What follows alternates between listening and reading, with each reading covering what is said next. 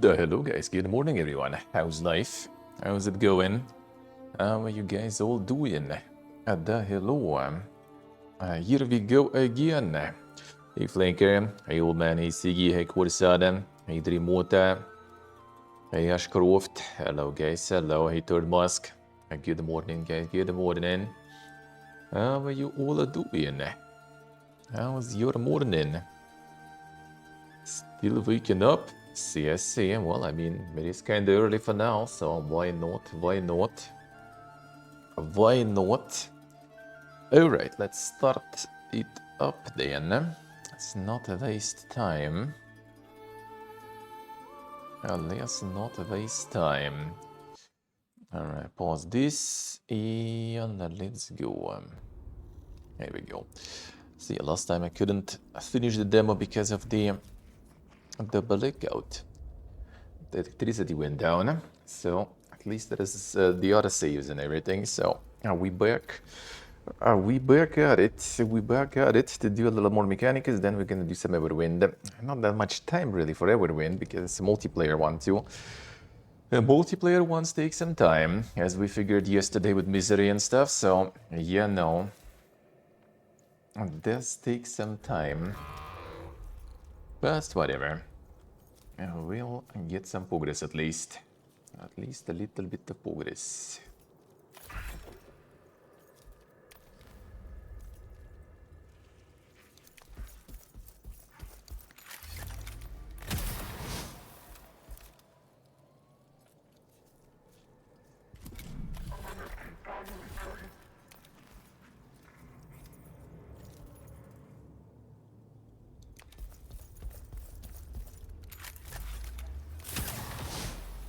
One of them covers.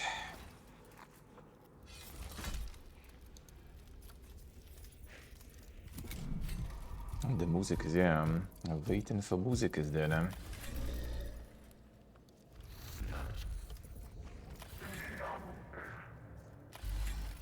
I know the feel, I know that feel.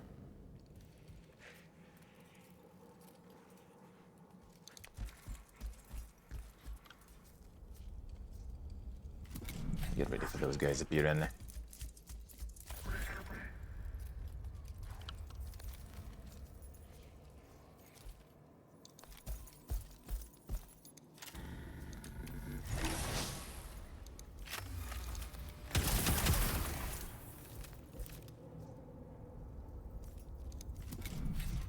Should be basically dead there, I think.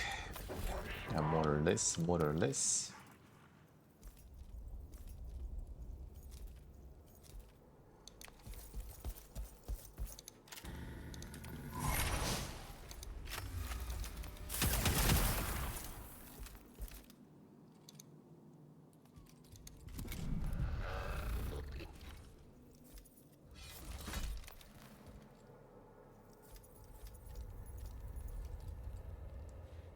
It can be some cognition, no big deal.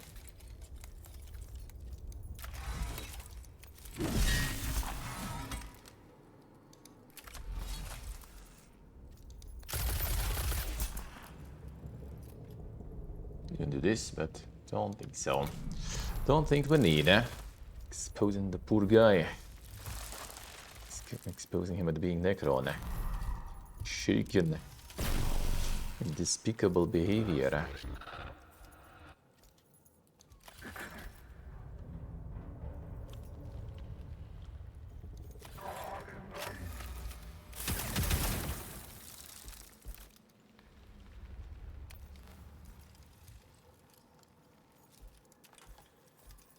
Absolutely despicable.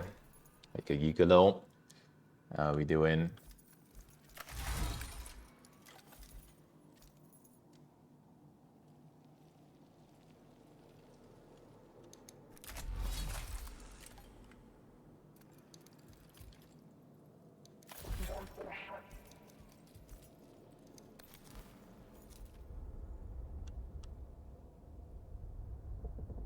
Can me too, I guess.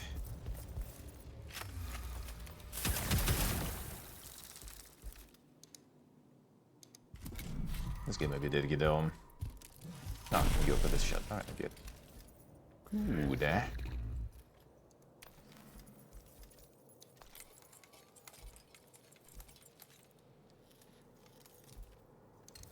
want to hear response little army. I think it actually even like mentioned in one of like the tutorial thingies that is gonna be like one sort of hero and a bunch of like, you know, nameless little guys that you don't care about that you can sacrifice. Basically. En kispélel dingen.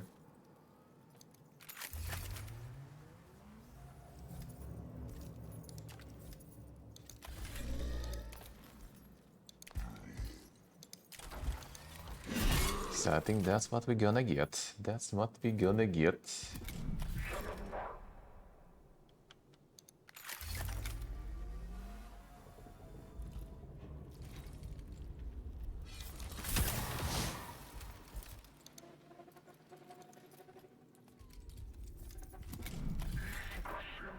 Back to work. Come on, guys. Good luck, man. Good luck.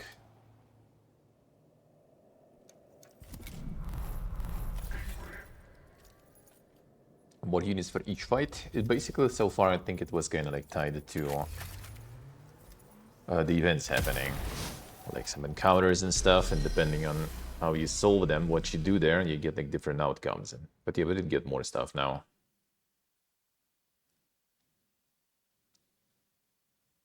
It also kind of event related, but healing actually kind of like just happens, I guess. All right, this one we did. We just go and avoid it.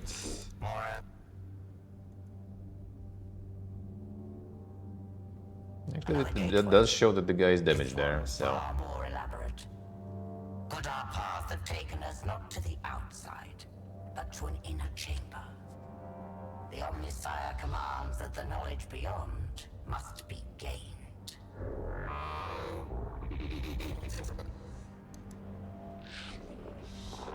Distress signal detected.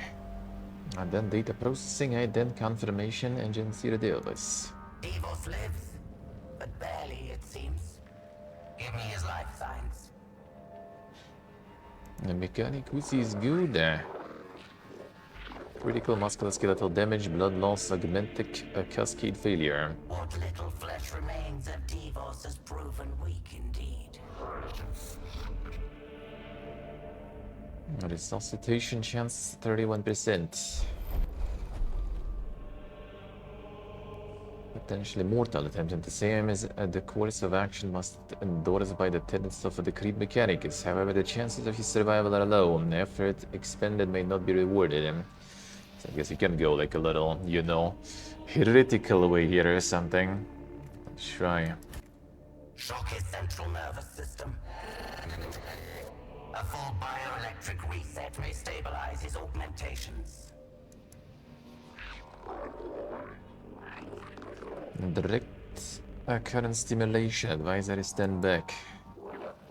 Cardiopulmonary activity nil. Brain function nil. His injuries were beyond remedy. Unfortunate.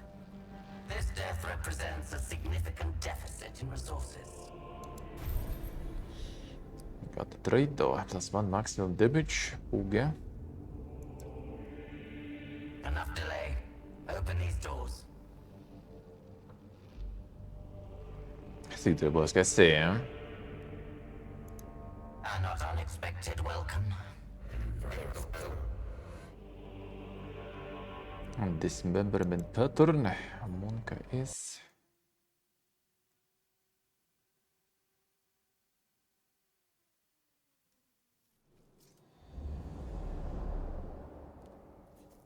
No, do remain damage there. Does seem like it.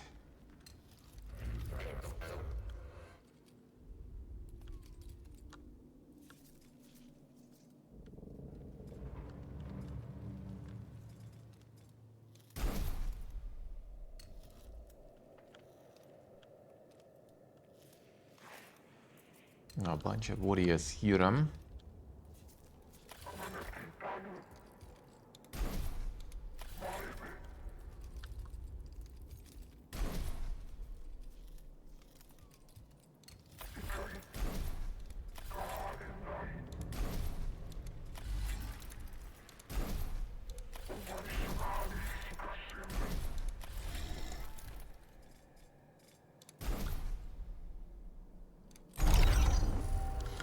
Let's try. Alright, good morning. How we doing?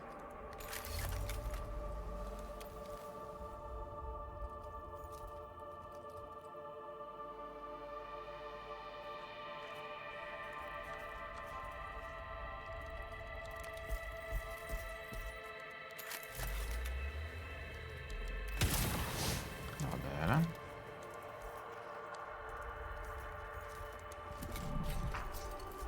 How are you going in? That's good, huh? Makes it way easier, huh?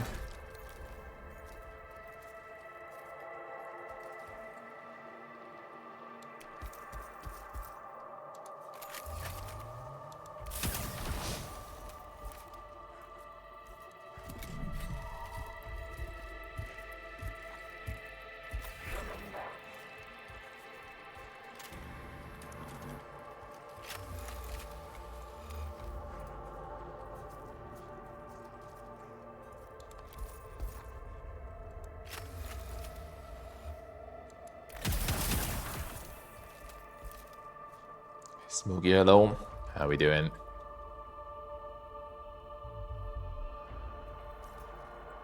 See what I say, huh? The classic Windows updates now. Gonna see if something broke. The little die game. I mean, maybe not exactly my gem, but I did kinda find it already. That did seem kinda fun. That's something I probably would be going him playing. But did seem kinda alright. Performance was kinda lethal though. The curse, dude.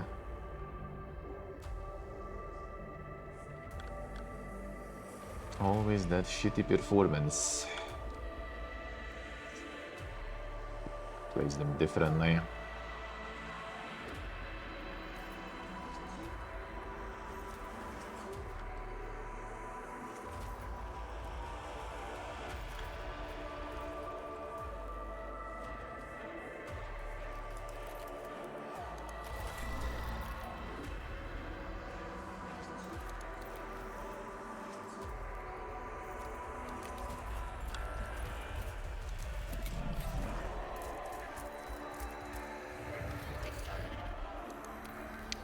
Passage here.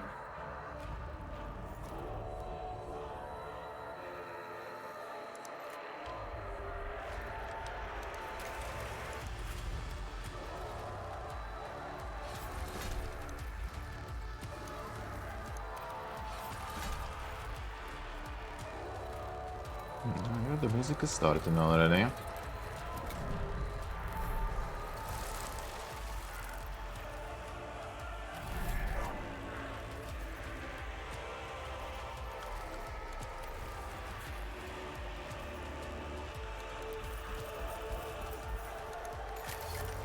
Drove too low.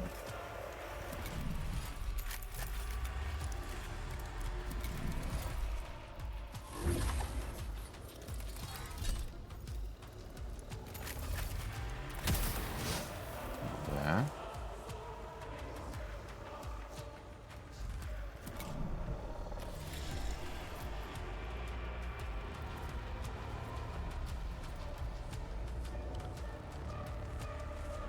And this one reanimating that fast. Now what is this?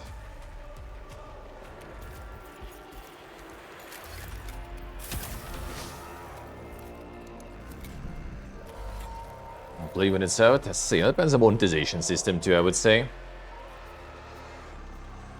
In terms of if it all can let it die, It was kind of fun, but I don't think it's gonna last too long. If it's gonna be free to play, I guess you can kind of fuck around in it, and that'll be fine, I guess. Try Arc Raiders. Did I actually like play the Arc Raiders yesterday? I started after this. Well, not exactly after the stream. I downloaded it after the stream. I don't know, like I started my time maybe like 8 p.m. or something, and then like around like midnight 1 a.m. I think I already like forced myself to go to sleep. It's actually quite good. It's actually quite good, even though not exactly my jam of a game. I also kind of not that good shooting. And nowadays, you know, the boomer reflexes and stuff. But was still kind of good. I liked it. I liked it.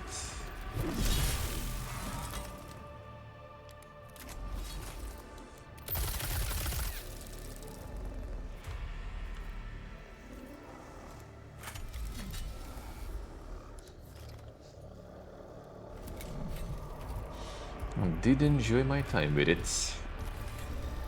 Hey, boss face, good morning. How we doing, man? Hey, Glorious, hello. CSA. So the Arc Raider is actually quite nice. My main kind of like gripe as usual is like no dedicated solo mode. So you can queue solo. But if you queue solo, you can obviously also get queued with like trios, duos, and that stuff. Like right now, it prioritizes you queuing into other solo players, which actually kind of works. I think I only once, I think I like ran clearly into like at least duo or something. Most of the time I was actually running into solos also. But that's because it's also test, right? So everyone's playing for free, so there's a lot of people playing. And then on release, it's gonna be already only people who will buy the game, right? So it's gonna be already less people playing solo most likely too, because no dedicated solo mode. I assume like most of the people buying will be people who will be buying to play with friends, right? So chances of you like running into duos and trios are getting higher. Agnieta, good morning. Not sure if you heard yesterday, but yeah, thank you for bullet speed. Appreciate it. Next week we'll hope in. We'll see, maybe like Wednesday though or something. Oh, damn, boss face. Hope no big deal, man. I hope no big deal there. I hope it's all good then.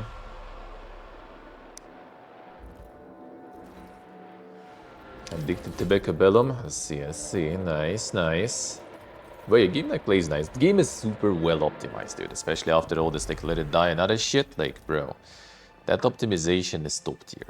That runs fucking smooth on my PC. No like coolers blasting, nothing. It just works.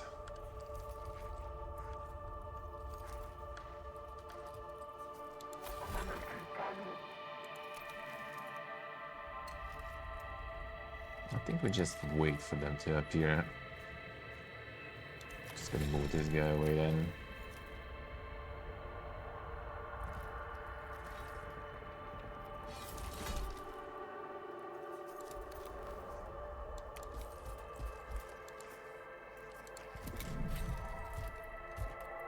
Now the focus trade disappear actually at some point. Interesting. Good optimization, a rare sight, yeah. I'm talking Arc Raiders, by the way. And it's really nice. Like my 2080 is like completely, you know, digesting it fine, no problems.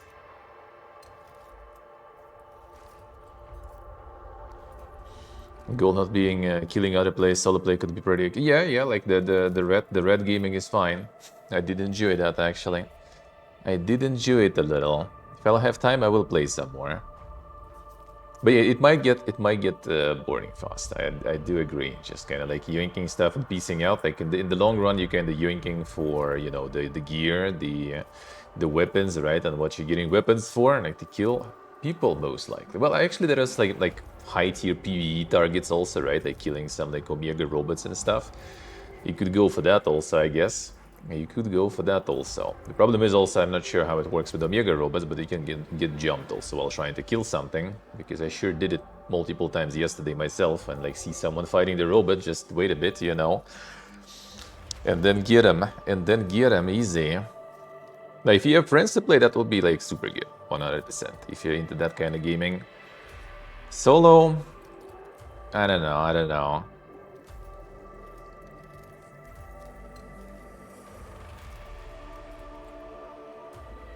Yeah, you can completely fully rat mode. Well, I mean, I guess you can fully rat mode if you're super dedicated. But gonna be kinda tricky though. Gonna be kinda tricky. I think Corsano's life. Perfect.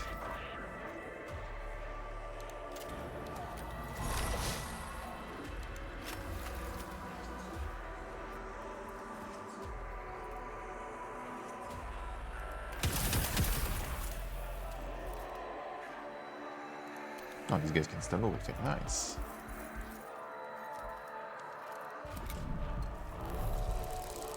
We'll need to get these guys out, looks like.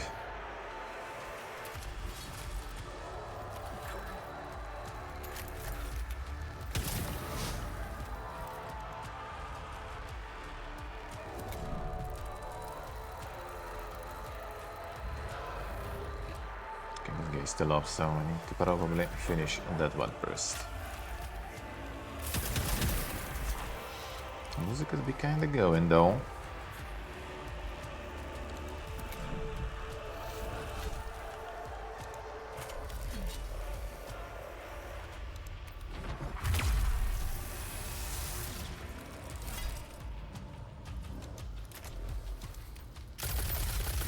The shield, so it should be kind of fine here.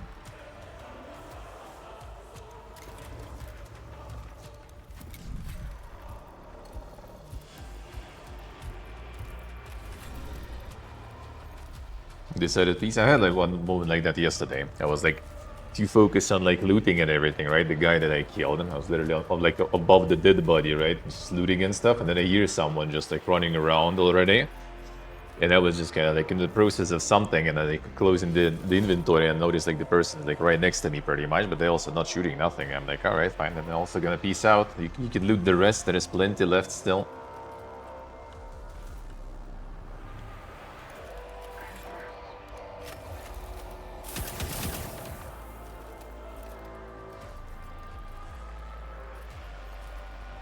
Might already be able to shoot my shit actually.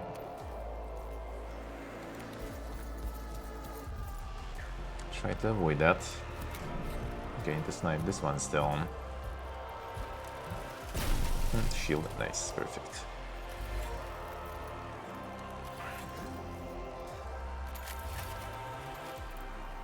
Okay, I can get this one then, whatever.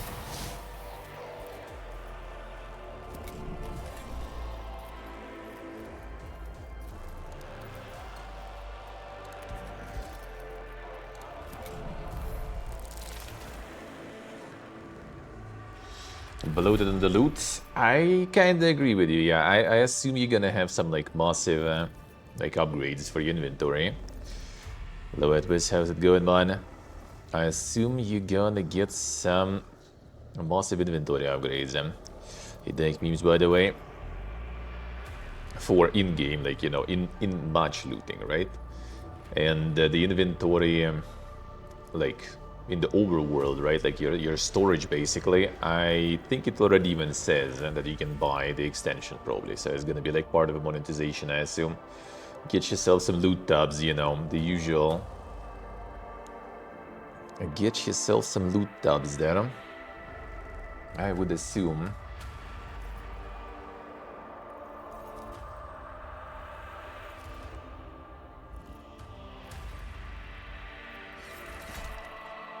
Alright, so this side actually gonna get some action.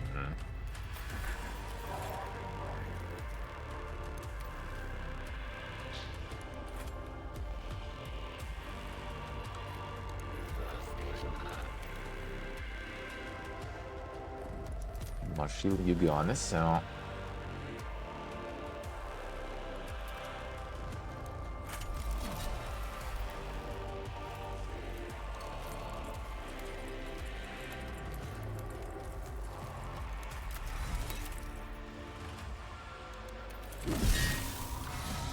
Maybe not that poke, yeah? Yeah, not that poke, yeah. Fine.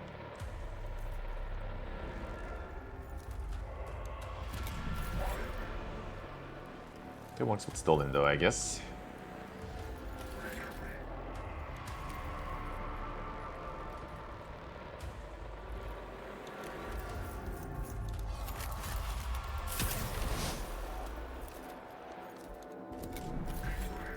This kinda sucks though.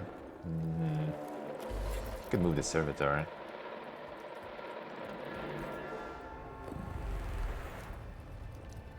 I kind of want to push, but then this game I pick some not the best. Actually, whatever, I guess fine. Don't want to step into this, looks like.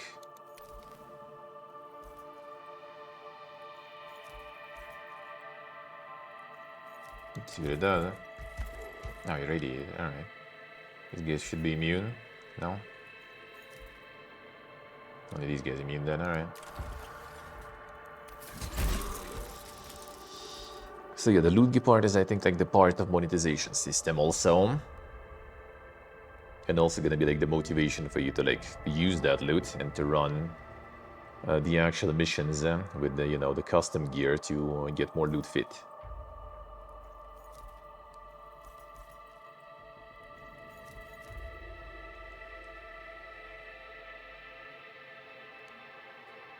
Wait, loot doesn't tell you if things just for recycle? It does. It literally says like recyclable, whatever. It has a tag even. It's just for recycle.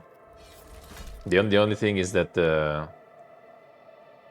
recycle later down the line when the game will be out, right? It will be also kind of more motivating to bring the recyclable stuff with you to the base because you're gonna have a recycler in the base, and that will give you more resources for recycling there and not in the mission.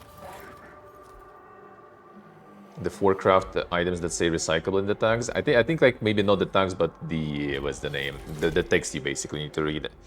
Like I think some like basically if it misses the tag that's like crafting like item, I guess you can just recycle it. Looks like at least what I got her there.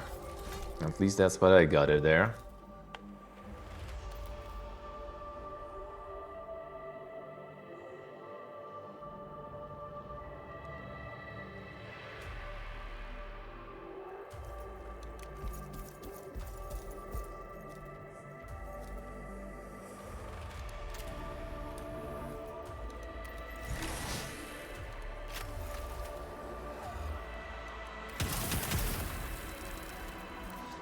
There's friendly fire, I guess. About to find out. But yeah, there do be a lot of shit, indeed, and there do be a lot of shit. I do agree, yeah.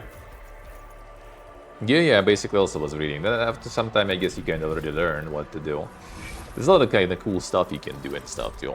I like that, but you need to like learn the loot, need to learn the mobs, you know, need to learn a lot of things, basically. But for solo, not sure if it's gonna be like the super pogiest stuff.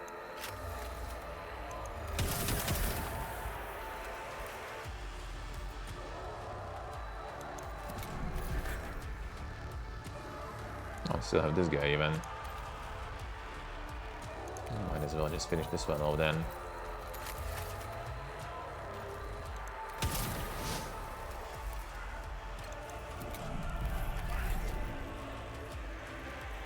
Next turn, next turn.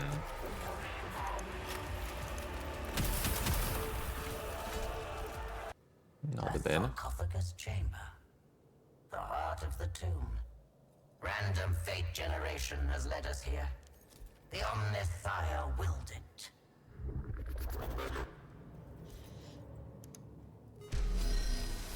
Dissipation equals yes.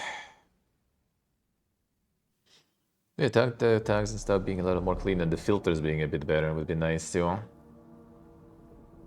Nevershah's first glimpse of the invaders was of an individual who would prove to be an outlier in their number. Though Nevershah did not know it at the time, this Scatholma was from the human order of the Adeptus Mechanicus.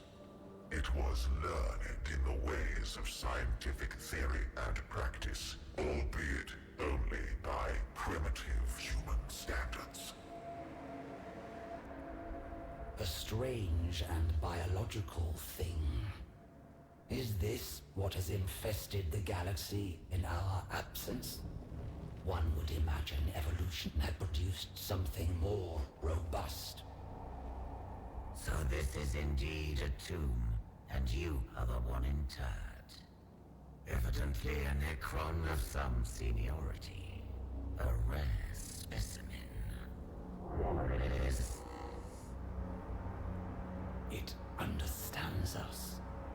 basically unimpressive, but advanced. You shall discover just how advanced we can be, Xenos. This primitive creature addresses me as if I were an outsider. Yet this is my domain. One that no intruder will be permitted to tread. Let alone a whelp from a species not fit to witness a Necron's majesty. I am no tinkerer with ancient trinkets I do not understand. I have harvested technology from 100 Xenos races and delved into secrets even your once great civilization does not know. We mastered the forces of this galaxy before you even stumbled blindly across your world's surface.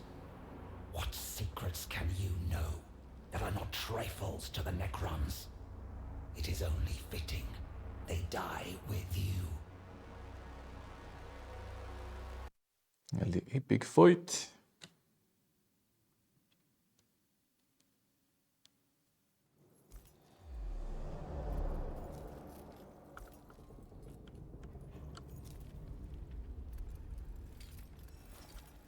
And the whole army there. The Rangers, though, seems like that's good, huh?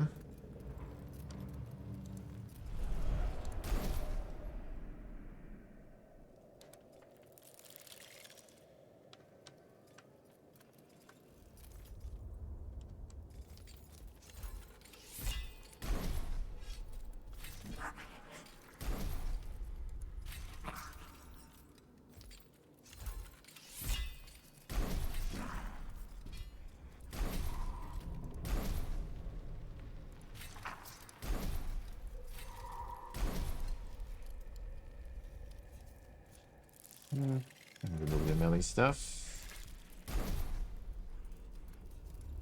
Moat. Then wait to uncool you. I want the change. I'll get more warriors instead, huh? Melee stuff. They melee, so I'll just let them go. There should be a way, but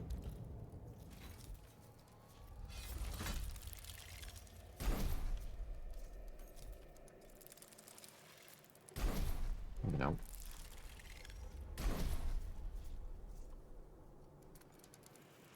Oh, I've got this.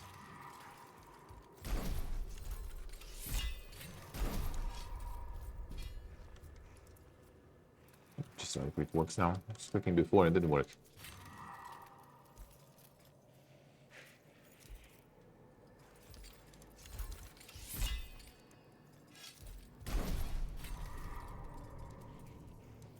The targeting of the tiles is a little weird.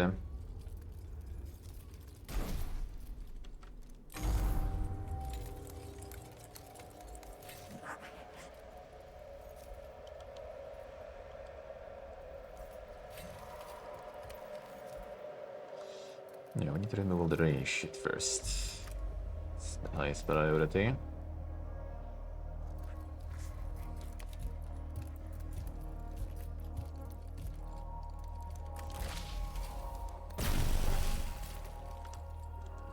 Massive damages.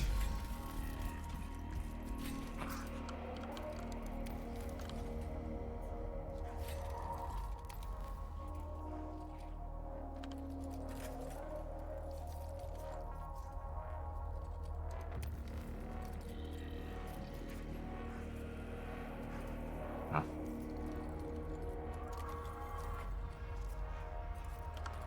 Bye. Time to shoot this guy. Different types of warriors there.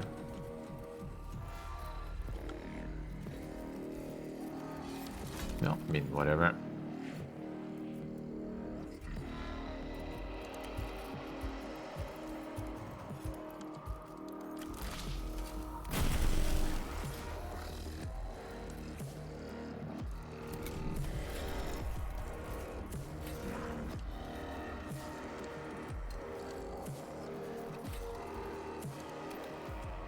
This one can shoot again at some distance.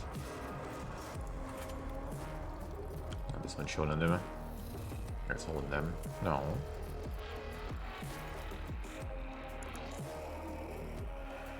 Because it means radiation. Nah.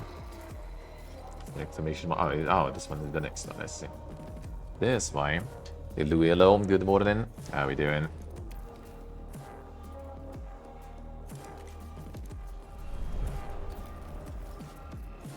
Yeah, you can just like YOLO dash in there.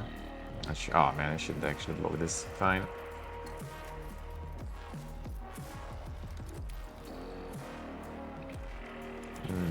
I guess we wait until some of them are.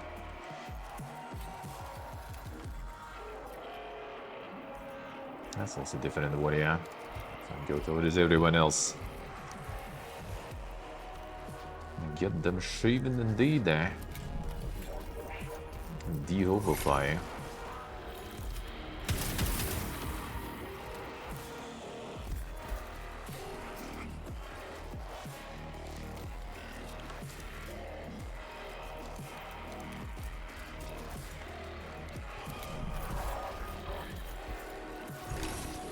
I mean, they're gonna be done. Double exposure.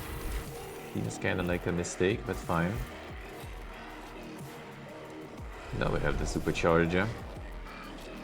Problem with supercharge. Actually, now we're good. As long as this guy Davis, they can push me here. Raise up. Ah, okay, range. Well, we still should be enough. Whoops.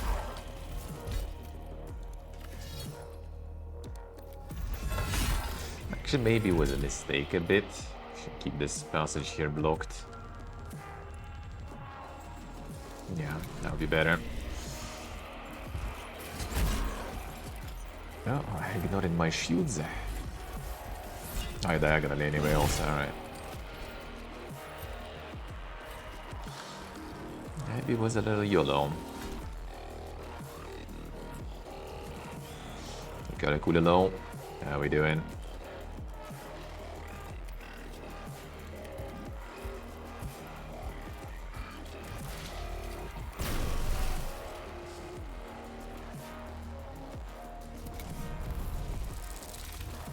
Alright, at least these guys are gonna be busy here. That's exactly what I'd like to see.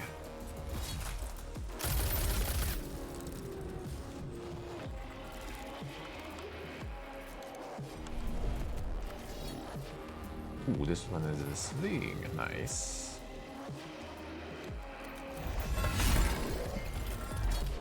I'll take it, I'll take it.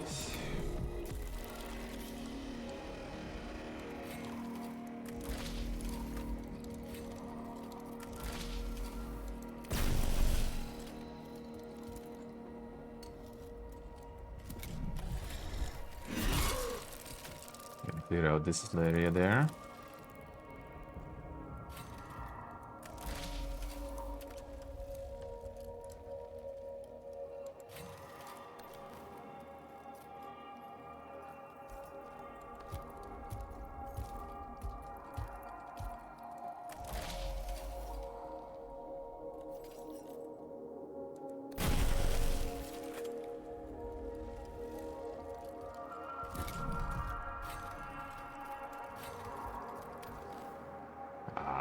Far.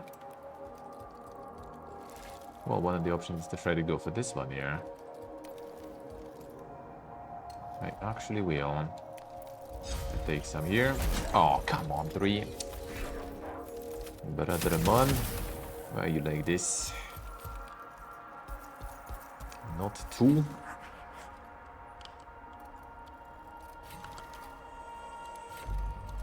Good play there.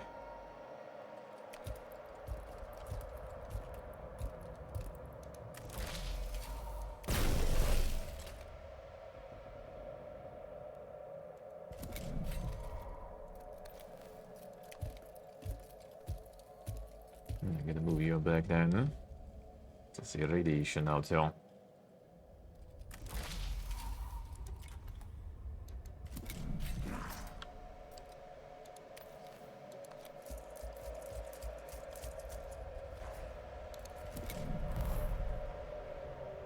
Okay, they also have reinforcements. We have some fancy reinforcements, I guess. It's out of the shit that I haven't used yet, I say. Rangers, ooh, that sucks. Ooh, okay, might be bad. The burn.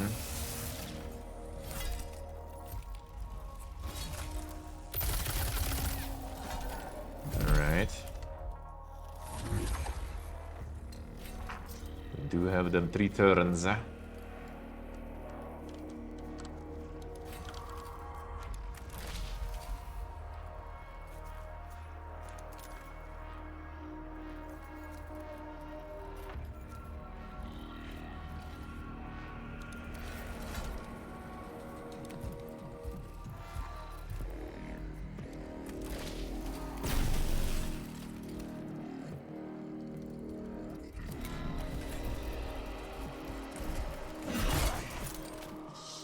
Will be kinda bad, potentially. Maybe that was a little too close.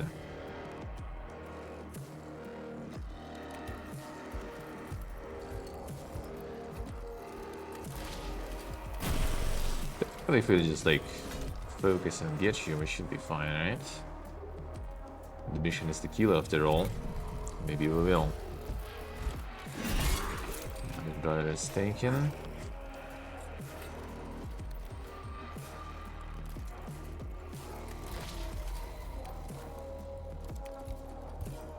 That's gonna be 1 damage off lethal. Watch, I knew it, I knew it.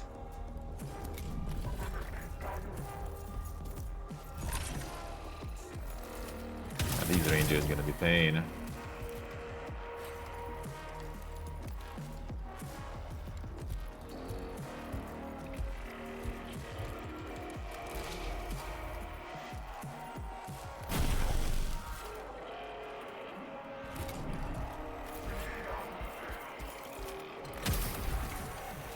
Maybe diagonally.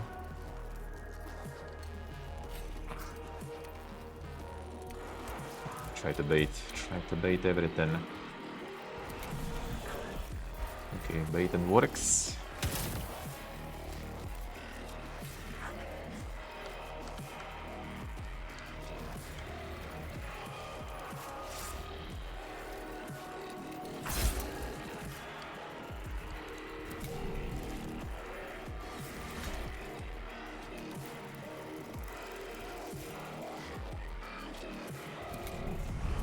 Oh, come on. Our radiation got it? Ah, dude, come on, man, really?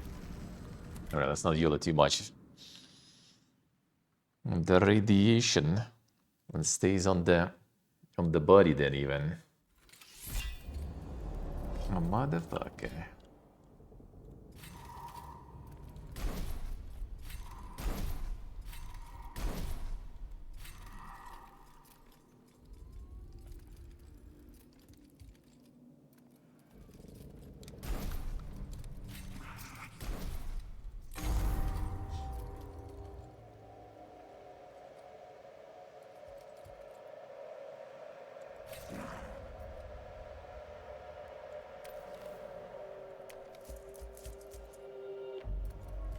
Do a little bait and then.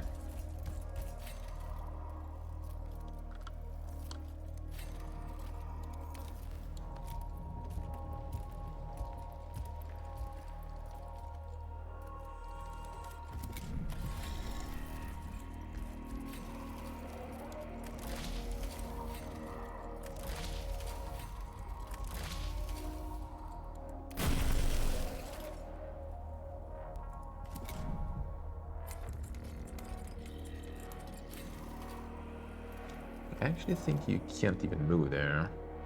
Yeah, there's no like 2 tiles passage you need to break this, I guess, just to make through. So, I mean, I'll take it. That move gonna take some time. The problem is like the reinforcement's gonna get demolished here probably. That's fine, I guess.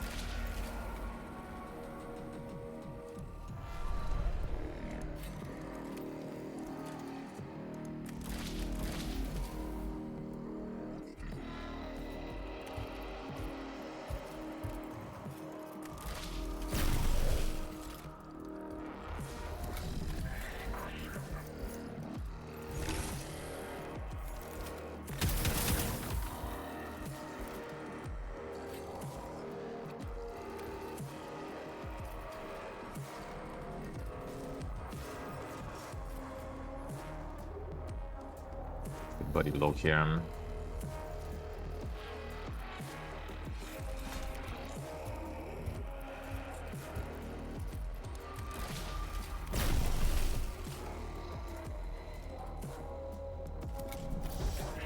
Radiation that strong then, eh? Even versus next ones, eh?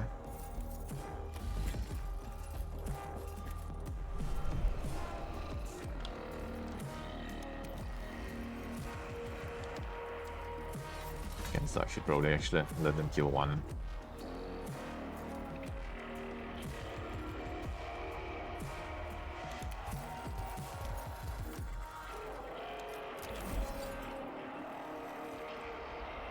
Might.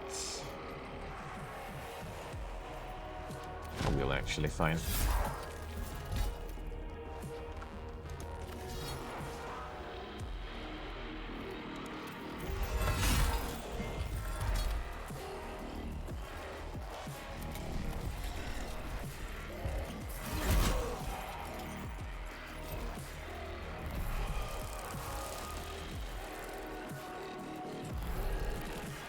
Don't get avoided the irradiation here.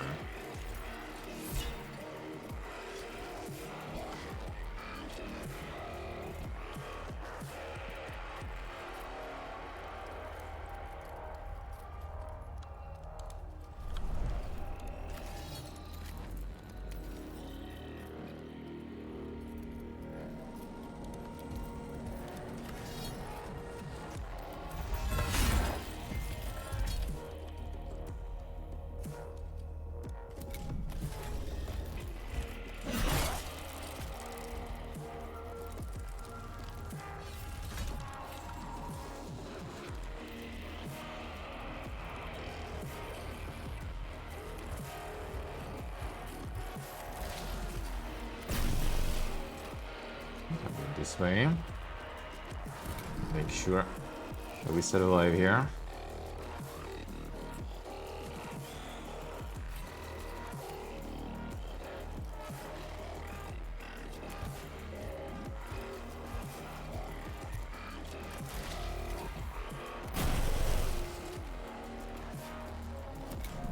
Okay, well, I'm gonna kill this one.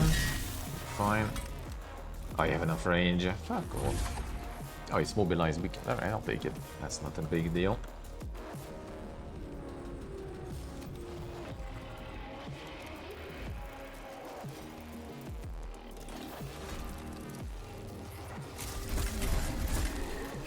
Then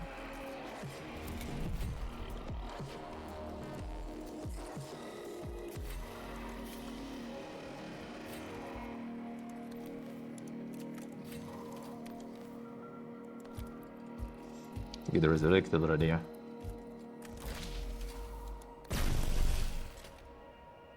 well, I did have another shot anyway, so it would be alright. Alright, go towards the raiders there, or rangers rather.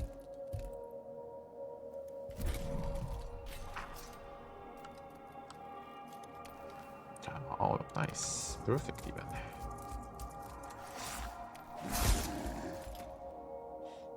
Can't goad you in others then.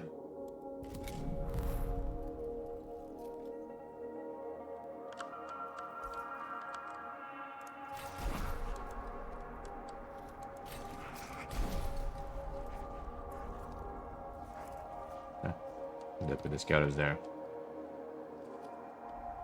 I guess I can't yet still. Only one. This shrine might have no speed gear there. Nah, not enough.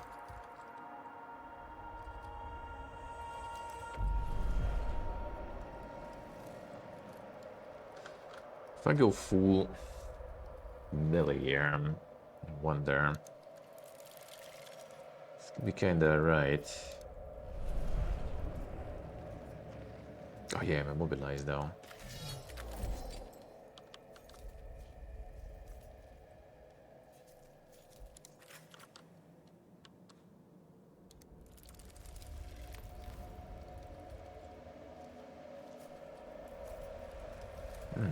Nothing's juicy.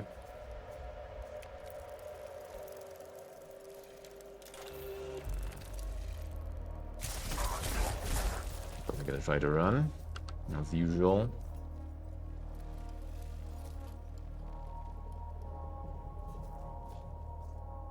And Sudoku right now with all this Dominion is actually strong.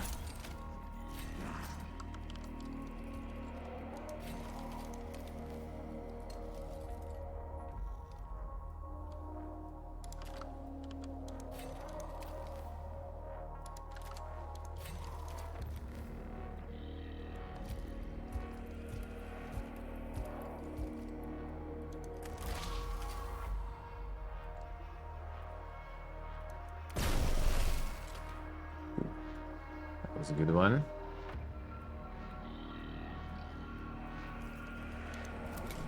Then I can do this. Lock you in.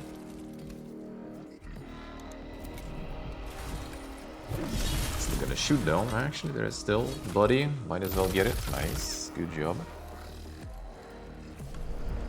And that means we still stay for now.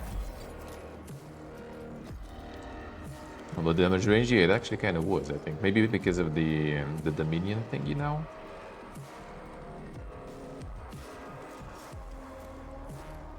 Not so sure.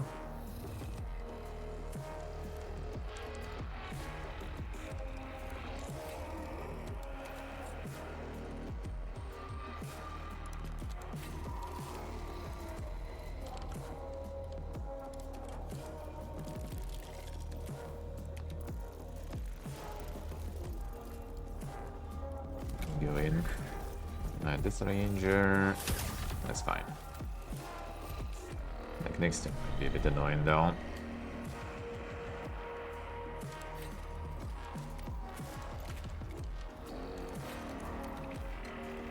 No longer.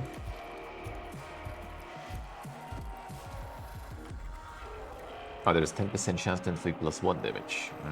Oh, increased chance per Dominion level. And I said the more you're fighting, yeah, the higher the chance to get that. Pretty good. Yeah, this guy's probably gonna try to run, and we can get 3 damage then.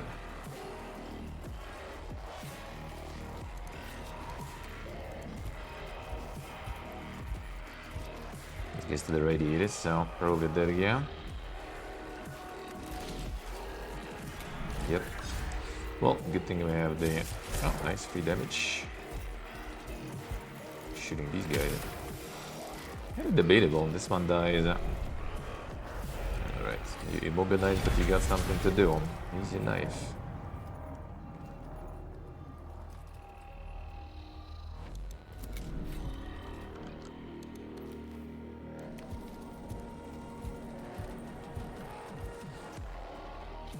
I'm gonna have 2 moves before Skiola.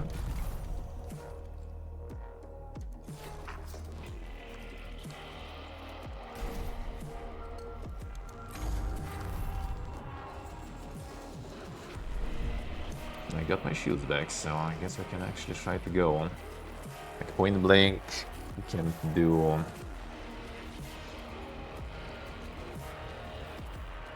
Ooh, this one actually gets more damage than while you're on.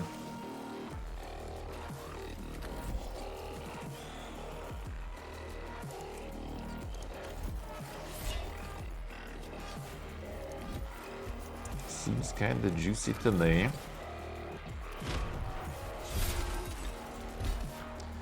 Pass the shield. He's probably not gonna pass the shield now. Actually does. But I get the ghost boy, he's not gonna get that.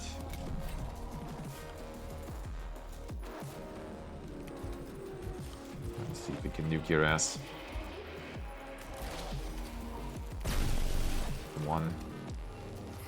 Should be alright though. I'd also pass the shield. This doesn't pass the shield though. Oh, okay. The debuff. Restore the shield, that actually sucks. Cool, this guy is next. Oh shit, that's actually... And the Monka is...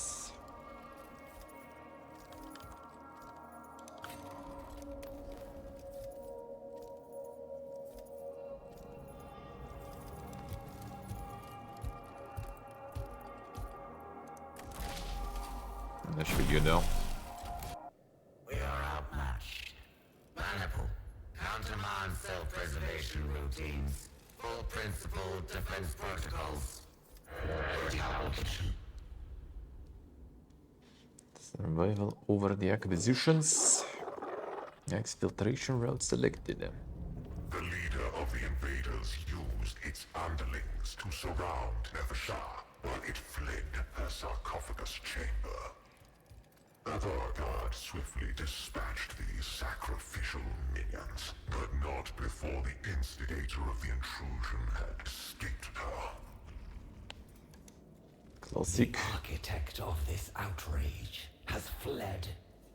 Moreover, this intrusion may not So, be isolated. next week. There is no telling how many aliens are on Kivroth. I must go to my Pharaon. Sankotep must know.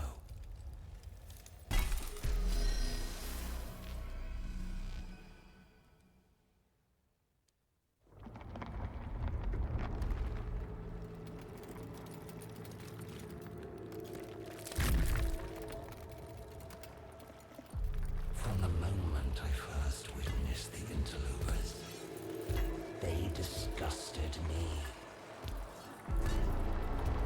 Eons we slumbered, waiting to reclaim our galaxy, only for it to become infested with vermin that proliferated in our absence. Now, we awaken to retake what is ours.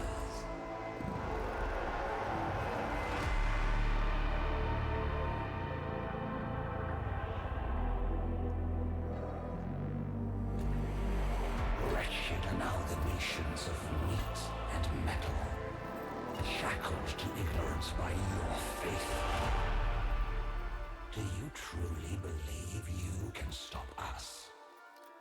We, who have shattered our very gods and enslaved them to our will. The stars were young when our empire was ascendant, and when the last of them die, we alone will remain. For we are immortal.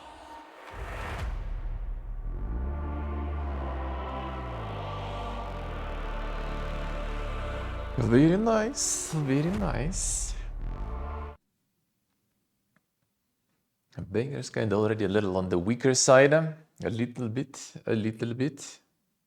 but still nice though. But still nice. I like it, I like it. Oh, the weakness of flesh monologue, yeah. Feels good. I watched the gameplay trailer. Why? Just played it. Why do I need more? Why? We'll see. Does look pretty nice. I like it, I do kind of like this, like, I don't think... I don't remember the first one that much already at this point. But I like this kind of... Like, it's not initiative that decides, you know, who goes when. At the same time, it's also not just, like, all yours and all theirs. It has this kind of, like, this, like, you know, like... Sort of like chess, you know, movement. You pick which figure you move, and then you have an enemy also to do some of their figure, you know. So you can kind of plan the moves a little bit, and what is better to move right now and what is better to move later and stuff. Looking at what they're gonna be moving also between your turns. I like that. It's nice. Oh, very good. We'll see. First game was very nice. And like part of how nice it was because you could make some like insanely broken shit there also, and some insanely broken builds, and that was fun. And some non-linearity there also was kind of fun. We'll see how it's gonna be here in the campaign and stuff. That would be good, that would be good if that's the case. I would love that. Alright, so man, like Do we have enough time even for like the Everwind then? Also kinda want to get some coffee and stuff going real quick. Well, we have the time for Everwind. There should be like some other day also for the multiplayer stuff. I wonder. Because I feel like just 1 hour is gonna be not that long again. After 1 hour, then I will need to go get the coffee already and stuff. Feel for the another multiplayer demo 1 hour is gonna be not enough. That's gonna be not enough. Yeah, but multiplayer enjoyers. Do we have the multiplayer enjoyers? Or shall we play it some other time then? I wonder.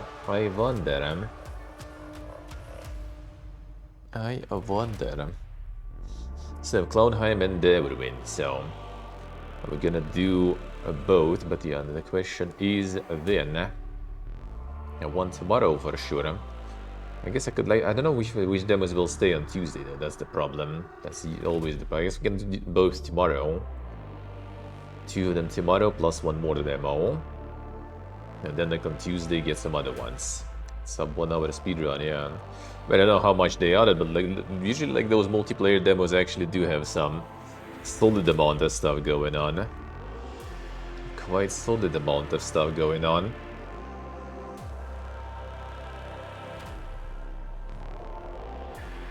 Not so sure, not so sure.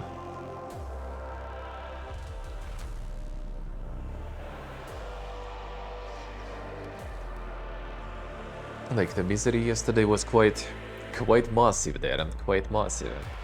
It's also, I guess, kind of fun to play that way, but also like tomorrow, you know, people will be working and everything. That's also gonna be the problem, I guess. Steve is already probably having some quality Sunday sleeping there or something, so I don't know if we're gonna even have a lot of people so to do the insane multiplayer in.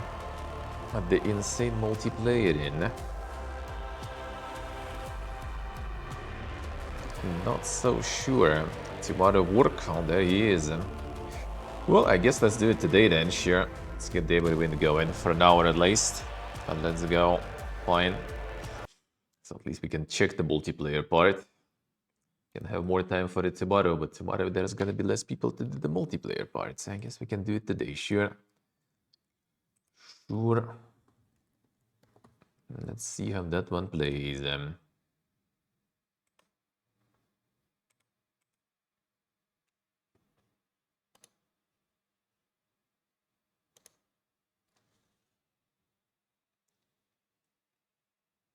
Starting it up.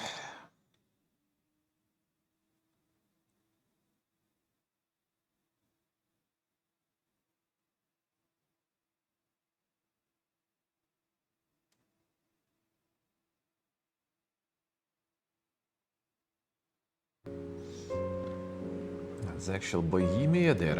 Insane. Alright, still work in progress. Sure.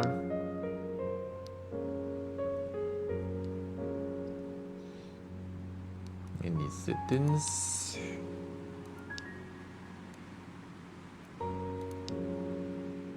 At least think one good.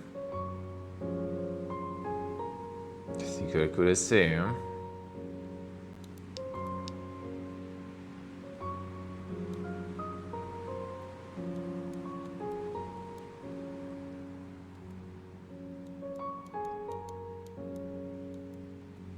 And this one is cosmetic, I guess.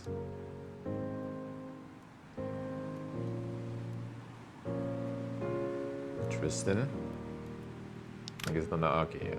That applies this way. I see, no apply button.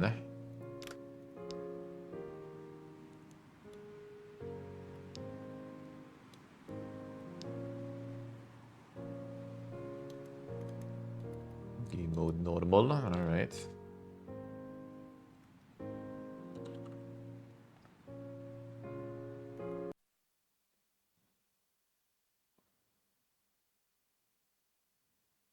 I didn't do the... But play with friends can like join the server, I guess. 1 second, let me see. I assume that is the option we need them.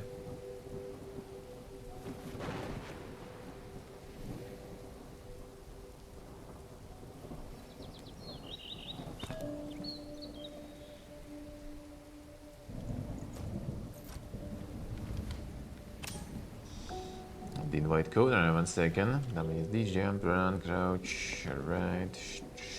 Sure. I need to read that. Fine, we'll figure it out. Let's see. Can we get that? Online. Below generated code, share to friends to join. Strongest PC internet connection. Wonka is. No, that's the code. Open. Hold in. I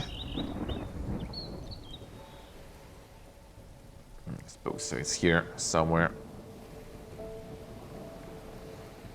I think we have a lot of time today for it. There we go. He's joining. Special tool, the compass. Alright. Let's point to your home. As in TR0, hold the right mouse to teleport back to your home point. The mega compass, see.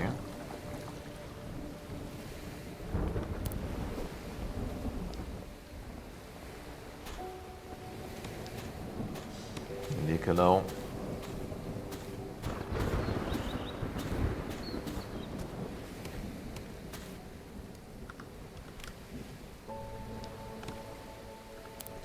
Dink.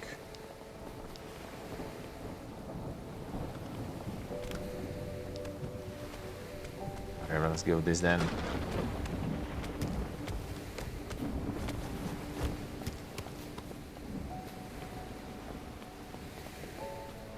Going into the dungeons. Beating some asses. Use the weapons, consume stamina. Left mouse to the quick attacks. Hold the strong, right to blow. Alright. Intense fighting with some boxes.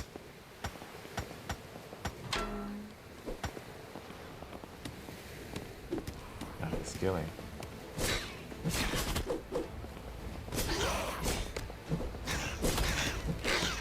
The bullying then.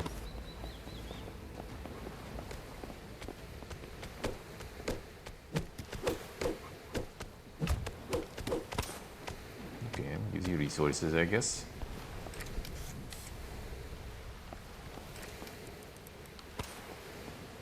Iron chains, huh?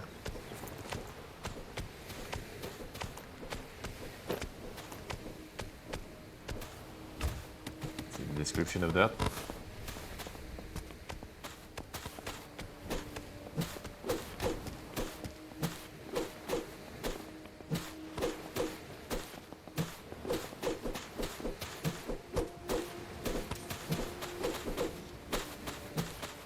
Dirt.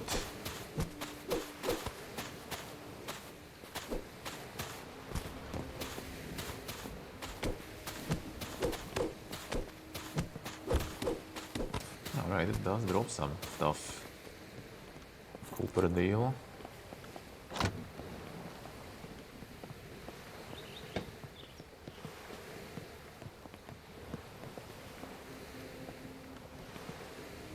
Skeleton.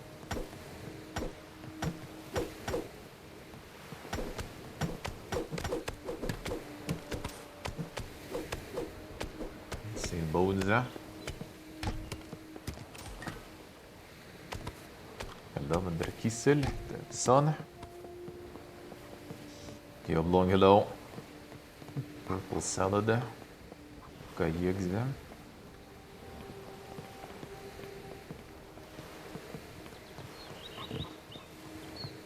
Some chicken.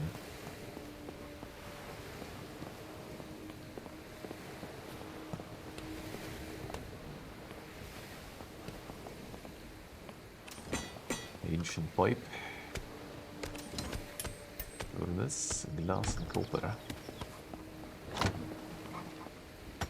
Repair kit.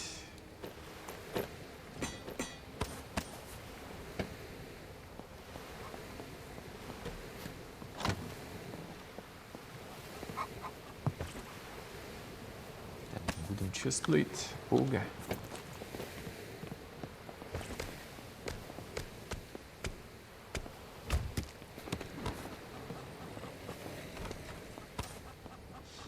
Recipes unlock crafting for items, weapons, armor, and more. Recipe answer your compendium permanently. So what does the recipe do there? Bronzing recipe, alright. How do we use that? E.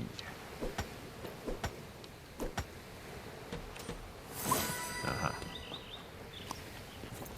And it disappears after.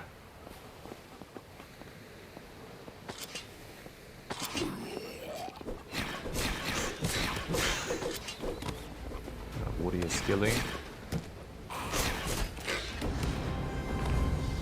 XP. Level up and skill points. Warrior Alchemist Engineer 3. Unlocked in the demo. Blind Man. Stealth. Active status, you inflict enemies last 0% longer. Chance to not consume water when firing. Increase melee damage affected by negative statuses.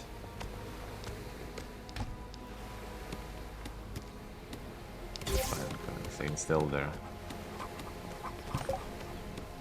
Novice key or lockpick in hand.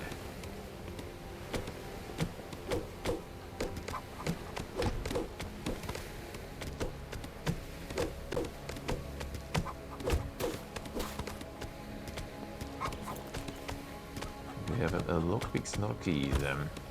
No, that's the key.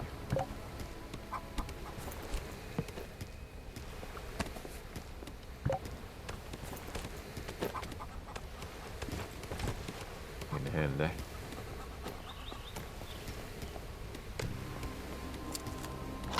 works. Oh, damn son.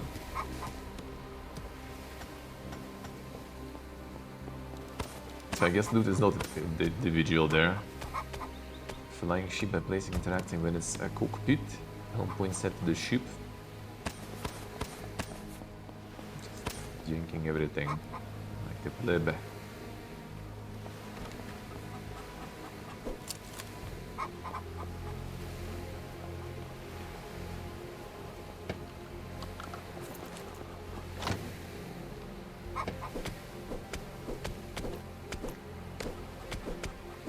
Equip it now. Guess we'll get it. I guess we'll get it. Get the gear for everyone.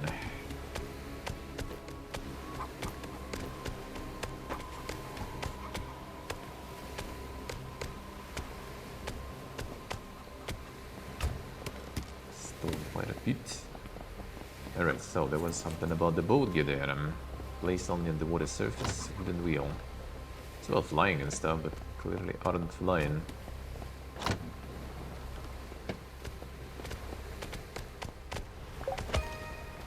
Flying ship tutorial quest. Swim to the shipwreck. Oh, okay.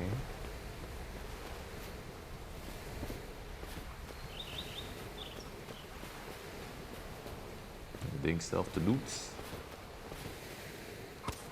Mushrooms. Grass. Touching it.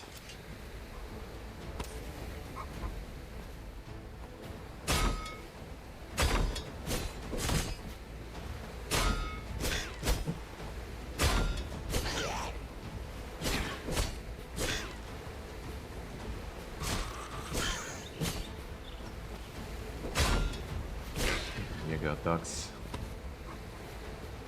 You just pee poo there. Not even dropping the weapons.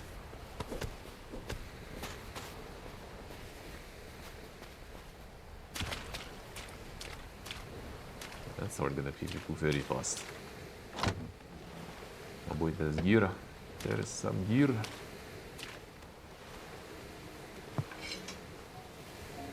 The two-hander even. Let's go.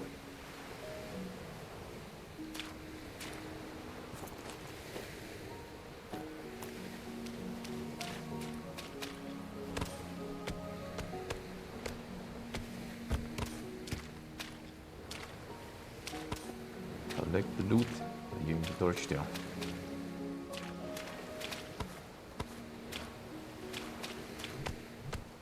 There's the stand. The stand with two-hander.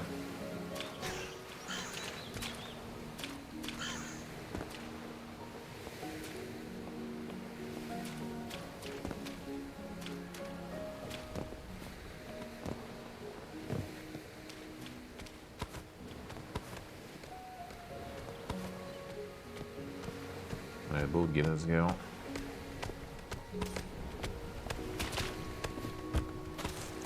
Deliveries. Rövda, hello. Cool. The key, cool. Resistances and stuff and different potions. What chest yoinked. Candles. The face card, now the Maestro, Lord of Wisdom, the rest can be violently scratched out. Eternal Tyrant who condemns still the suffering. Very lucky. Let's go on the boat. Can we even get on it?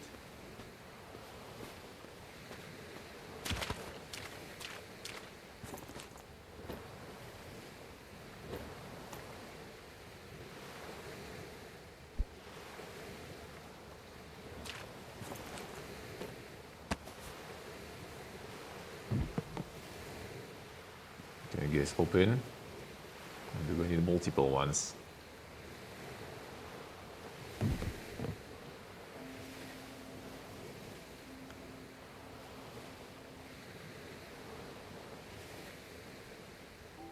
I get the shipwreck and get the boat here then.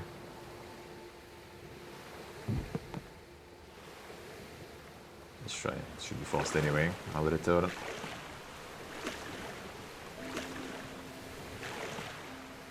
That sword just got demolished after fighting the skeleton though.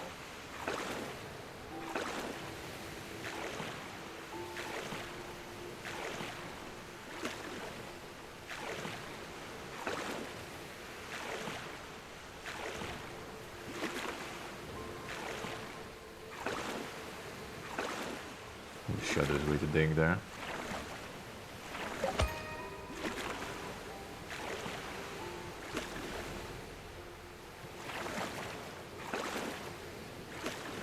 We still need to repair that shit though. Should get you on board too. Take a peek from the chest.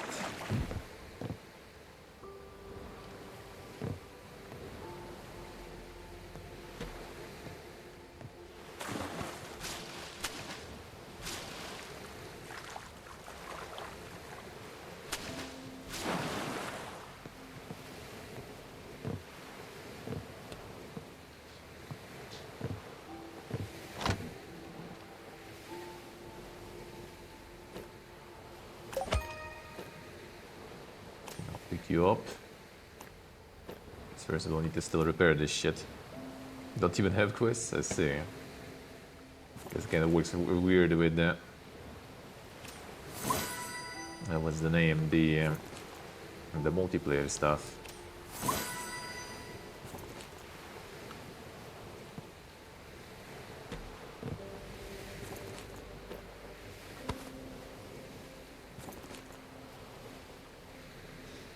Just fucking drop it.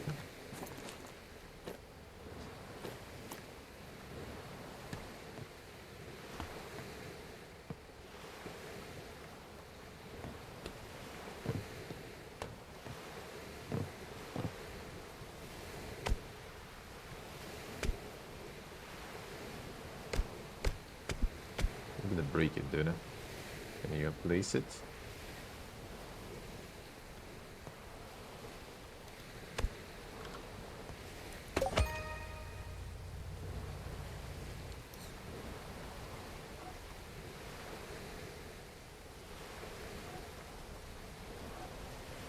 Going to repair this shit first. Okay, 1 second.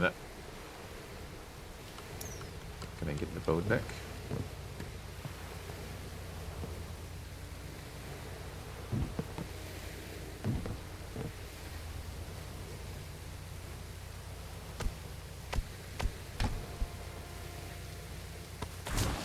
Yes, I can.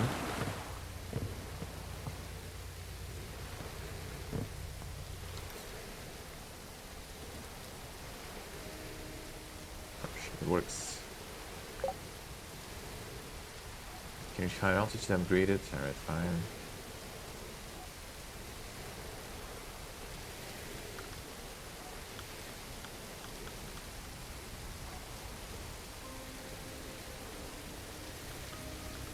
think it actually...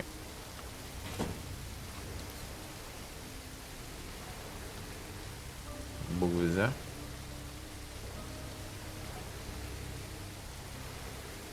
think I still need to fix some shit here. Fuel the generator and start it. Well, actually, it does already work though.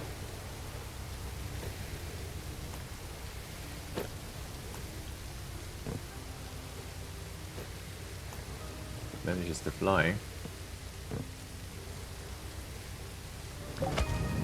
Ah, okay.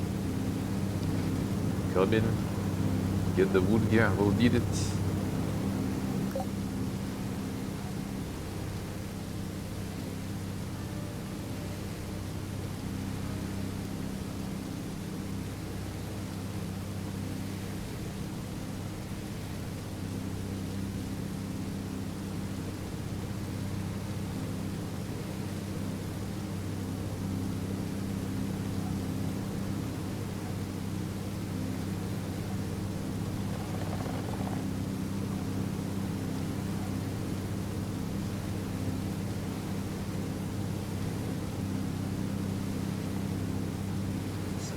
This guy's there.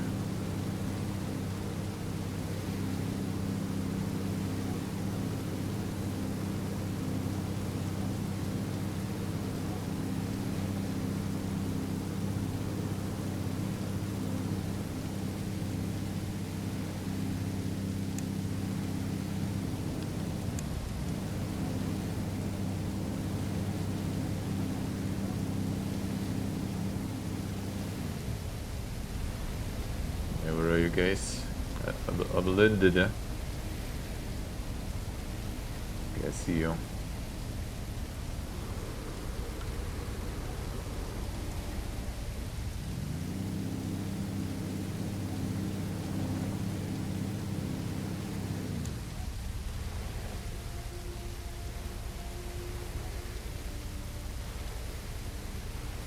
Oh, gonna pick you, London. You need to move. Fine. They actually hold at the bottom in one of the places. You can probably get through there.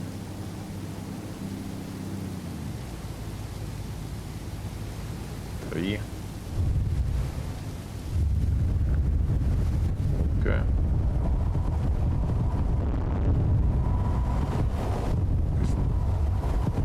Wait the ink.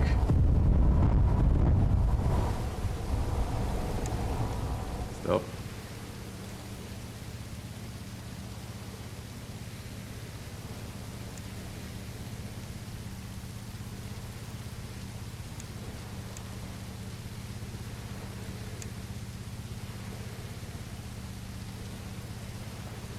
I think there's some way to get out the boat there. There was a hole there. Oh, can I get there? Look at the video back. Not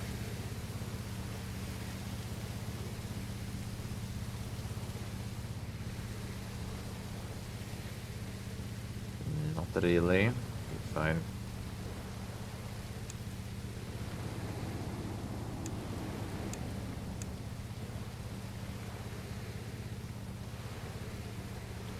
A little.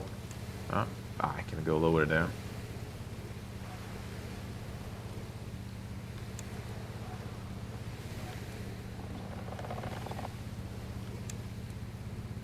Ayun. Let's find where Steve is. Slid into water again, yeah. Birdie flying.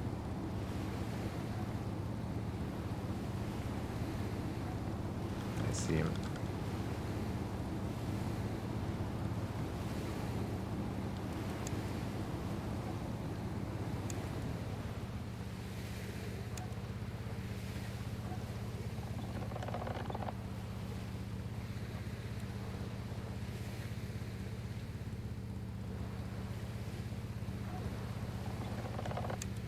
Yeah.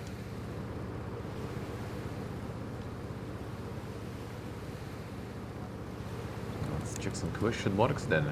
There's like generators need some woogie there.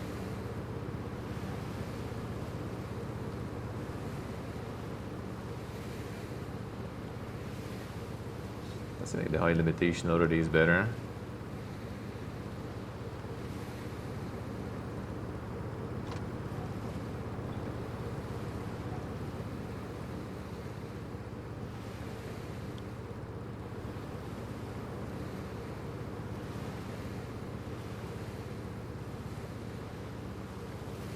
Doesn't go higher than that, looks like.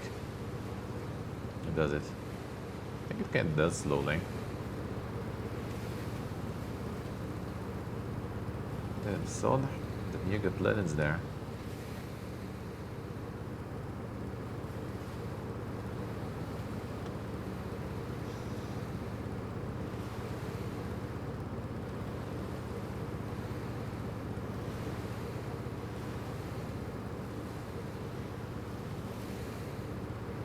Do a flip. I can't, you can't. Go lower.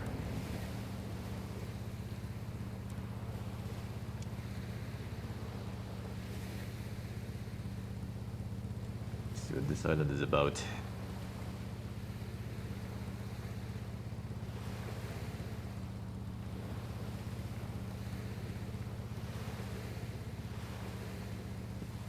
Get more engines. Fix the boat gear. Get even bigger one then. It's just the regular wooden blocks, I guess, right? More or less.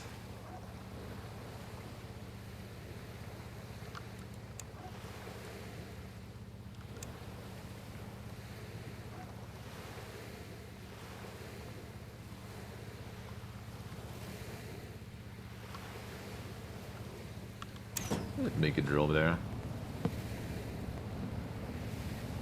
I guess like stop this way in the sky, right?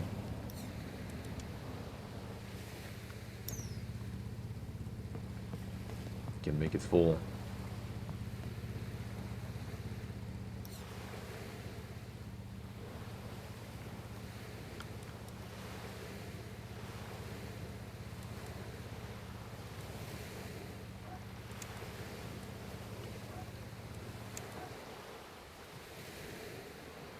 Damn. Can go deeper than that. And the fuel is over. Fuel actually over probably.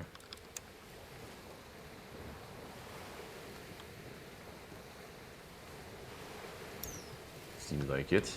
Yeah, looks like. At least we had enough. At least we had enough to fly here. Connect machines to energy generator.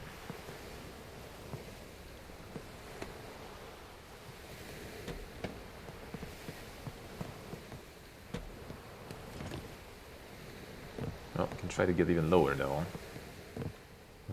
Need some wood gear. Just so we can go back again.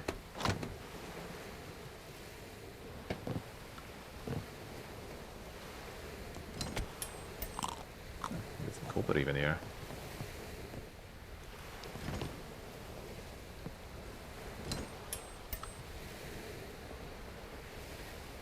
Any wooden joyers? Let's need to put it in the generators.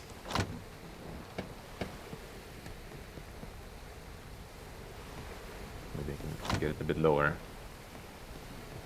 No, into those.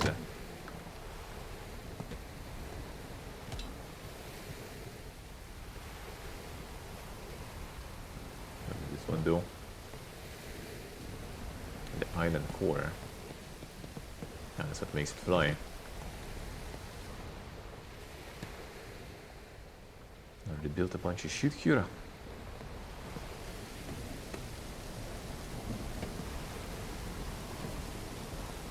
I need the wood. I'm not gonna be able to get back on the ship. It's too high. I guess I can always build something though.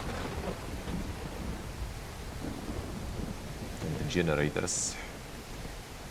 Just need a few of those. Now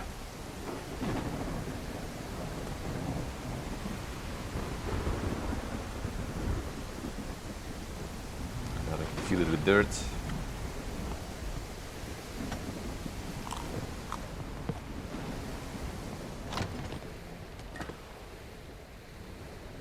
salad time.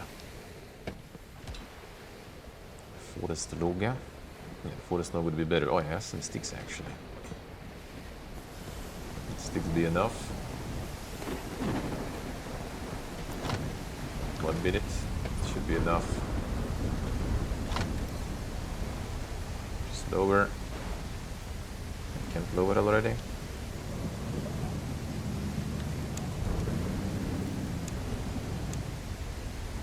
Well, I guess I'm just gonna stay this way. Just submerged a bit more. Alright, I guess. Fine.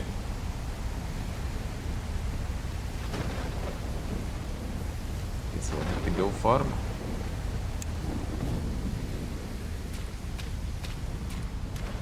To build some like stairs or something.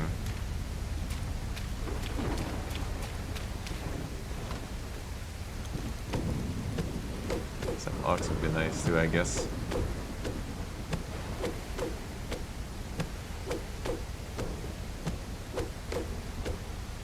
Holy shit, it'll take forever.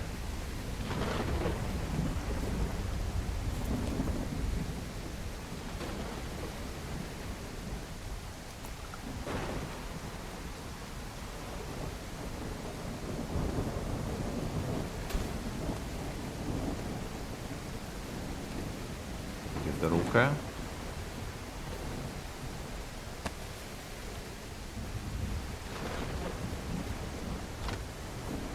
Yeah, the rain is nice.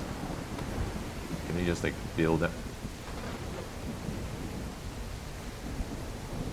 Double ruka. Be specific to do it.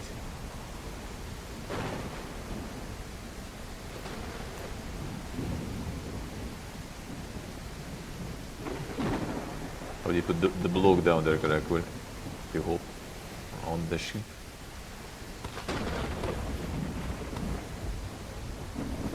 Get resources to get the axe and stuff.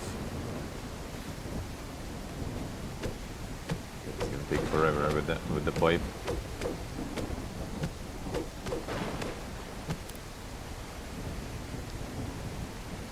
Some bit lower there. Let's cut off the box. Oh yeah, the stone axe you can actually do that. Oh yeah, that totally will be better.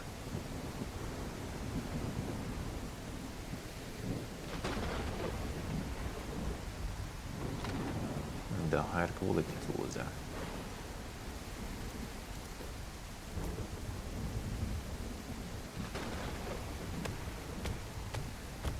That would be better. The gear castle there. I need to check that. Get some gear though first, I guess. Some tower in the distance also, I say.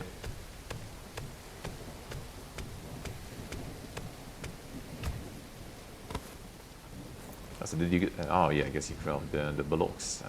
Let's see. The stick block.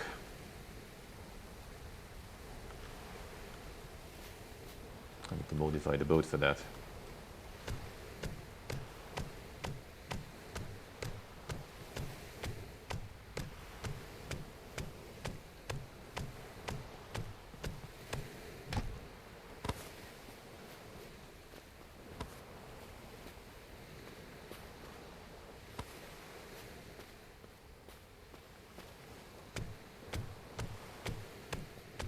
Tarn doesn't look healthy though.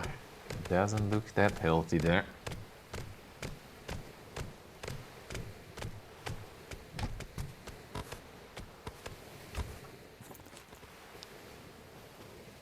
It's a ropium out of the fiber.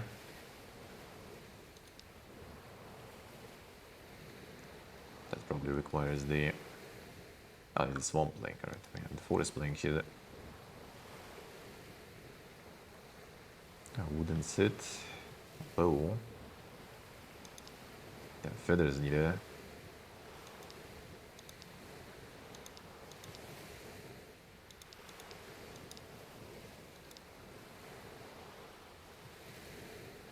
So there's some stations already on the boat, good. Huh?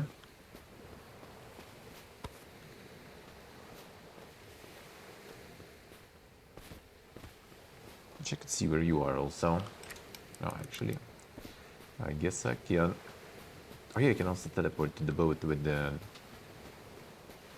compass. At least I can. Actually, I'm not sure if you guys will teleport there. I need to kind of like get some.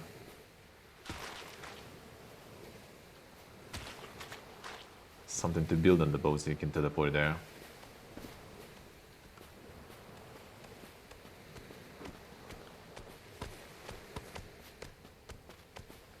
Use the fiber and everything too.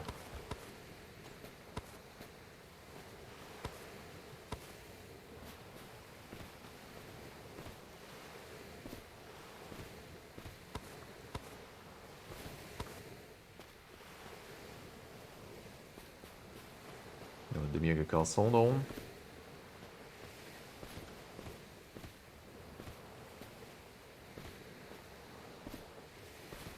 Some kiwi here. Oh, there, I see.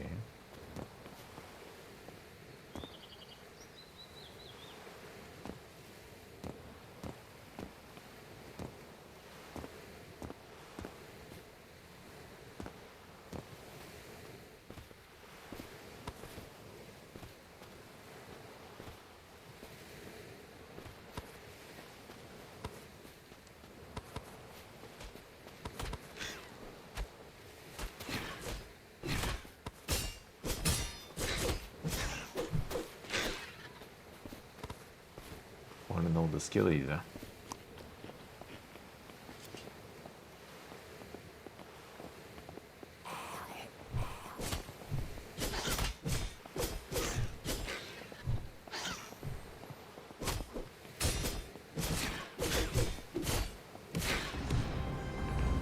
Level 3.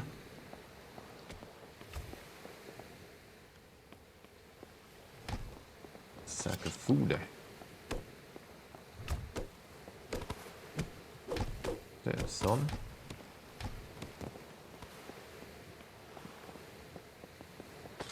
There's more food here.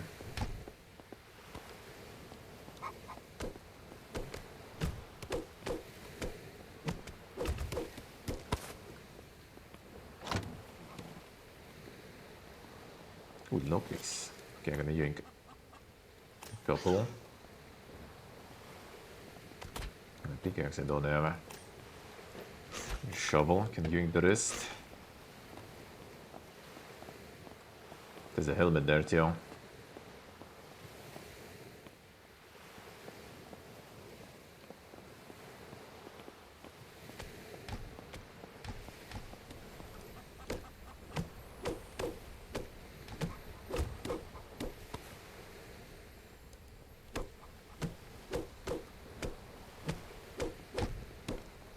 I'm beating them capybaras to death in one pace.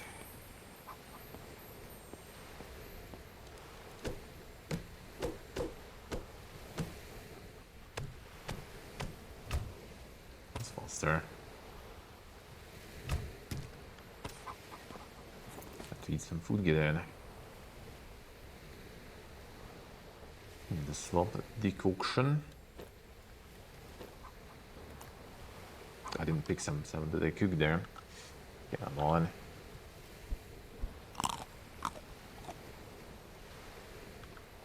Didn't HP anyway though. Come on.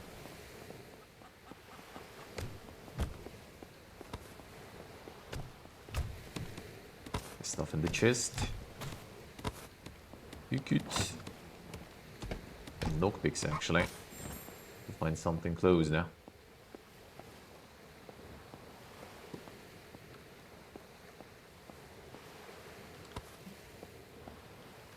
You chest, I already yanked from it a little bit. But left some stuff. Oh wait, there's a Yugi chest there. Holy shit, alright, sneaky one. Dude, like decompose the whole castle to find all those chests there. Oh wait, there is another thing here.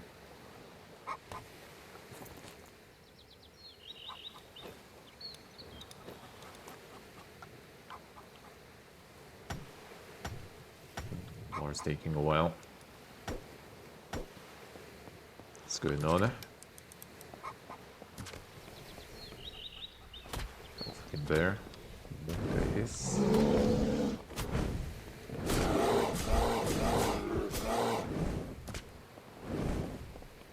son. Get the stuff. And a wizard. And a wizard. Oh, they're marked with X. Ah, I see. So you can see it. The healing. This is the healing one. Skewers.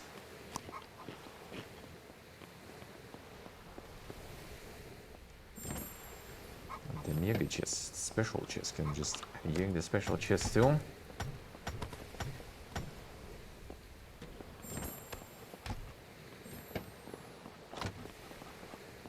Got to find the special blocks then.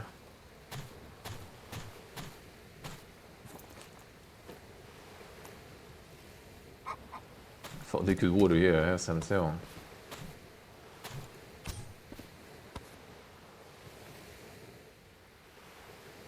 Differentiate, keeping the original properties.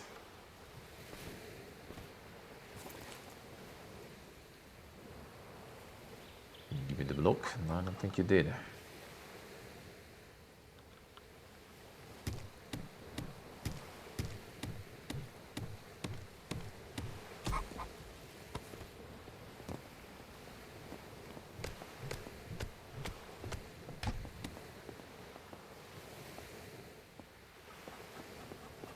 Maybe something under this thing here. Under the borza.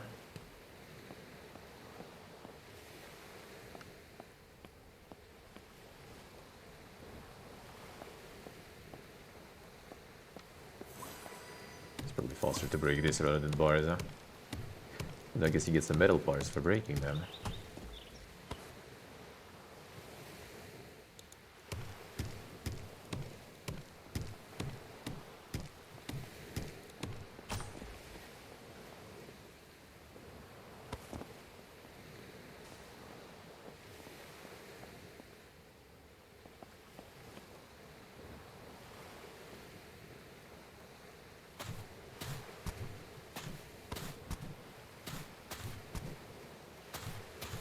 Nothing.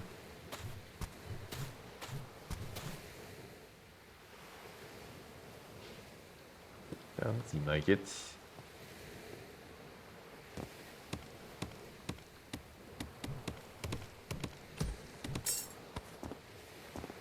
Breaking the pickaxes.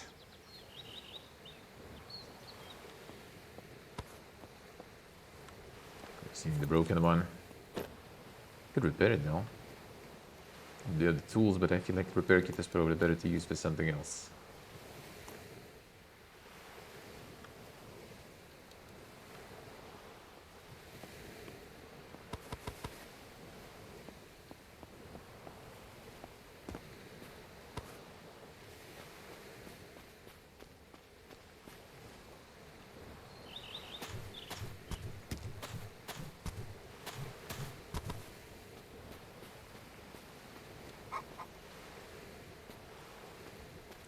Yeah, 1 copper, 1 plank for 3 kits. Oh yeah, that does sound kind of alright then.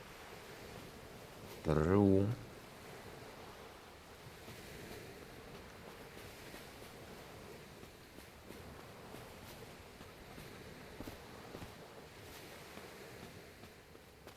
Is there anything else around here?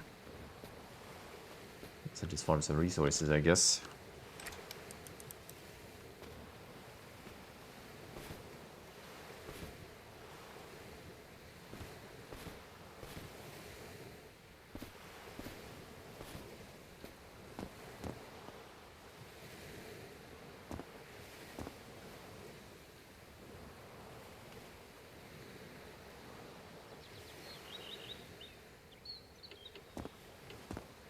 Teleporting with the compass. Does it show the boat on the compass?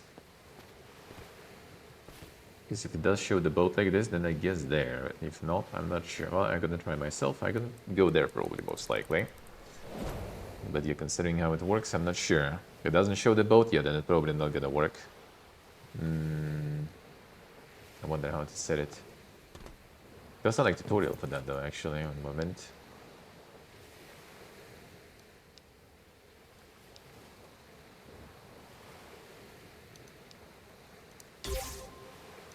Compendium.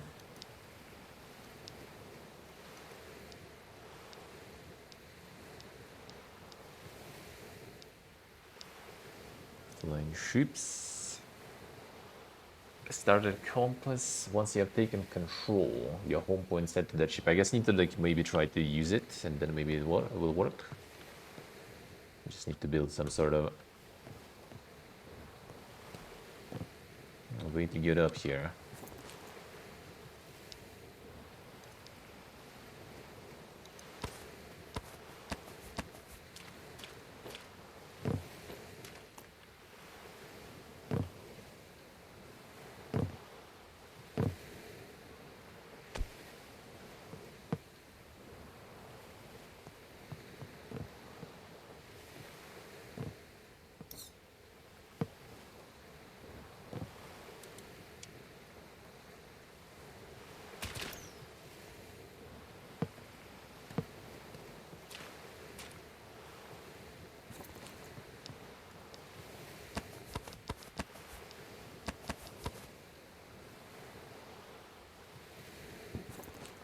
Oh, now it shows? Alright. And borders suck there, I see. I'm pulling all the borders.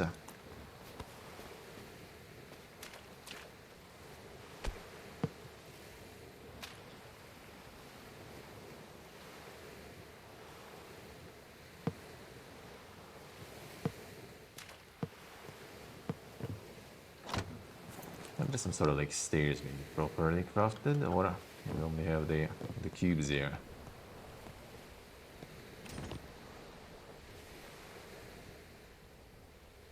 Flower pots.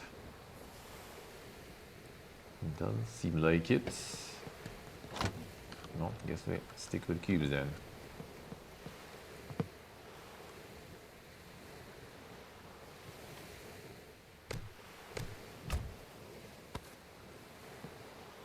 Ancient metal.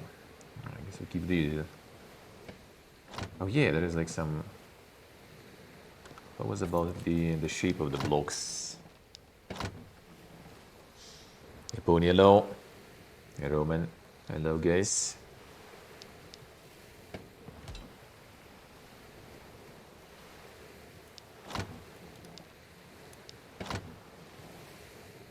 What was that about the blocks there? Didn't tell me. Oh, blocks basics. Okay, no, that's not it.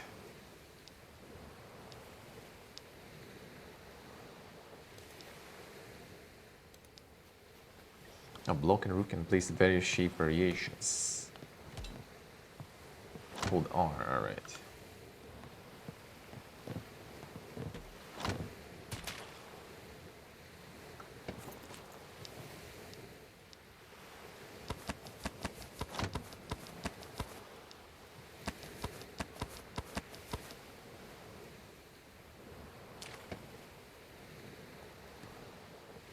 Oh, okay.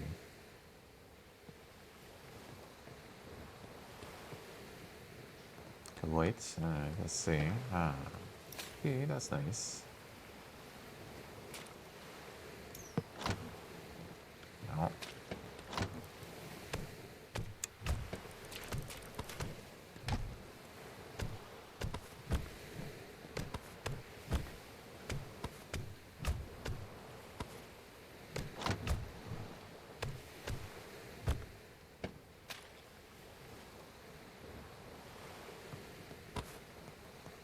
Upgrade the ship, but you don't know what to do there. And the mega upgrades.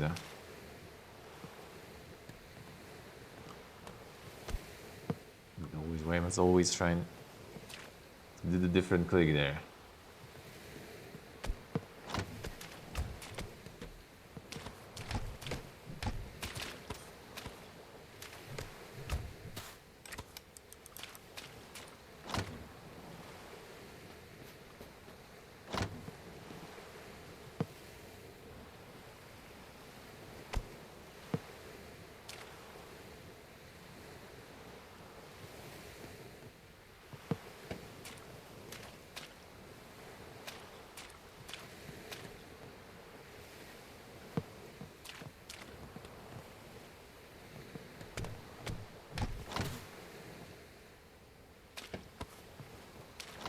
What are we getting? They're gonna be ripped. scuffed, but whatever.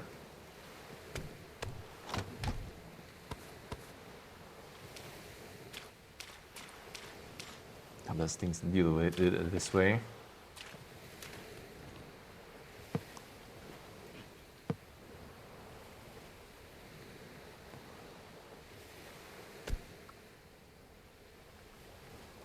It's probably not gonna work though, right? Works.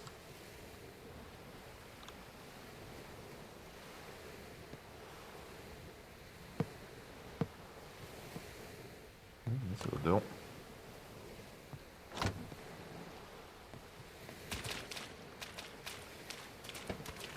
It's probably a better way to do it though. We'll do for now, I guess. Some rope or something would be nice. Free home teleport in the massive inventory side is crazy. That would not leave to release. I mean, they're not trying to get some live service going, right? So I guess, why would they change that? That does sound nice, especially for co-op. Focus more on the fun stuff.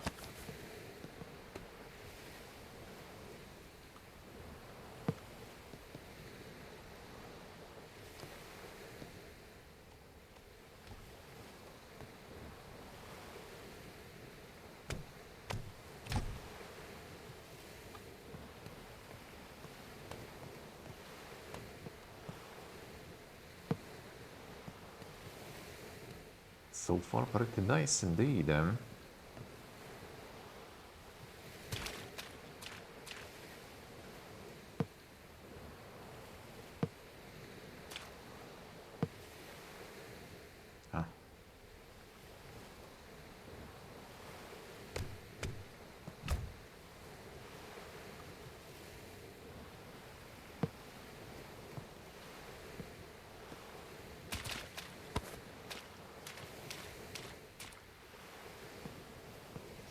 Some cool underwater stuff as well. Well, for now, it doesn't seem like you can, right? Alright. Kind of dive for a second, but then nothing. Yeah, it could be nice if they will. I think it should be doable.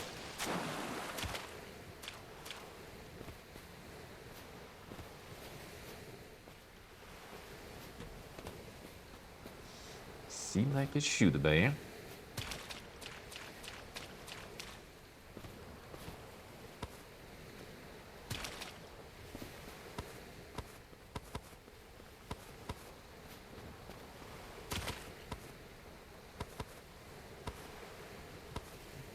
Relativ folie.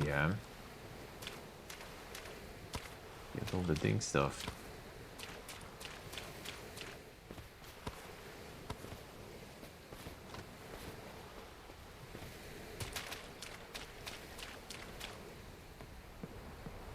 There's like moving things too. You can get this one, for example, you know, like lifting or something up.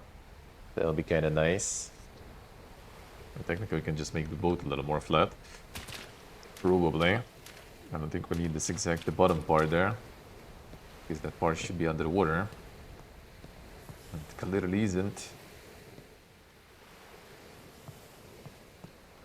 What the fuck is going on?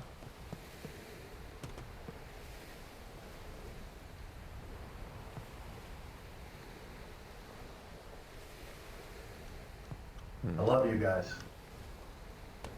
Shistovik, welcome back to the dungeon. Thank you, sir. Thank you, man. Thank you, thank you. Reflecting water is saying. Huh? Thank you, man. Thank you. Appreciate it a lot. How we doing? Nothing's going on. I mean, if they actually have the engine, then you can make more engineers. More floaty boys, I guess.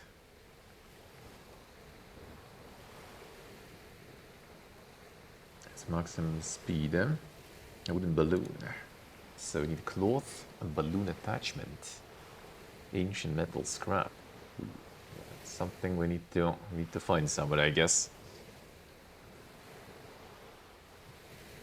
Seems like I say, huh? The big depth. Monka is I guess the money alone. How we doing? Alright, cloth. Cloth we make out of thread. Thread we make out of... That's fine. That's easy. The ancient metal scrap looks like you need to farm from some balloon attachment tools. So... Can you craft that? Doesn't seem like it, at least. Could be in some other station, though, like... Different crafting station. There's a copper ingot here, is it? I got some.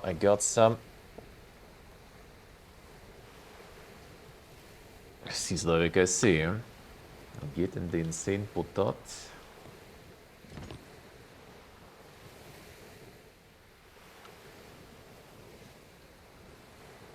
Okay, the carpenter also. Oh yeah, maybe actually carpenter station had that. We do have that too, actually. Let's go try the different stations.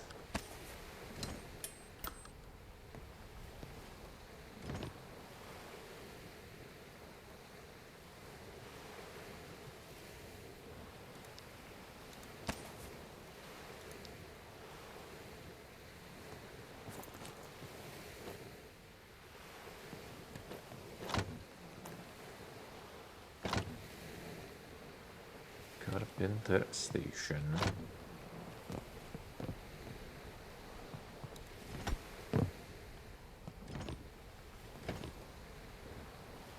No, it's just furniture mostly. There's a hatch actually. There's some ladder. Windows. Some ladders or something would be nice. Storage folders. Even like the rope or something. There's a rope already as an item. Just like drop down. Easy.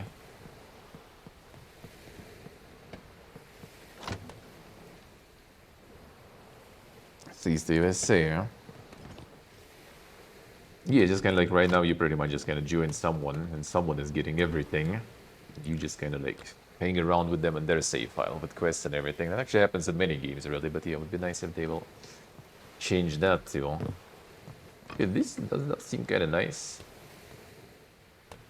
A Minecrafting, but you know, with more shit going on.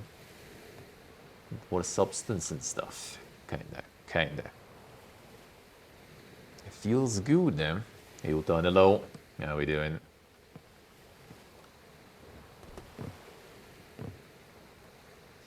And the Fistiner. Actually, I guess I can remove all this like ancient iron and use that to craft the shit. I wonder if we can actually though. Okay, ancient metal is not that simple to get, I guess. So it looks like that this is what you scavenge on those islands just to craft, you know, things that gonna get you higher, and then you loot like stuff on the next level, you know, this kind of shit. This kind of shit, probably. Like this more than Lost kind of loft, actually. Kinda. I'm not sure about the loft, really, though.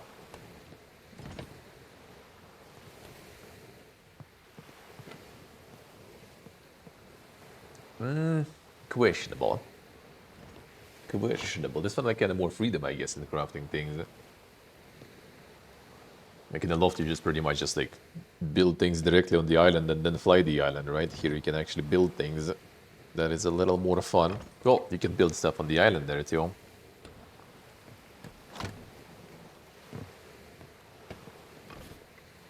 Yeah, pretty good, eh? Pretty good, eh? Me likey. Limited time though. Oh my god, limited time though. I'll see when this one will be out. Maybe. But again, need the copies for everyone though. That would be kinda nice. Seems pretty nice.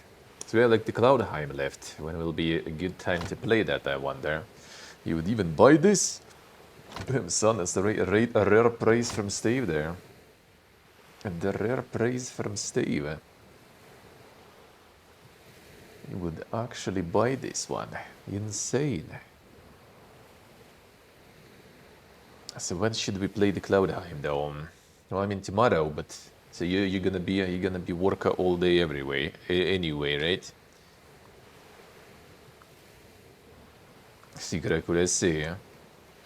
Do it. We will get to it. Feels nice. Feels nice. So we'll see, like, Cloudheim tomorrow, maybe? If you guys can join, that would be nice. That would be nice. I'm just gonna kick everyone, probably, also. Feels bad, man. Thank you, guys. Thank you. It's fun to play. Fun to play stuff like that. Like, would be more. If there would be more time, we could play some more.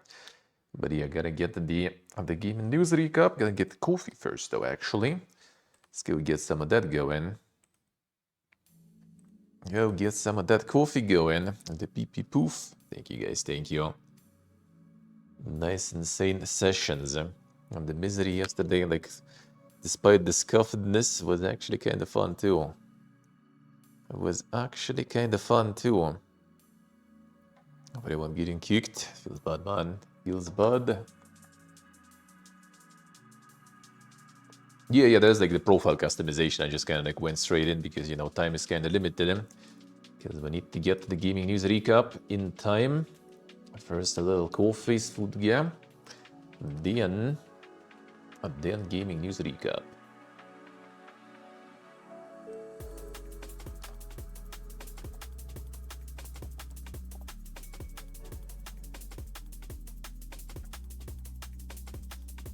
Done. Alright. Let's see this on. Where's the phone? Out there. Hey, these. Let's go.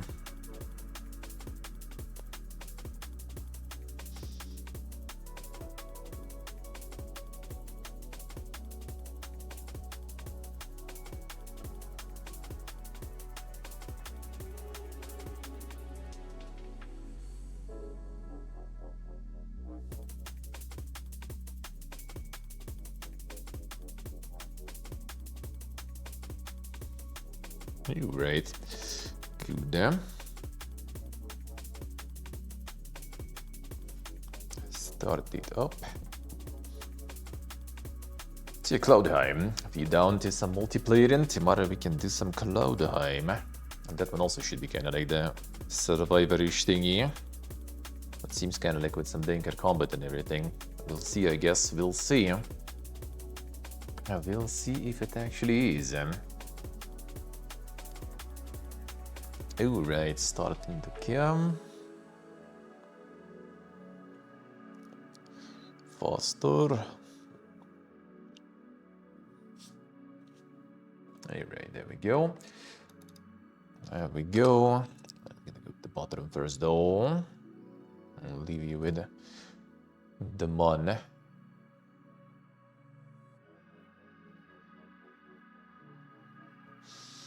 Alright. The work tomorrow. Feels bad, man. Feels bad.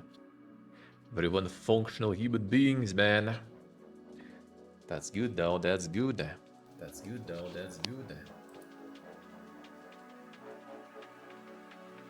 Double the good. Alright, 1 second. We're gonna go to the bottom first. Then let's go.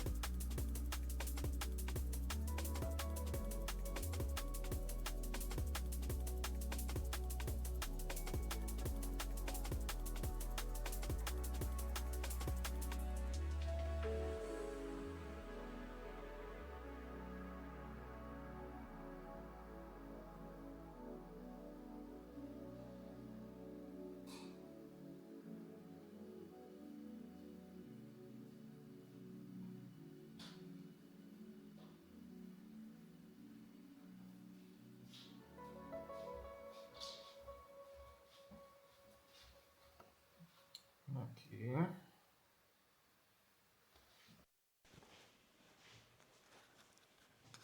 Alright, microphone on. Let's go on.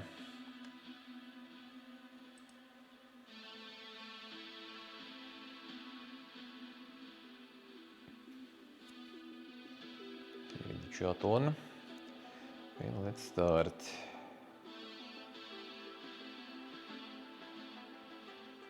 Start the coffee.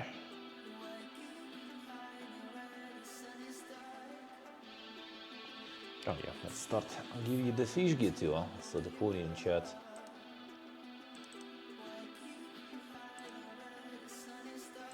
The fish and addicts, let's go.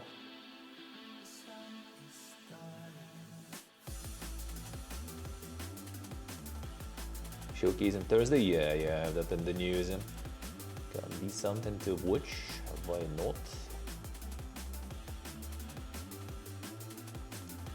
Feels good, eh? Fish get on.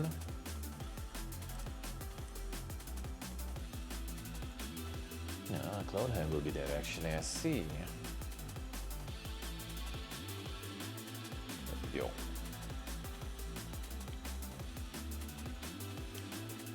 Let's go.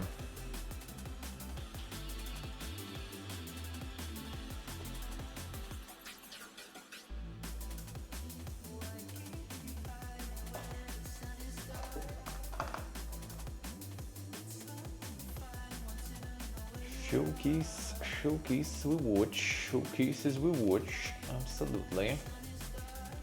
I like them showcases.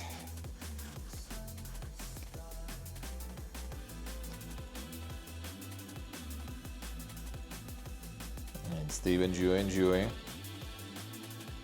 Them was sponsoring the dead game tournaments. Must be a dead company.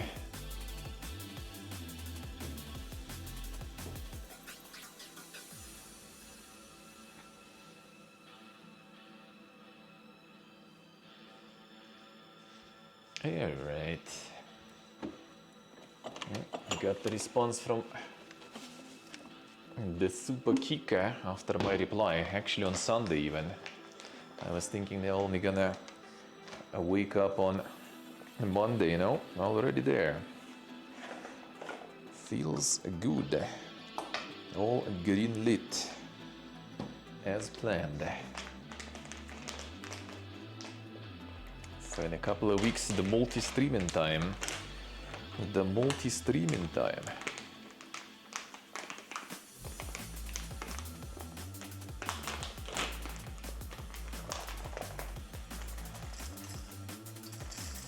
The green steam. Well, not everyone knows the memes, dude. Some people probably don't even know how the uTorrent shortcut looks and stuff. And I guess nowadays we don't even use that anymore. What is even the trendy client nowadays?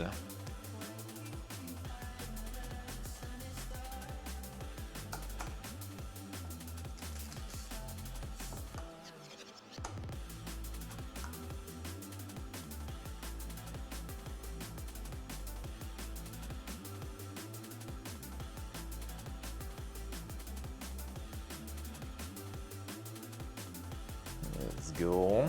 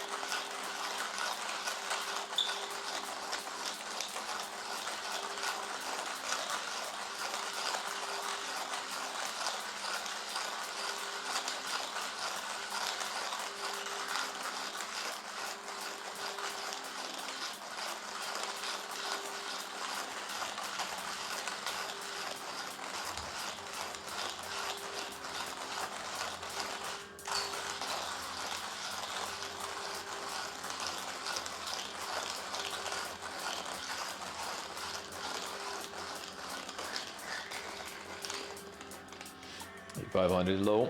Good morning. Good morning.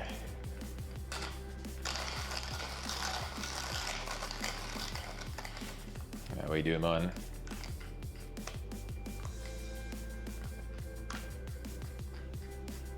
There we go.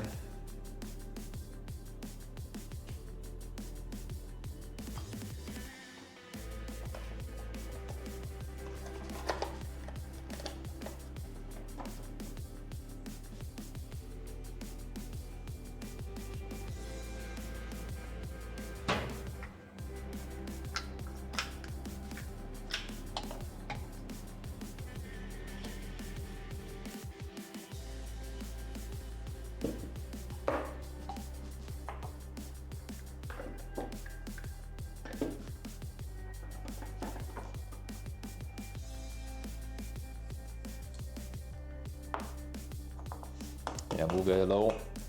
How we doing, man?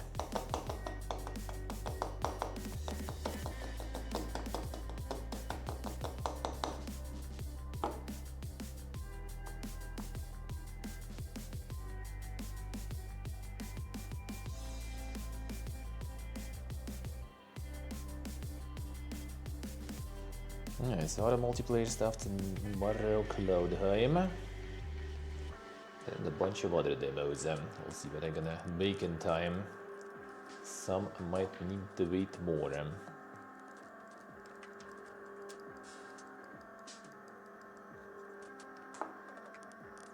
then the next festival will be over. Guess we'll do as Mike suggested, the tier listing. Probably on Tuesday though then.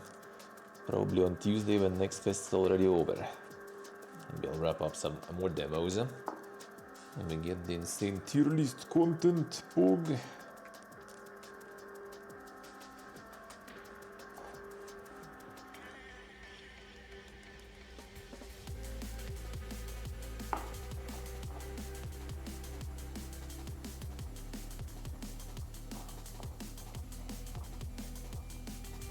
Alright.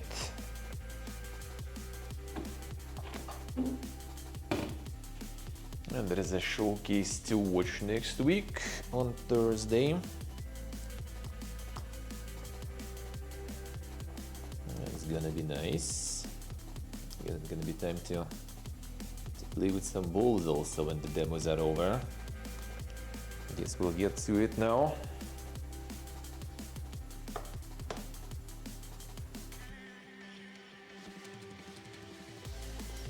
And see how it is. Like Outer Worlds and stuff come in, but still no reply, still no response. So we'll see if I'm gonna be playing that on release.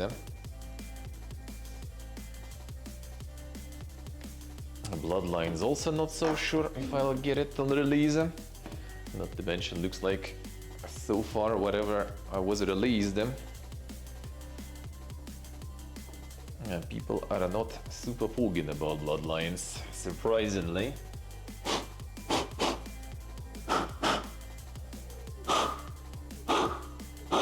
Who could have seen that? Who could have seen that?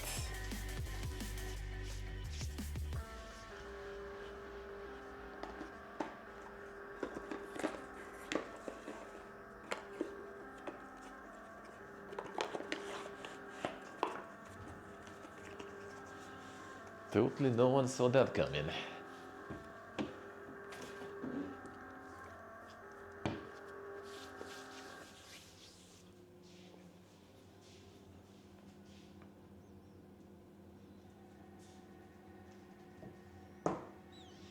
Otherwise, nothing amazing.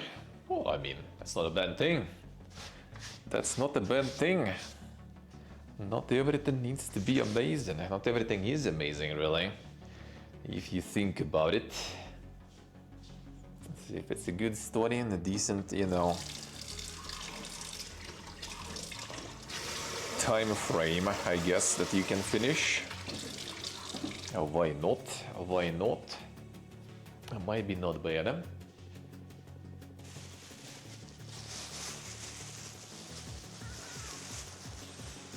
Get some snackies.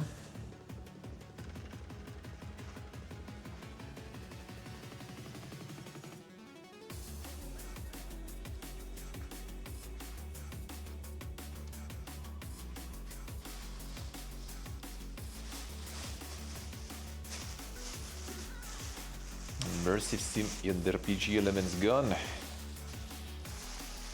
Well, I mean, independently from the first game, that sounds like it might be kinda alright to play. Nothing crazy, but I mean, why not?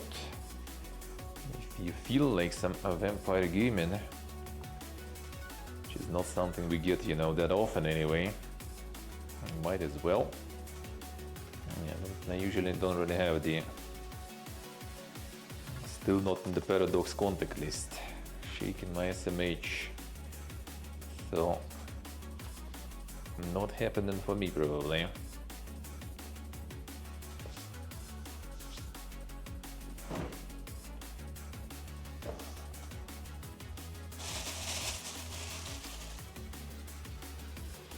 Alright, get some Tamatusi.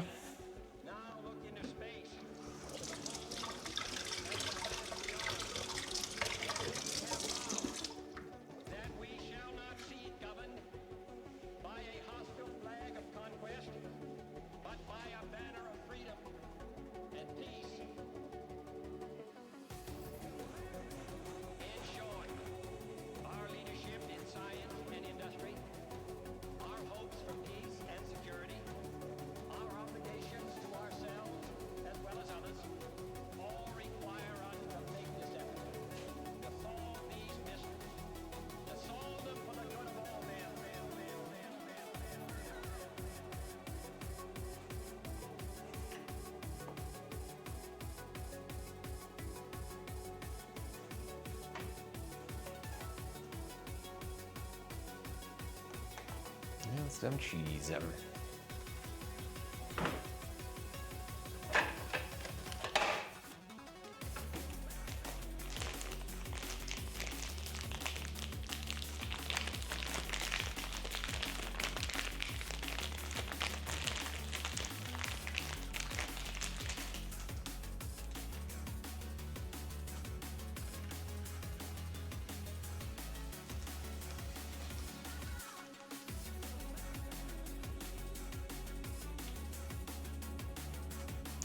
In peace. I need something more thick.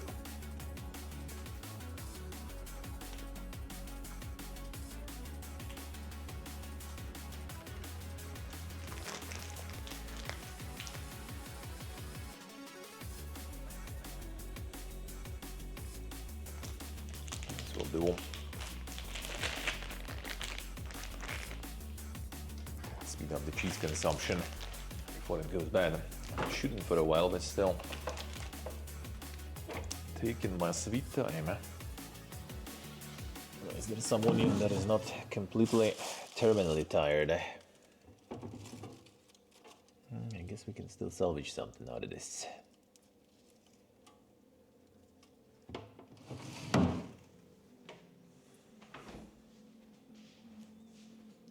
It goes bad so fast. Spring onion. Not bad really, but it gets all kind of tired now.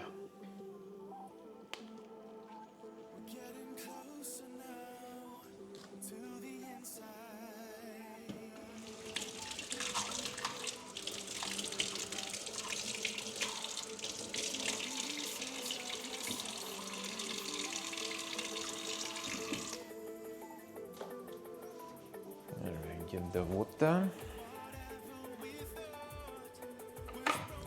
I had some tea not long ago. The water's gonna be fast. Good.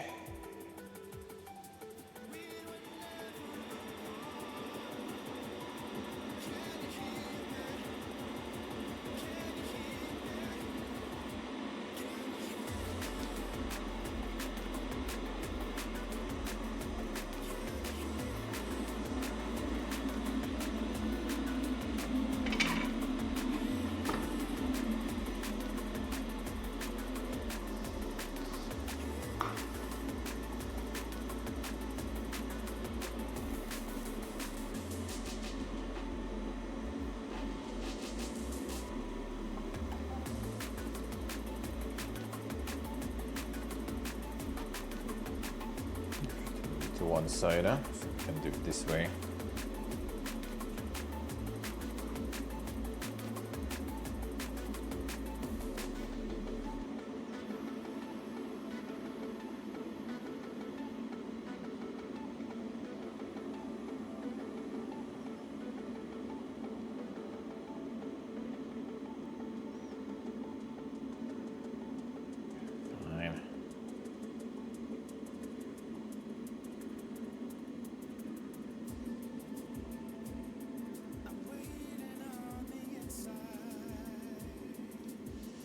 this side is gonna be closed, and this side is gonna be open. It's at least more doable with this size of flat brilliant. It's on pretty low. How we doing?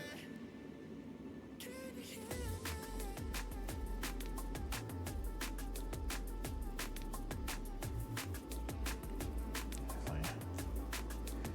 Stay.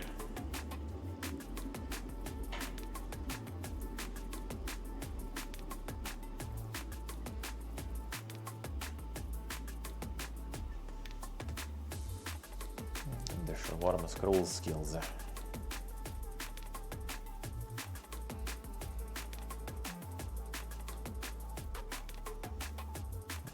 we go.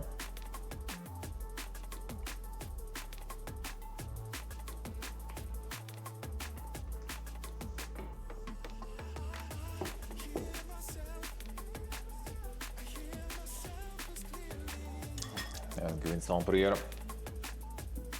To get any answers, and I guess it's the weekend, so I'm waiting for Monday. Any hopium?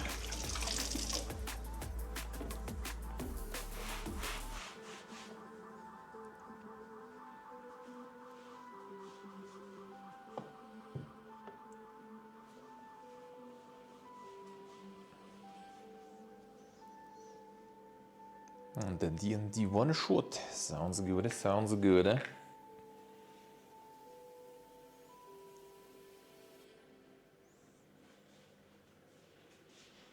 We should just go work in some, you know, insane nerd store for enjoyers of tabletops, card games and stuff like that.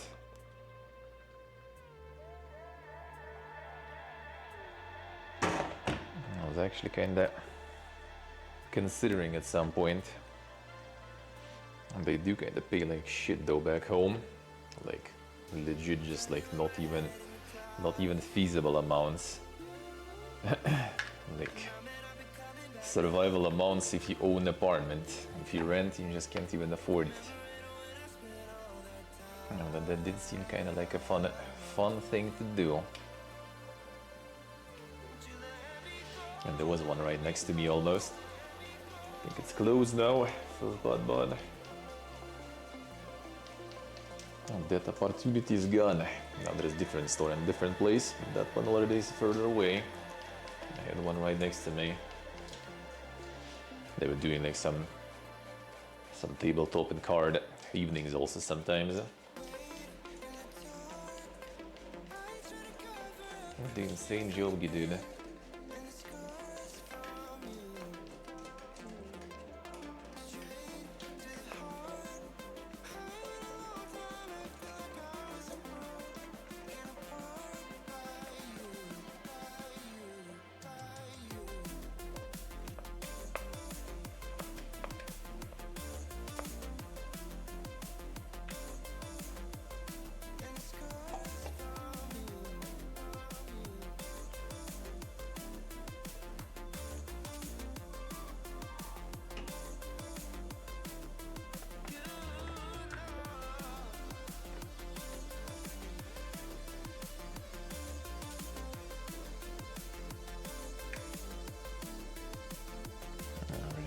Go.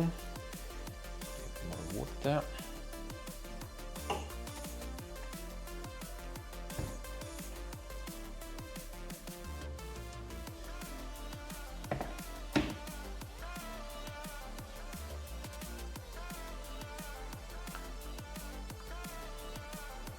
I did get reply on Saturday. Feels bad, man. Feels bad.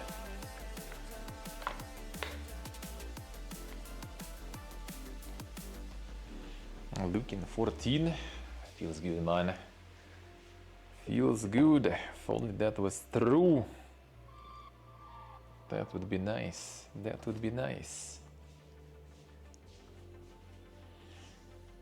Get to the age when you take that as a compliment. When you take that as a compliment, you know.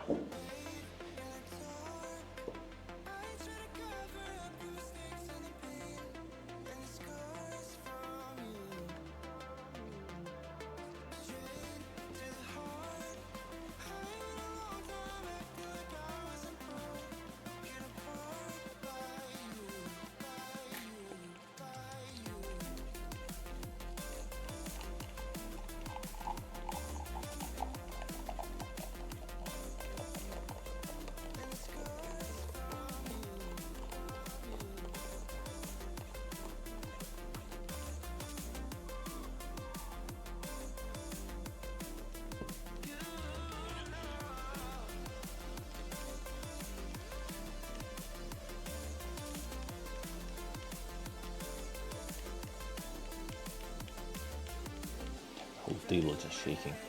It's not pressing the coffee tablet on this table. It ain't gonna survive. I'm just pushing my weight on it.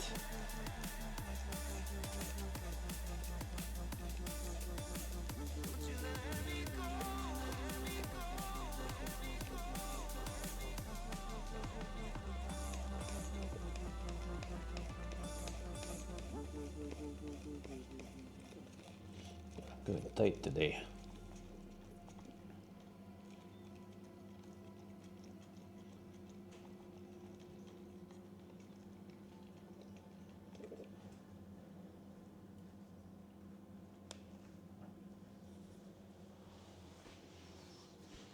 There we go.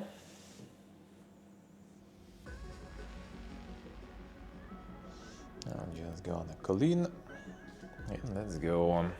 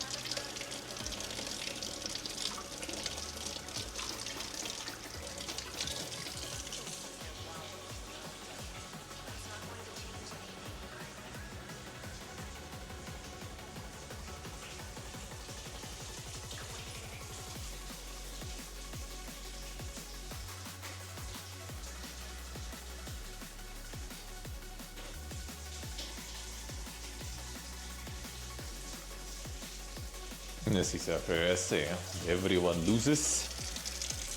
Monka is. Oh, maybe you need to play it in some dink way. Maybe you need to play it in some dink way.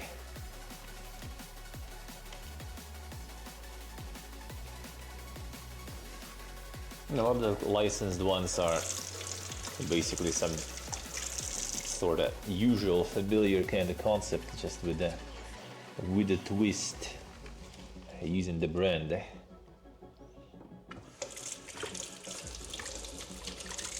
Like I have Bloodborne one at home, for example. It's actually kind of nice though.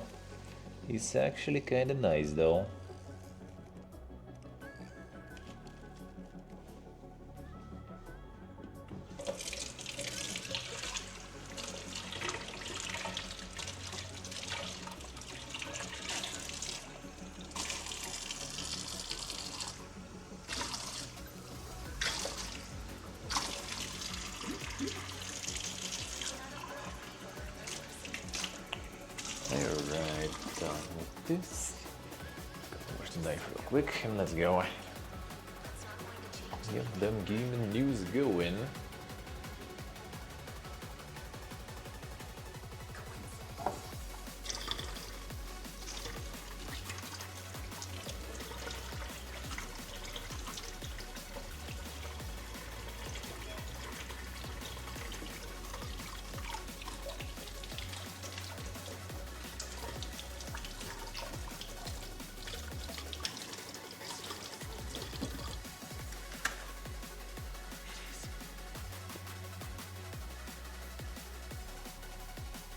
No sun today.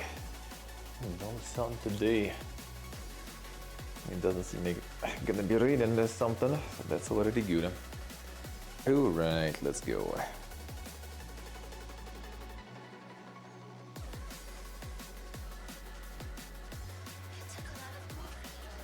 And in the end, everyone's betraying each other. I see that kind of game. I mean, that might be kind of alright too. But yeah, I guess you need to know what you're getting into.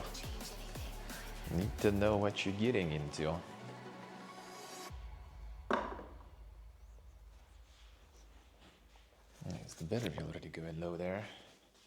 Oh, yeah, looks like it. Alright. Gonna recharge.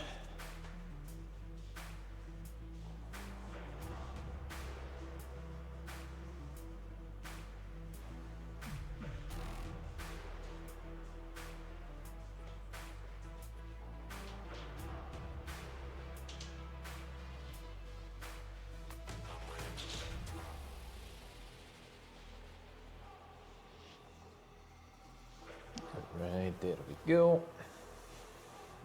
Now, whoop, back.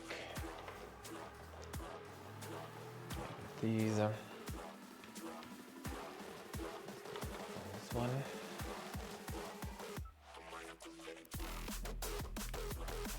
This one indeed. Alright, good.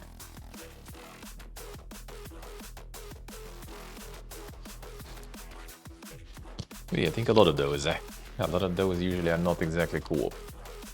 A lot of those are actually usually the PvP-ness. I guess that's more fun for the usual audience.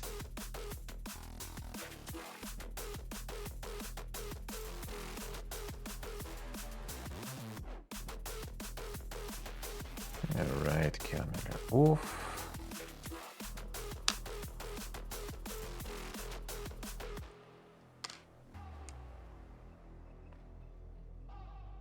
People more into fighting each other, I guess, rather than co-op in that way. Tabletops, at least.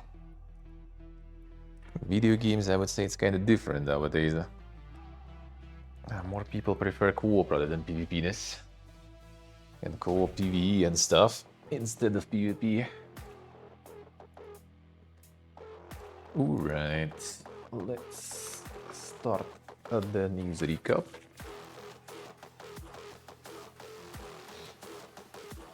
Here we go. Extraction shooter of tabletops, yeah. Basically.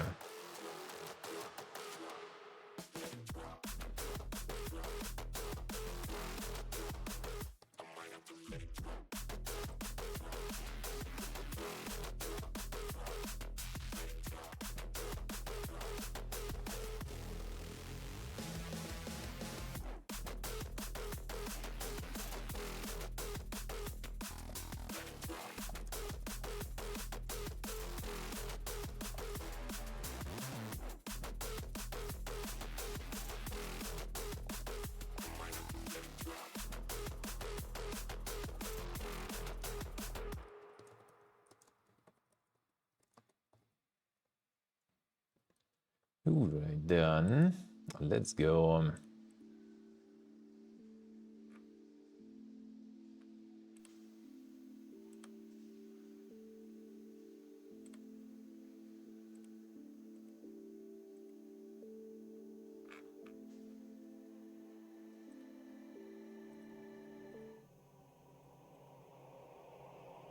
With remote with insane streaks. Thank you, sir. Thank you. The 600. Holy shit. At this point, that should be officially like 2 years worth.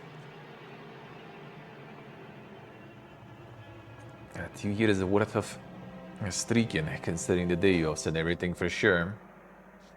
But honestly, might be even 2 years in general already. Not that far away. Not that far away, really. The food gear acquired them. Let's see what do we have on Steam going on then.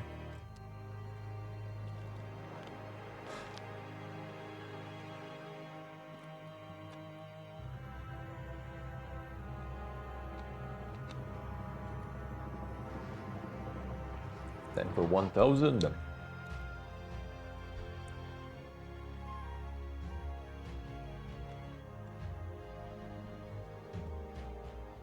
I need to make it to 1000 myself first.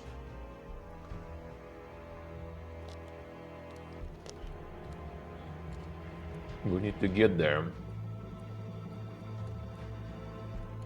I need to survive that long, huh?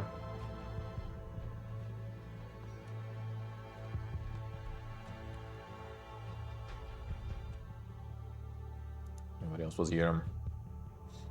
Fallout 4 Game of the Year.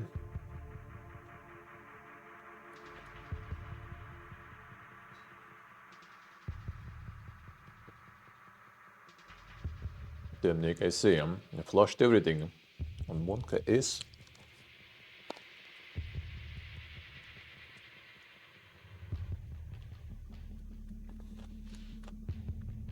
I'm just flushing everything. Saputan, The coffee time.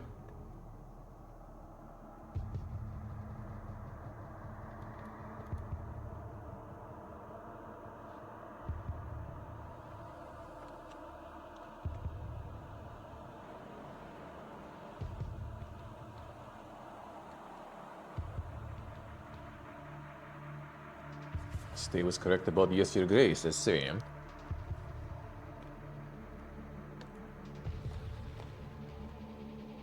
Demo turn, let's see. Third one already. Damn, quite the pace today. Quite the pace.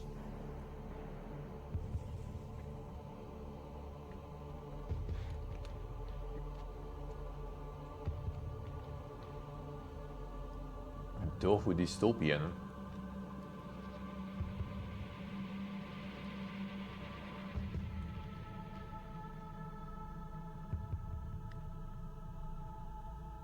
Tofu Project brand new action roguelike.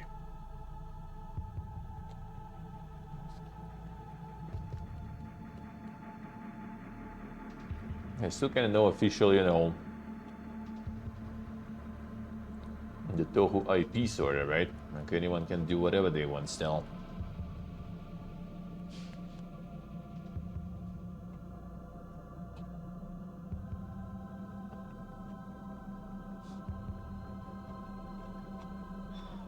Somewhat Weaver, one way to put it.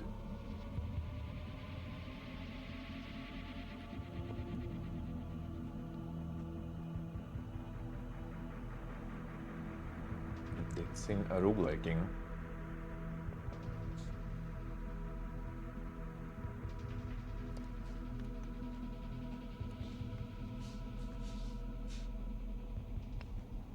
Action roguelite fun game. A fun game, but still with the price tag.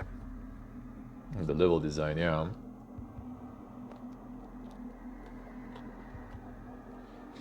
It's all about the V models, man. I don't care about your levels, dude.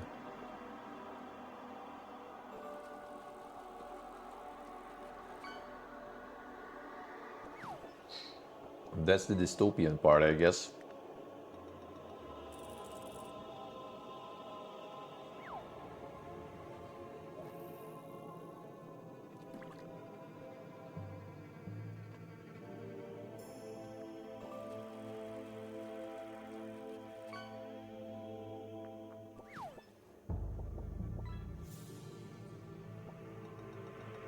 Just let people play as someone, and that's it. They're already happy. Ultan is just doing it wrong, man.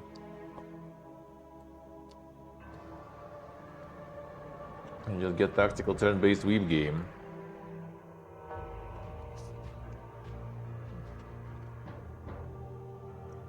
And get some anime waifus instead of peasants with pitchforks. Done.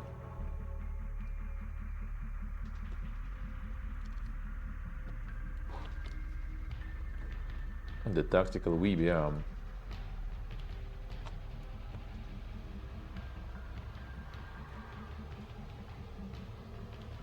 A remastered and updated version of beloved 97 classic, damn son.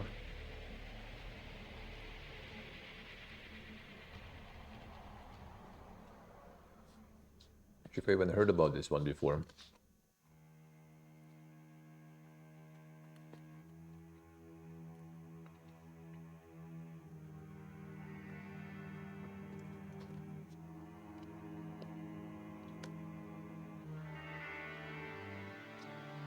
And 35 gigs for a PS1 game.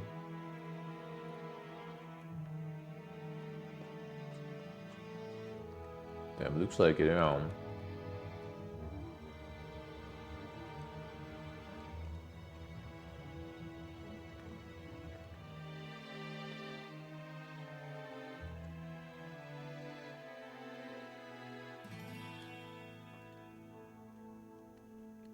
Krok is not farming, yeah. It doesn't seem like it. Considering it's been 2 days, I guess not a lot of people don't remember what it is. Or rather, a lot of people don't remember, not a lot remember. 50 gigs of just video files, then the mega upscale. Oh, the keeper is out. And keeper is fireman.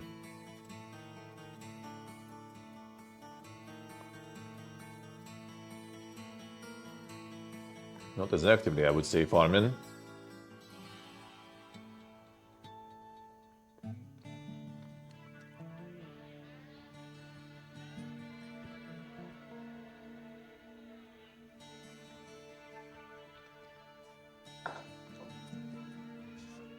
Didn't even reach 200 concurrent.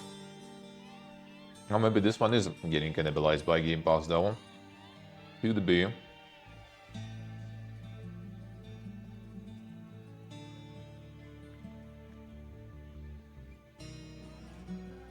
Similar to Eclipsium and Hurling. Sounds like it could be. It could be good. A reference there. Holy shit, dude. Recommended with 4080 and stuff. 60 gigs VRAM, 32 gigs RAM. Anyone molding about optimization? Or is it actually good?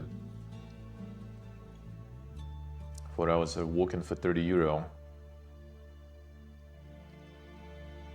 Well, no one in the same time, no one complains about the performance, so. No resolution though, yeah, not sure. A recommended minimum. But no one's molding, so it must be okay. It must be the rare decent optimization.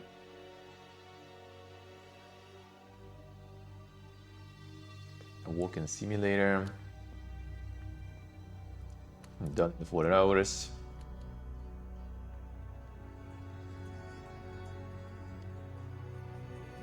Oh, there we go. Runs like crap, native resolution, don't believe the minimum requirements. Just below recommended specs, way above minimum, not even remotely stable in 1440p.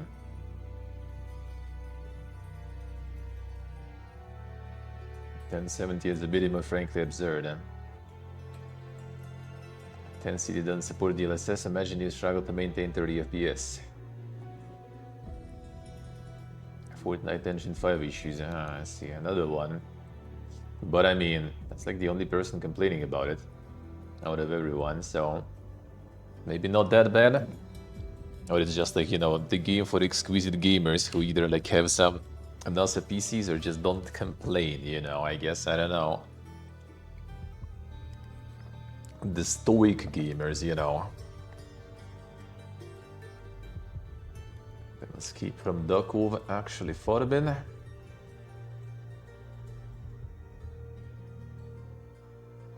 People couldn't wait for the Tarkov in our creators to release them. I guess this one is PvE though.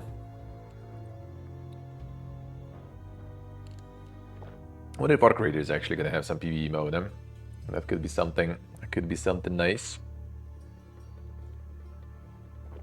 Does seem like some PvP there too. This is NPCs though.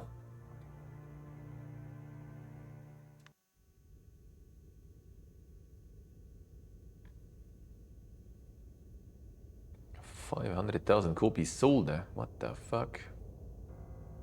Yeah, Creators PvE I would get then for sure. Like I was actually playing yesterday for like I don't know, like until late pretty much. Let's put it that way, I guess. And it's nice, but like solo. Even on the beta already, you sometimes get into some teams. And on release, I'm pretty sure it's gonna be just like, not gonna be enough people to matchmake, just solo lobbies, you know. Let's see, kind of like just like play the red game, which I mean, doable. As Third Mosque mentioned, doable. It was actually duo ass when you match against Freyos, I see. Yeah, there's a bunch of different like res things there and stuff going on too, so yeah, it's probably quite something. Probably quite something. Unless you just go full loot goblin red mode. But with PvE, that could be good, because game runs really good. How much I did end up playing?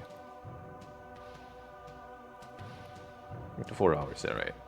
Not that much, but yeah, that was I started late, kinda.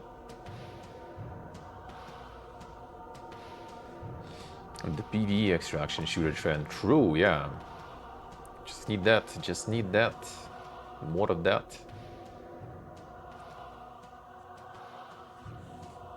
Like, why always sneak in some PvP-ness stuff? Like, even a bit of PvP-ness makes making it like full PvP-ness most of the time. You could go on some insane, you know, PvE mission there, take down some mega boss or something, and right as you're like looting it, someone just gonna like, you know, headshot you all of a sudden, and it's all over. It's all for nothing. PvE extraction always top down, yeah. True.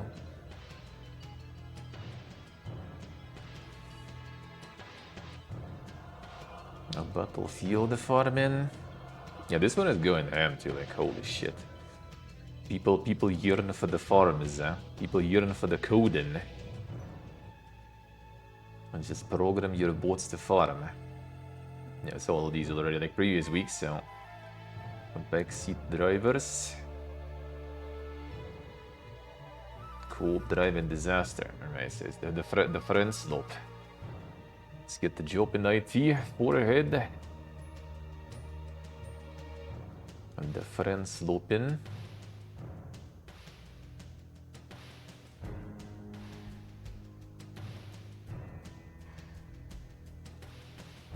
A farming game using an LLM at this point, probably. Probably. Yeah, Zolem's still here. Digimon also still here. The Lego party, dude. What is this? Quiet week, Gaben? Well, I guess Next Fest is going. Like, kinda not the best idea to release during Next Fest, I guess. I guess.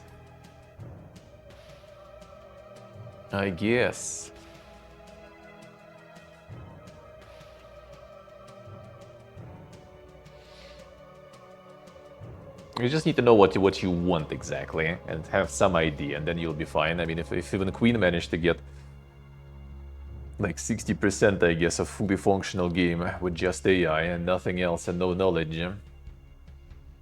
If you know what you actually want, I guess it would be doable.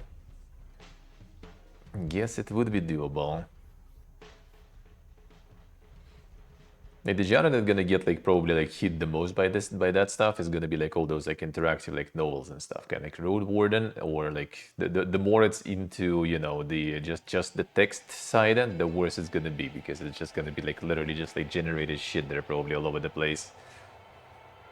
Platformers, but for platformers you still need like, some sort of like logic and stuff to make, right? Like it's I mean it's obviously also gonna suffer, but like for those, like, you literally just the visual novels, right? Like, you literally just need like a bunch of text that is gonna generate you like all you want, a shitload, and some static art that is also gonna generate you like no problems done.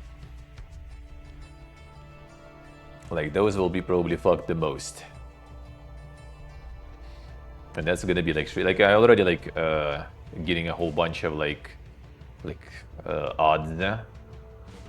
Like when I go like on the like the Russian site, sometimes they get like a bunch of like those like banners and ads going, right?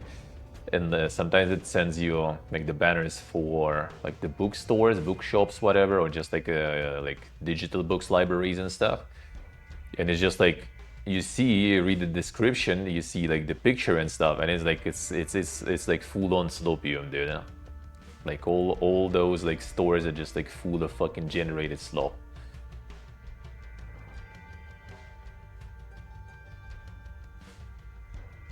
A hard strike the full. Let's see.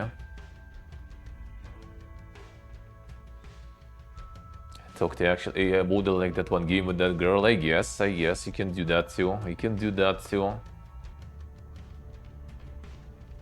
Ultan not using anything.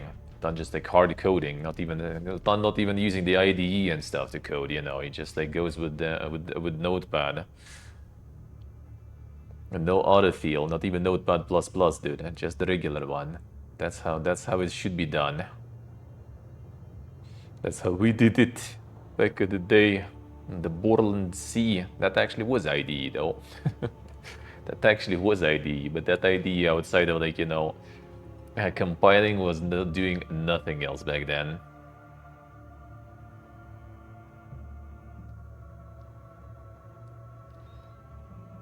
And the slope everywhere. Yeah, I was just like thinking about like arc raiders and stuff yesterday, right? Like, bro, you can just like streamer slope that even harder. Like make some sort of like the meme extraction games. Where are those? Like, you know, like let's go, right? Like ideas, by the way. I'm like in the cut, you know. Whoever's making that, I'm in the cut, by the way. It's like we heard first. Get like hobo extraction, you know. It's like you have like this like some sort of like this like little shack or something, right, as your base and stuff, and then you go on the expeditions in the city when you have like all those like, you know, like the garbage boxes and stuff, right, of different rarity and shit, like the different like for example like the grocery store, and behind it like, you know, the grocery store garbage, for example, that is more juicy and stuff, like with some kinds of loot, you know.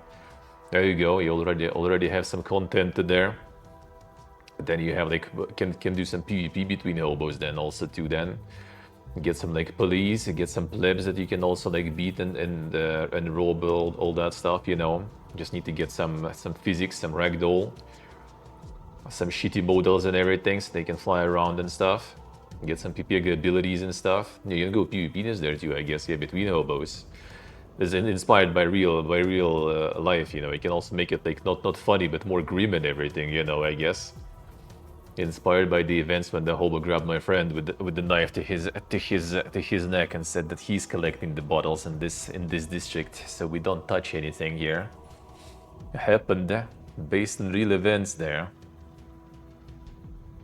You can get like so much like dank meme shit. Surprised that they're not. I guess because multiplayer, maybe. When like the regular store simulators are farming, no one wants to make that kind of slope. Or like the trader, you know, like those that go around, you know, like knocking on the doors and trying to sell shit, you know, and just go in the mission with like some stuff to sell, and then you need to bring kind of reverse, I guess, extraction. You just go out with the loot, and then you need to bring back money. You know, the more you can sell, the more you can get money from that. And the more customers you manage to serve and scam us into buying your shit, can optionally also add some PvPness in that too, you know. And get some hilarious shit for the streamer slope too, you know. With apartment blocks and stuff. Just go on the roof, get some glider or something to go from the roof. And get some like, you know, grappling hooks and shit like this to sell things even better. Easy life, man. Easy life. So many beam things to do. It's throwing it out because I'm never gonna fucking find time to do it anyway.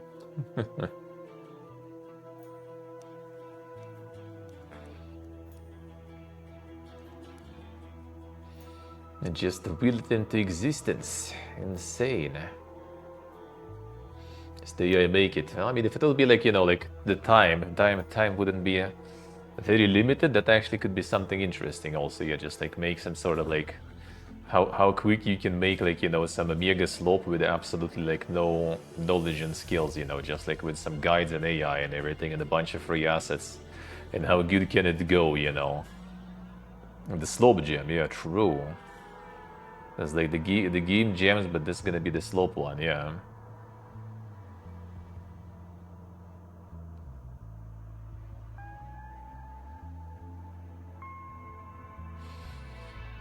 Program using pen and paper, yeah, we did that back then. And we actually did.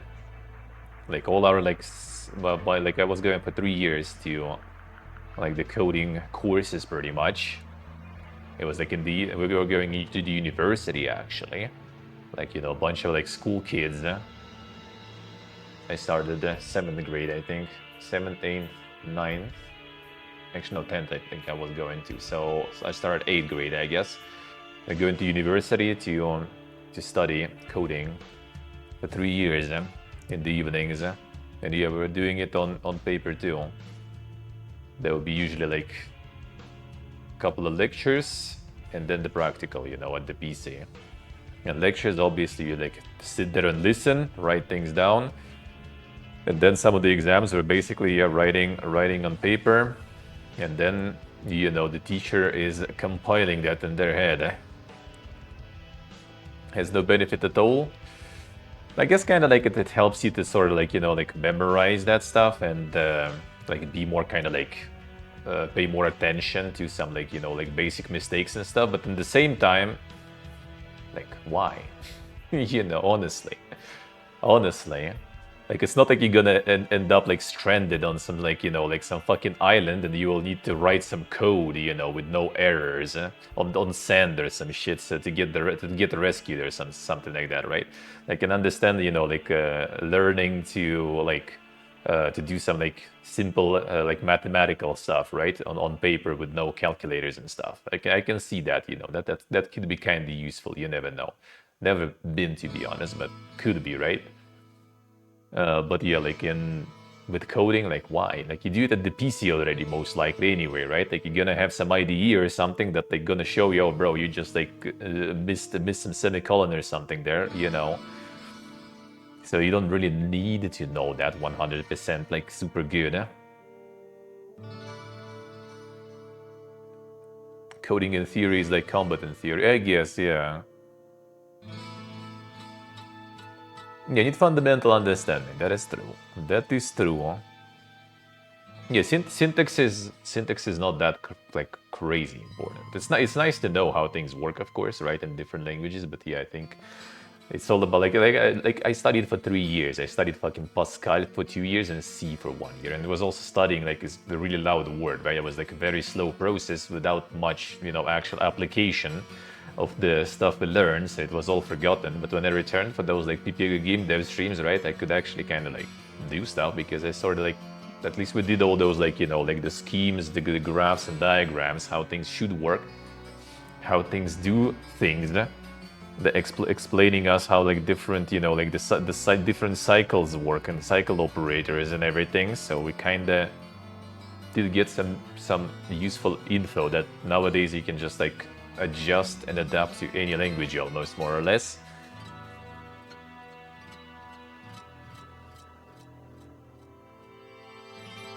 Zero, I see. True to untrue.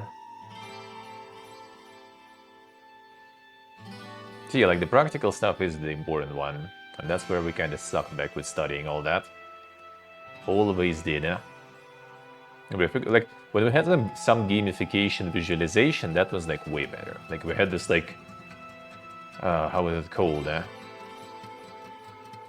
there was one thing we had back in school, even in IT lessons, was called cucaracha, which is the cockroach, right? And it was literally you just kind of like operate like this like graphical representation of like a cockroach on the screen, basically doing things and moving and all that stuff in cycles and like and all that. That was actually kind of like way more effective than those 3 years with the university teachers and stuff, honestly, because you can visualize that shit at least. Like if they would give us some sort of like also like engine or something like that, right? And we would start like, you know, probably like going forward towards like some sort of like, you know, actual like just the dot moving when you press the buttons on the keyboard, man. I would probably like I would probably go way harder on coding and stuff back then. But all we did was just like some fucking random shit that we had no idea why we were even doing, man. No clue.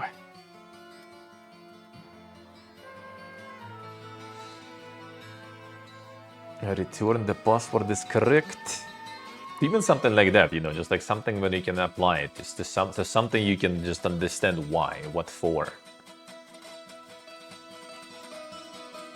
Yes, these two, I see. Yeah, in school we like first we had, then later, like IT in school was like really like dog, eh? I mean, I guess maybe it was kind of good for some people because like I'm kind of, I don't know, like we had this like generation like around my time, right, when everyone was kind of getting PCs back home and everyone was like tinkering with them a bunch. So like everyone more or less kind of had an idea how things work, you know, how to do some basic things on the PC. So IT lessons mostly were kind of like why? Like getting some like Excel formulas and everything. Well, I mean, sure, like it ain't exactly rocket science there, you know, didn't feel like it at least, or like formatting in Excel, you know, like making like the beautiful tables and charts and stuff like that. I mean, useful too, but kind of like, I don't know, I was kind of hoping for something more in-depth. Like, we literally did like all this like coding algorithmization sort of, we did like in early years, like until maybe like 8th grade or something. And then it all kind of like devolved into just like learning some like basic, like Windows, software, Office software, that kind of stuff. And then I think in 10th grade, I think there was 1 year of basic also. That I actually kind of did like, but it was basic, and it was very basic because I already like had like 3 years of like coding, even though it was Pascal and C, but I like quickly, kind of got how it all works, and I was just kind of like just sitting there, like helping all my neighbors to do this stuff because that already was like basic. That was kind of sad, yeah. That was kind of sad, yeah.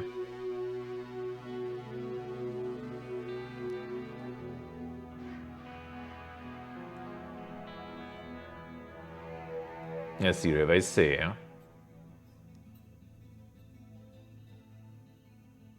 The Slav education, I see. Yeah, I know the feel. Yeah. Well, I mean, I went, as I said, like I was supposed to be the network engineer, right? So the system administrator, basically.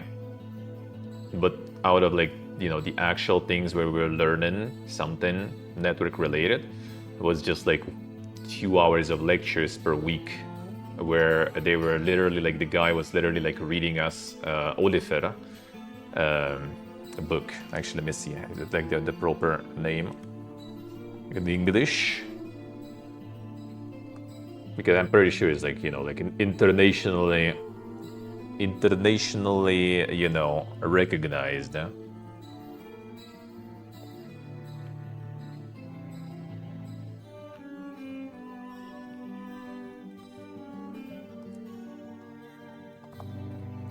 Is there even?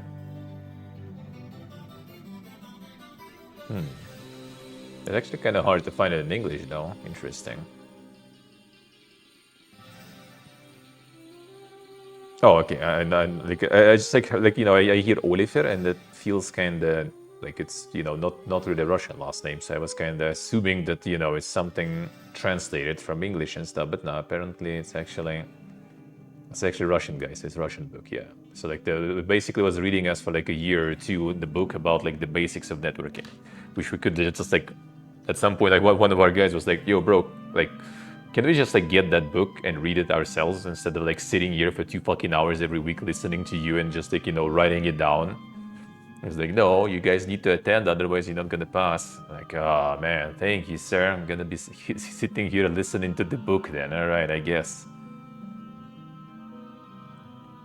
And then there was like 2 hours per week, but only for 1 year out of 3 in college. We were actually doing stuff with our hands. But there was like system administrator of the whole university, the guy who is working there for like shitload. He worked with like Besem, for example. It's like one of the like from 80s, like the computer in Soviet Union that was like the size of the whole fucking room. He was like administrating that shit already, and network back then.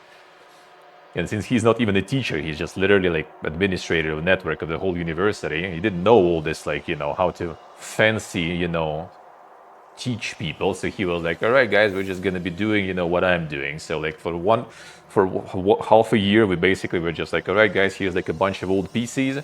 You guys need to like, maintain this shit. So I'm going to show you how to make like lube for the fans, because we don't have money to replace the fans in university budget, right? So we repair the fans until they fucking die completely. I don't remember actually the recipe though, but yeah, he showed us the recipe actually, how to mix, the perfect one, how to disassemble the fan, lube it up and everything, how to clean the PCs, how to remove parts, replace parts. I mean, everyone kind of more or less knew already, because as I said, we all were tinkering with that stuff. But that was really cool. Yeah, it was like the whole class dedicated for us for this stuff. Everyone had their own PC and stuff, right? We were all messing with that shit. Old PCs, like whatever university already kind of like, threw in garbage pretty much. We were just like building shit out of that. And then for the second half of the year, we were actually like setting up the server. It was, I think, like Windows like 2000 server or something, because that one already was, decommissioned, so you could use it for free. And that's why we were using it, right? Slav education. no licenses for actual Windows there. So we were like setting up the Windows server. We were getting like, you know, like making all the fucking Ethernet cables, you know, like connecting all our PCs that we built for the previous semester into the network and shit, you know, making the main servers, all that kind of stuff. That was really good. That was really good. But that was literally 1 year out of 3 years and only like 2 hours per week. Everything else was just like philosophy, economy, ethics, psychology, like bro. I mean, at least I'm kind of thankful it kind of like overall makes you, you know, a little more like erudite, you know, you kind of just like know a lot of things sort of, right? You can kind of like hold conversation better. You kind of like, you know, like, I don't know, like helps with your like brain and like cognitive and like verbal, you know, social, I guess, things a little. You can just like support the conversation about different topics, let's put it that way. But it's absolutely fucking useless in your life and your job. Hey Zodiac, hello.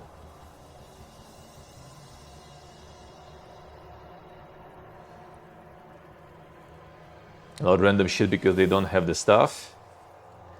In our case, I think it was mostly because like the educational standards were like really slow and rigid in development. Like we literally had like the classes about that was basically explaining us, right? Like people who were supposed to just kind of build networks and, you know, set up servers.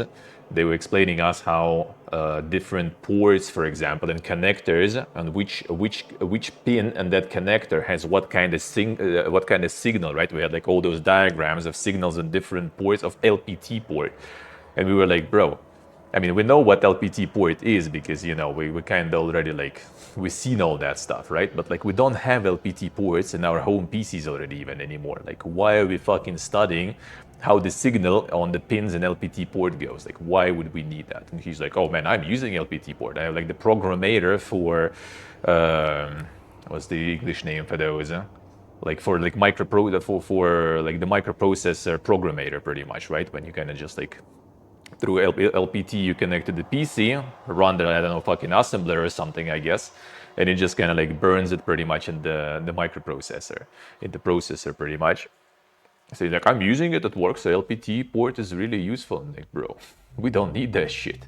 And he's like, well, that's in the standard, that's in the book that I'm supposed to read you, so, you know, there you go. Kubernetes, no.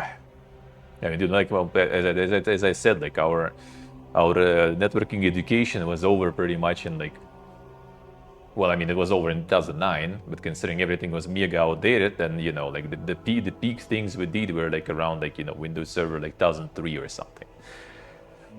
And even then, it wasn't that much of that.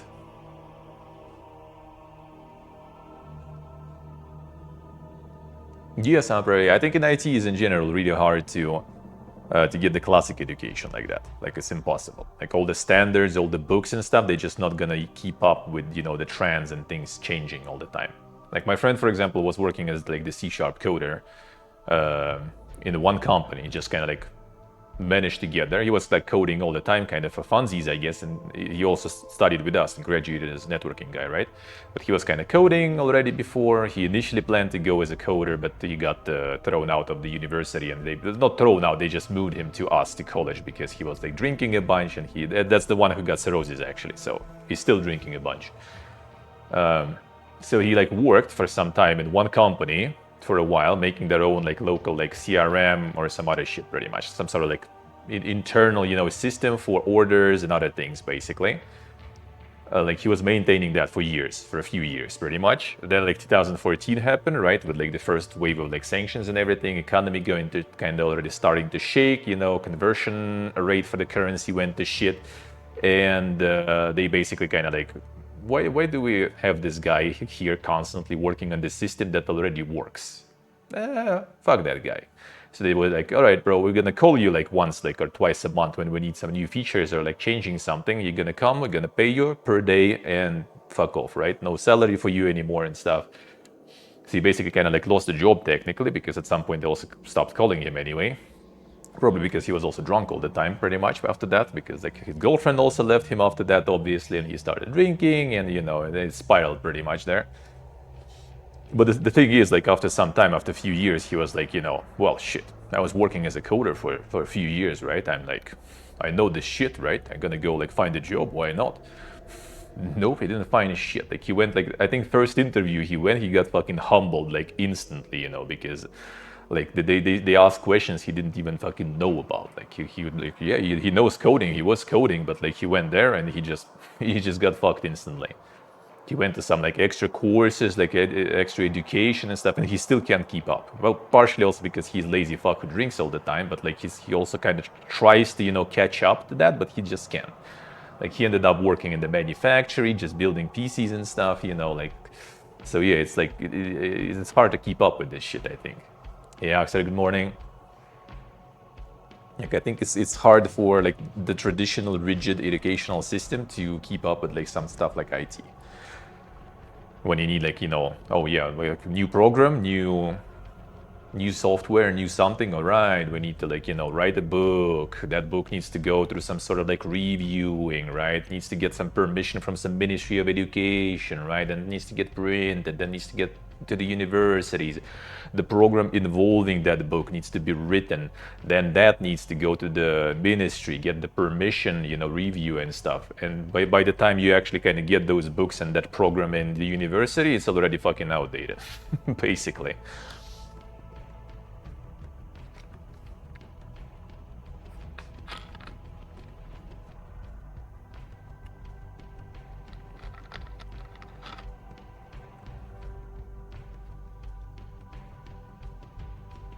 I mean, shouldn't be taught in the university. Something for vocational college kind of degrees. I see what you mean. I see. Well, the thing is, I was at college initially, so yeah, we needed that, but we were kind of taught as a university technically. I do kind of agree with you. But even the theoretical background is like usually very outdated and very like rigid and stuff, in my opinion. It should be mixed. It should be mixed. Like usually, like how the system works in most of vacations that are not as dynamic as IT, right? In Russia, for example, you have like 3 years of like general stuff. You get all this like philosophy, ethics, all that shit. A bunch of theory, a bunch of like, you know, very wide spectrum of things. After 3 years, you can already like pick, you know, some specialization, you know, like you can pinpoint where you already want to head towards. And that's when it should technically go a little more practical, a little more in-depth, you know, but it kind of never does really, though. University teaches you how to learn the hard stuff yourself. Dude, that is like word to word what they say all the time. Word to word what they say. We're teaching you how to find information and how to learn, yeah.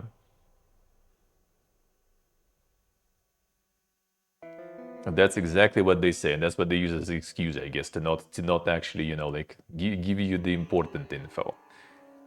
It's true. I mean, I agree. Yeah, it did all of that did give me like more kind of like good foundation for many things. I kind of agree. I kind of agree partially, but it would be nice to have a little more into like the practical department too, a little more, just to get some confidence, you know, even because you just kind of like sure, like with coding, for example, right? You can like, well, yeah, they maybe don't teach me well with that, but I can like make some small game at home, right? Or like, I don't know, just like code something at home for funsies or some shit, right? Mod some game or something, like, sure. But like with networking, for example, like what I gonna do? Get a few PCs at home and make my own little network and get the server set up and everything? I mean, possible, doable, but like not everyone has the opportunities to do that, I guess, you know.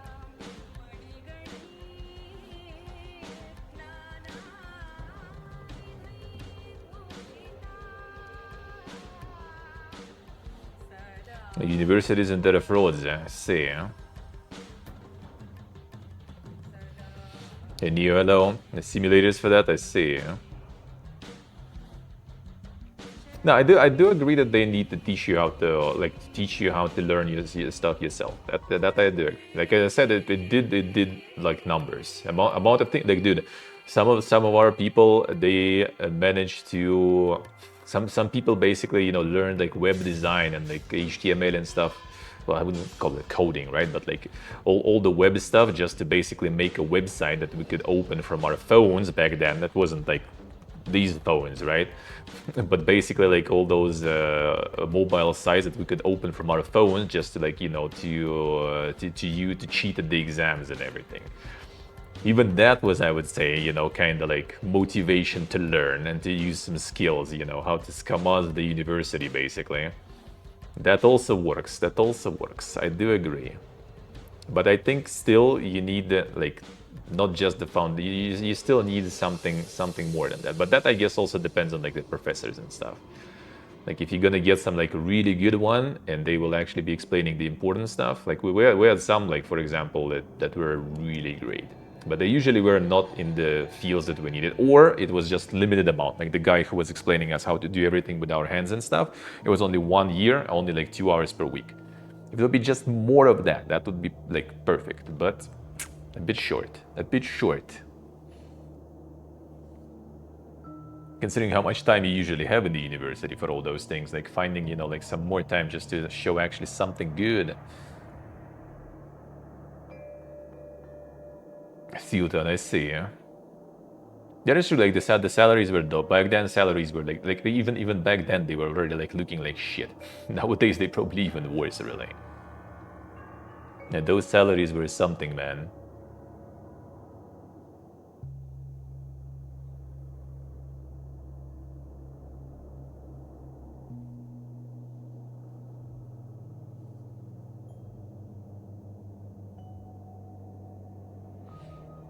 Yeah, university in general is kind of different vibe, I agree. That is true.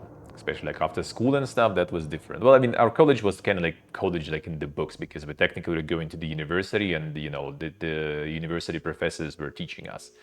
It just kind of like was shorter program and different diploma in the end, but it still was diploma of the university. Actually, it's like written there, the university name and stuff, right? Just like the vacation that you get is not like from high education grade, but from college grade, basically. Then I got higher education later, already down the line, but that's a different story. Like I had two of useless papers in my bag, basically. But like, it did do things differently. Yeah. It does teach you to be more, you know, like self-sufficient. That is true. That is true.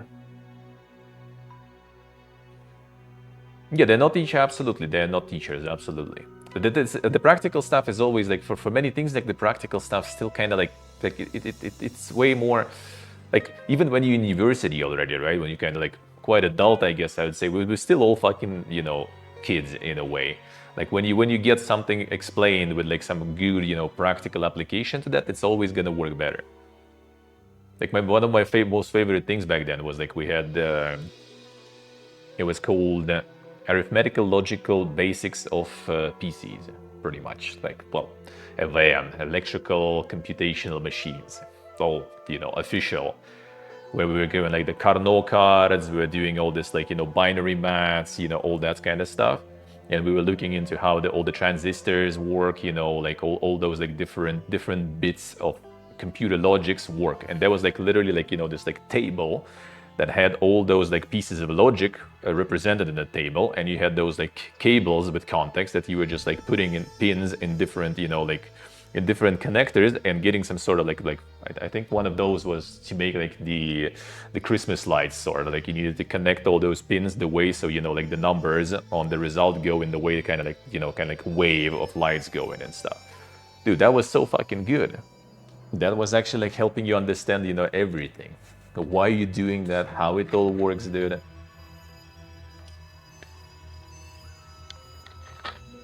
If someone just yapping to you about all those things, it's just kind of, it's one thing. It's like, all right, yeah, yes. And then you kind of like get it like here. This is how it works. That's better. That's better. The frame dropping in. What is this? No, thought I was switching to the mobile. Nope, I guess not. Just some weird frame drops.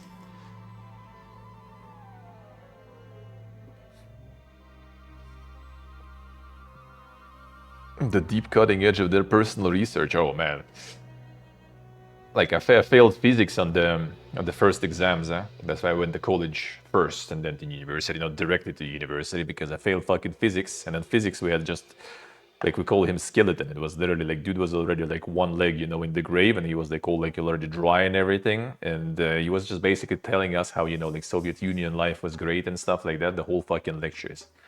I even paid for this shit. It was like the preparational courses for the university, to attend the university. Yeah, we paid to listen to this shit, man.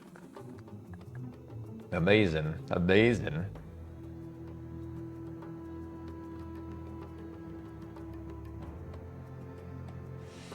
You talk about the theory there, yeah.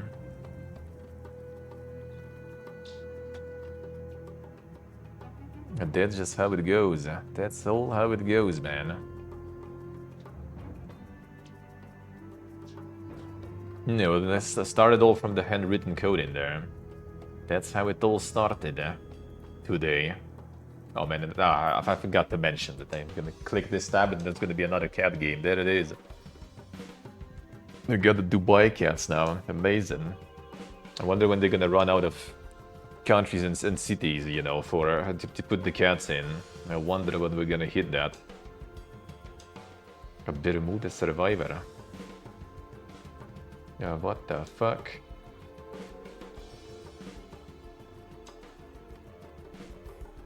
Got an entire solar system. True.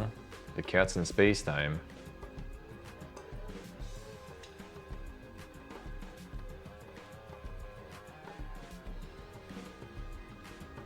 A blend of bullet heaven and world exploration.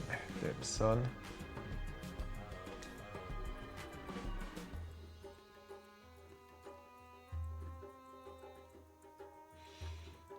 A good dot 4.5. Have you seen Road to Vostok that I played? I actually made him Godot. That's actually quite bog, man, and running really good. And running really good too. With the actual 3D, you know, shooter and stuff. That was quite bog. Oh no, PPG Stalker, yeah, Road to Vostok. No, Misery, I actually don't remember which one's that on. Road to Vostok moved to Godot. Like, I think dev initially started with Unity, and then when all the Fiesta with Unity happened, they just moved everything to Godot. And like, very solid and runs really good.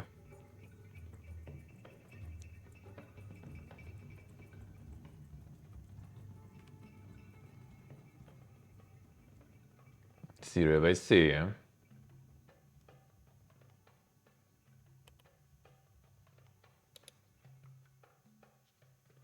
Game Stonk Simulator. First roguelite shop simulator. Damn, son.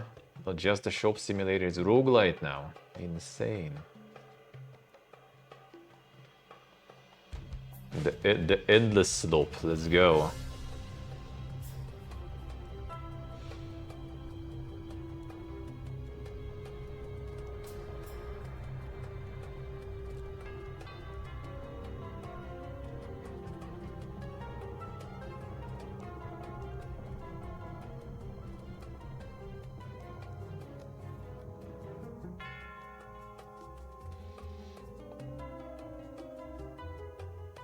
And the Salopium continues.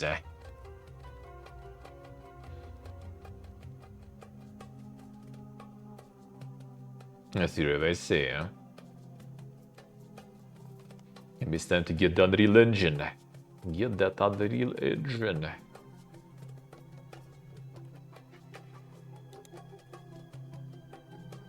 Oh, the Sony actually releases that soon, huh? Right after Next Fest then? Then in October. Oh, the release tomorrow. Okay, I have demoed this one to play. Kick. We'll see, maybe I'll do tomorrow. We'll see, we'll see.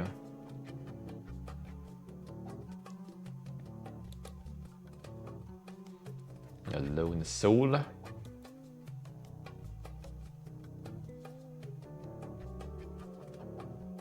Fast-paced hack and slash roguelite. But we're getting like all the Hades galore now. Holy! I don't like I kind of like, you know, burnt on Hades back then so hard that I still see that and then just like, you know, completely like no, I don't even want to, man. I just like don't even feel like it. Something like this you can even like put in some sort of like, you know, post-apocalyptic, you know, poggy-woggy stuff that I love, and I still not gonna get in there. No. I just kind of like burnt on that so hard, I don't even want whatsoever. Seems good though, but yeah, I just kind of like don't even consider those anymore, feels like. Magical Island.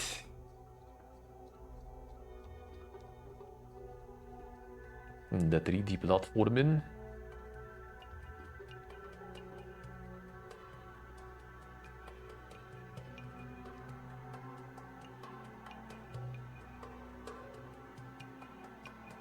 I'm still sick there, Huxer. Get well soon, man.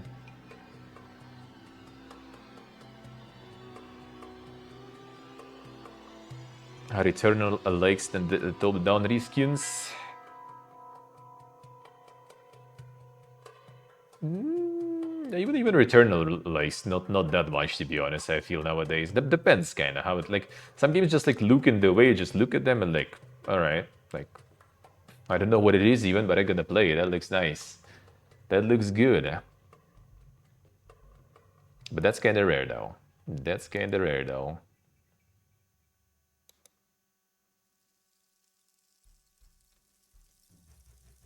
Explores the real world with the drunken alpaca.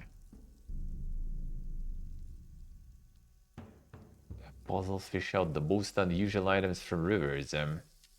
Fight watermelon thugs. Uncover all the secrets of this world. The drunk alpaca.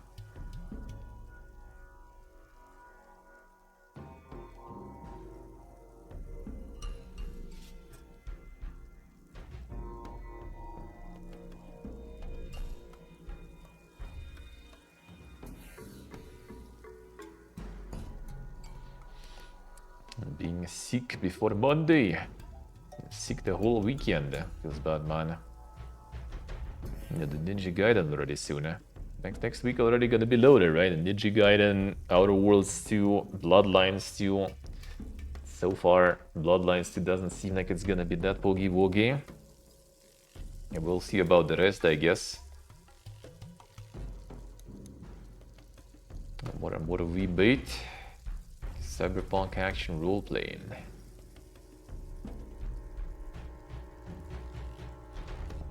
That was not next week. Isn't the early access though? The advanced access or whatever. Maybe it's like the content creators getting some keys or something. I think I saw like Dance Gaming posting about it. That's like next week or some shit.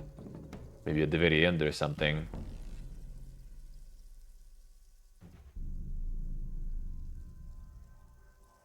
I see.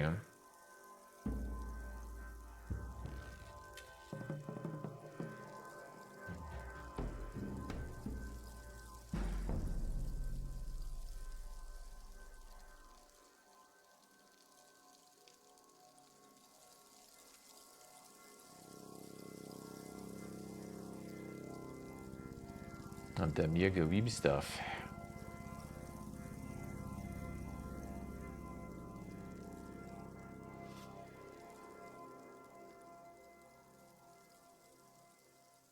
The action role playing. Oh, with in-app purchases. Ah, I see. There is that, but there is that much booba and stuff going on. You know what it is. You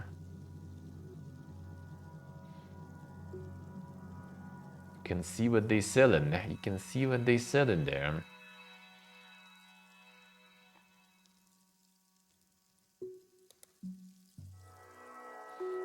The core roguelike loop. Eldritch horror design. Ah. What? Okay, there's a tentacle there, alright, I guess. Eldritch is shit now.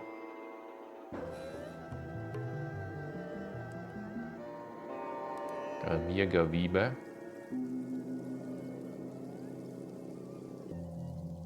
Dream of the Stray Dreamer. The Omega names there. A legion of more than 70 beloved Tofu Project heroines. Another fun game, let's see. More Tofu stuff.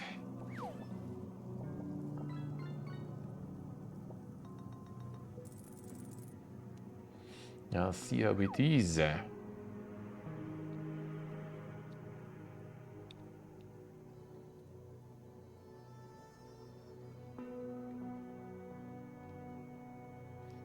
And the original soundtrack. Yeah, the classic tactical RPG actually. It's like a remake. And some insane Tofu stuff. Doesn't seem crazy remakey, but I guess.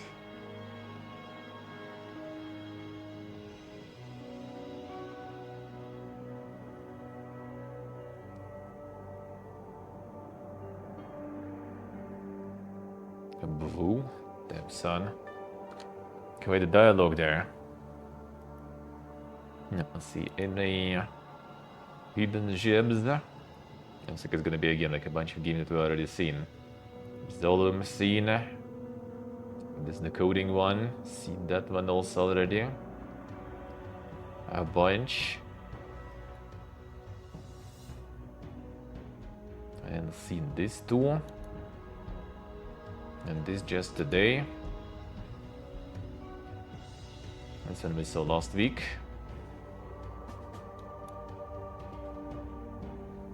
The ship simulator. Pog. The mixed reviews. 69. Oh yeah, the old Tons curse there. And it's bad about this one. Before performances dog. Controls. Complete and utter garbage. Piss poor performance, I see. Tiny ass fake map of a made up place, alright.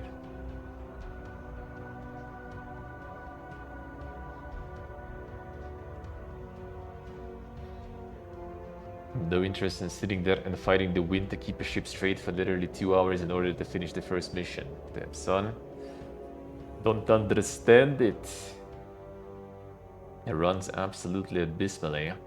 Adjusting graphics make no significant difference. Classic.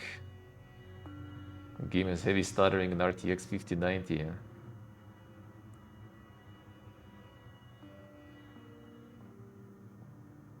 What a time to be alive there, you know? Got some amazing engines.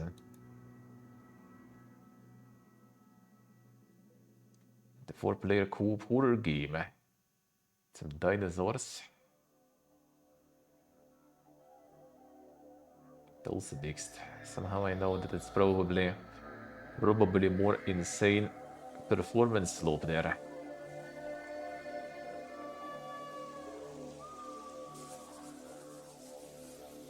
Need some updates, more FOV. Spend $150 on Kickstarter for this. Got 4 keys. Could have bought like 10 copies for that price. Alright. Get skins in the bunch for a game I beat in a couple of hours. Guess I'll hold my excitement for the t-shirt I will eventually get. Damn son.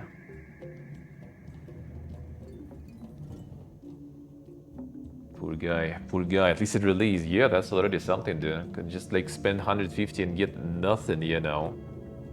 That's already not too bad, I guess. I guess not too bad already.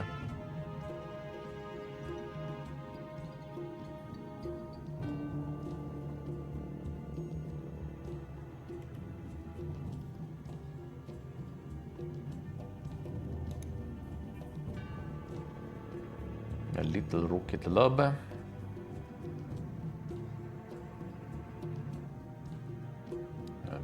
Build the factorios there, I see.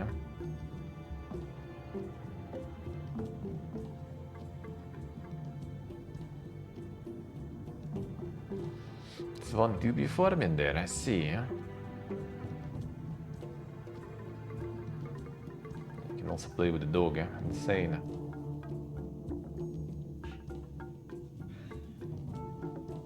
And the Victorio.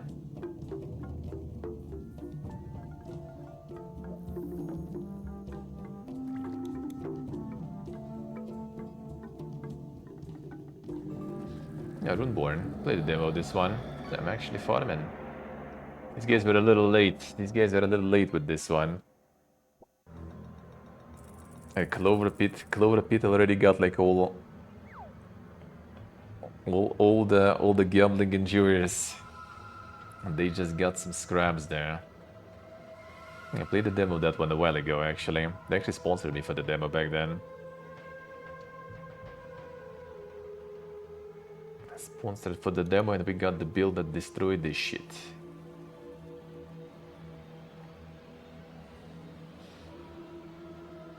And the Clover Pit still seems kinda a little danker though.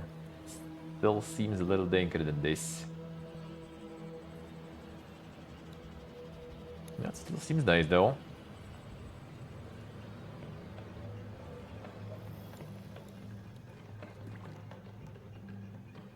The turn-based horror RPG. Yeah, so you're playing this one. How was the horror in turn-based? Sounds kind of like not the bestest match there, at least for me. Upload lobs. Sci-fi management game where you build and optimize your computer system from the ground up. Connect and configure interconnected nodes to efficiently download, process, and upload files. Just set up, solve system challenges, and become the ultimate system architect. Damn, son.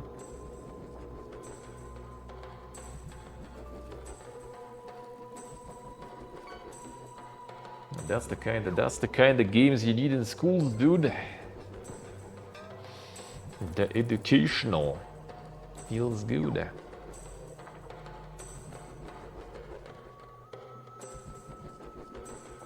The skate story, yeah, that one got the demo there.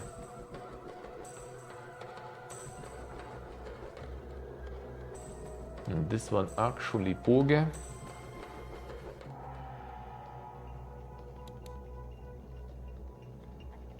Alright, got him.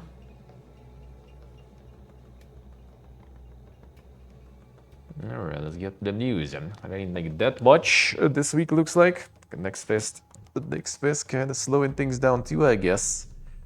But we do have some. One moment.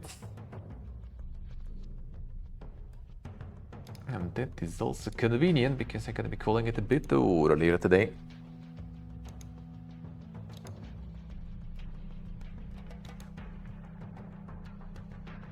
Let's go.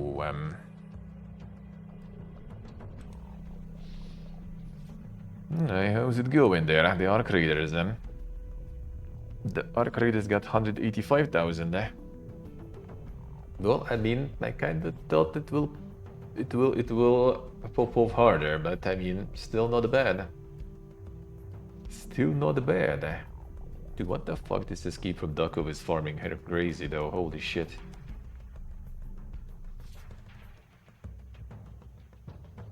This one farming crazy there. What the fuck?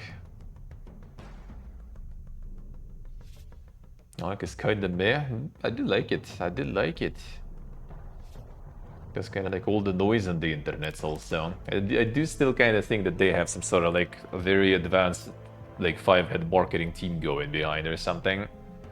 Because they did manage even before like this test and everything to stir the narrative like very hard. Like I mean it's a good game and stuff and I like it, but like dude, it was like all over the place. Like Twitter and stuff. It was all over the place. Everyone was talking, and even in chat today someone was like, dude, what the fuck is this Arc Raiders? Like everyone's talking about it, everyone's playing it. They made an extraction shooter. I mean, it's actually kind of nice though. If they all make some like PvE mode for that, that'll be good. That would be good. Just because like solo mode not existent again. Like no one likes making fucking solo modes. So you basically just kind of like end up, for now at least you get the matchmaking with other solos, but like I bet on release when like less people are already gonna be playing, and later down the line it's gonna be harder and harder, and you're gonna be like matched against like duos, trios. And you're just gonna get fucked unless you just play like the red game, just you know yoinking and piecing out, which I think just gonna get old very fast. So like some PvE would be could be kind of cool. A DLC, I guess. Because it runs super smooth. Like plays super nice. Like pretty polished, pretty well made actually. I liked it. I liked it. Yeah, the Space Marine 2 demo. Damn son. And this is the Pugs Day is looks like it's not a Pogian much. The all-time peak was 16 months ago, so I guess the release is not going that crazy good, eh? It does get like more and more people actually though since the release. Interesting. But yeah, the commercial model is like I kind of like thought they maybe like all they needed to do honestly I think to actually like kind of do okay on launch and stuff, it's just like change your fucking commercial model, bro. That's all you need, eh? Like you buy the game, you get like this like token for to have like a plot of land, but after a month it's gone. You either need to buy more or you just have no land. And it looks like they say that doesn't matter really, you can still play like completely fine, but like from what I read, people say that like without land, like the land at the moment especially is just the main thing, like there's nothing else to do really if you don't have your plot of land. You can just like run around, I guess, do some stuff, but everything is like at the moment built around that plot of land and whatever you do on that plot of land. All the crafting, all the building and stuff, because other content is still not there, even though they released in 1.0, but not there. And I'm not sure if it even will be, because like with this kind of release, that is worse than the early access release. It wasn't exactly farming in early access either. I don't know, man. I don't know. The sandbox with being $10 a month, I guess, yeah. Like I think they should just like YOLO, you know, just kind of go like full free on this one. Honestly. Or at least get something kind of like, what's the name? Kind of like Raven Dawn did of sorts. Just give some sort of like community, you know, like land or something. Like basically some free-to-play alternative. Like you want to get some like, I don't know, like super cool plot in a really nice spot with like some cool views and some bonuses, sure, go for it. Pay some money for that. But there should be some free-to-play alternative in my opinion. And then people maybe would play, but like yeah, with this perspective, like when MMO like fails with not a lot of players, it's bad. It's bad.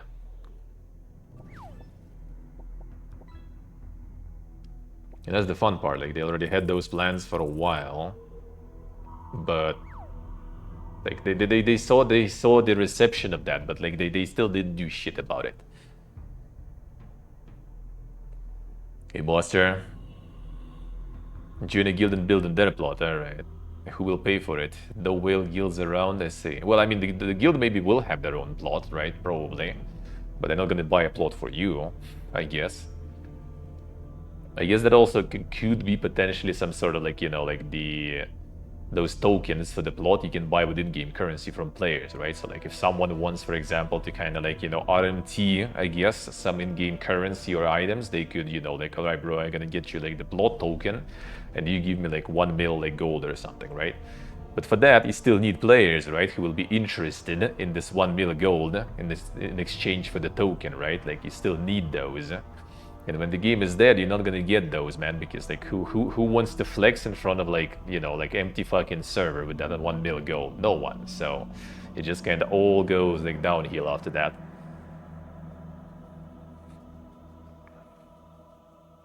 Like I was kind of like hoping, they even contacted me and stuff to check on the release, but like I looked into it. Yeah, I don't know, man. And there'll be more people playing. Could be kind of worth trying. That's like the problem with like, you know, kind of having small community and like the MMOs and stuff. You need at least to have like a group going, and you need like people who would be interested in the first place, having money to buy it in the second place, having time to match with your schedule and stuff to play that shit, and it all becomes like very hard. Unless it's some super boogie-woogie MMO. Oh, actually, no, wait a second. Why did I close it? No. Not yet. Not yet. I want to see something else. The ball enjoyer is going. No, I'm gonna join next week. I'm gonna play with some balls next week then. when the next fest is over, it's gonna be time.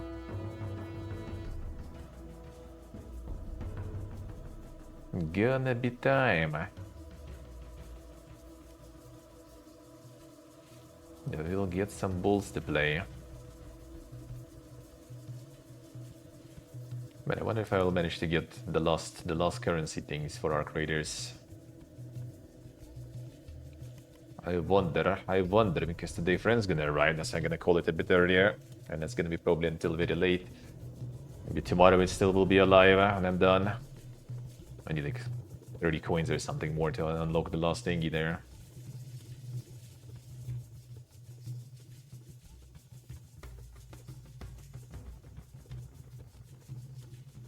Magic Pussy Chapter 3. There we go. Finally, some good games. Well, Morta is doing alright there, yeah? How's that going?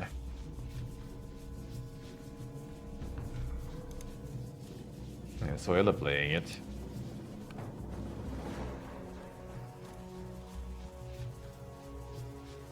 I love the second one, I see. Finally some sequels.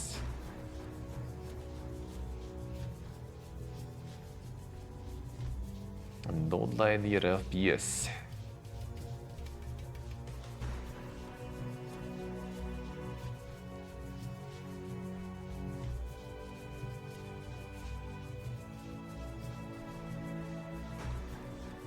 So I'm pumping quite good there.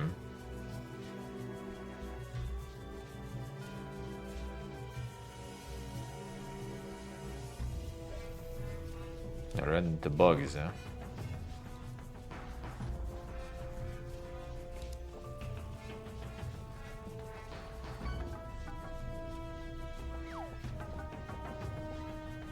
Gameplay very repetitive. Game very reliant on invincibility frames. Opponent I can get past bosses very easily, sometimes feeling as though I've cheated them in their gameplay, while hordes of enemies is where I find the most amount of difficulty. And the bugs, regular frame drops and crashes. Dude, even games like this already, you're giving like a bunch of crashes and stuff. Oof.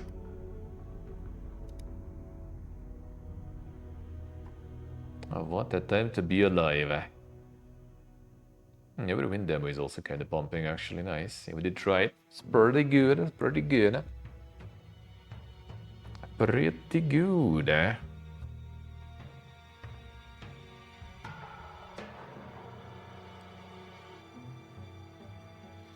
Battlefield is still kind of going strong there.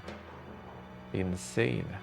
President Delta Force returned again with like the new impulse there. That's kind of nice though. I did try it on release. It's kind of nice to get some shooting going. It's been a while to find something like that, you know, just to kind of like tune in, to not get like Omega Super Giga Rusty, you know, on the shooting, which I already am anyway. Too boomer for that, but still. Flex the old reflexes a little, you know. Here and there. But I can at least not suck in single player shooters, you know. Alright, let's go. Doom modders fall into civil war as devs launch new engine in protest at the GZ Doom creators' leadership and use of ChatGPT. Ooh, damn son. We have this kind of fiesta. Use Doom a fork to offer a more stable development structure with healthy collaboration. And the mod drama is the dankest kind of drama always. Feature GZ Doom community updated engine behind many thousands of brilliant Doom mods is in doubt following a bust up over the lead developer's use of generative AI to create code. The frag has seen a number of GZ Doom developers announce plans to splinter off and maintain their own engine, UZ Doom. Well, we know what the GZ Doom is. Demon petting add-on Caco Friendo.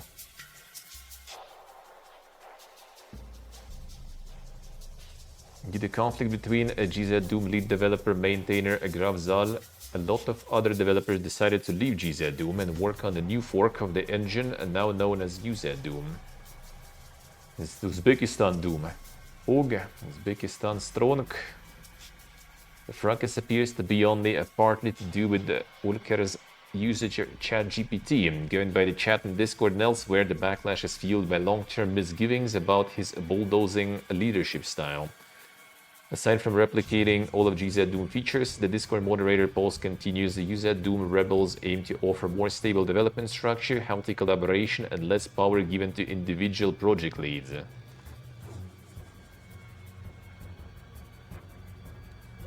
It doesn't even sound like long-going mod project that doesn't have any fiesta going about it. I guess if it's one person working on it, then it's kind of fine. Whenever there's at least a couple, it'll always end up in some shitfest. I think it's kind of given already, sorta.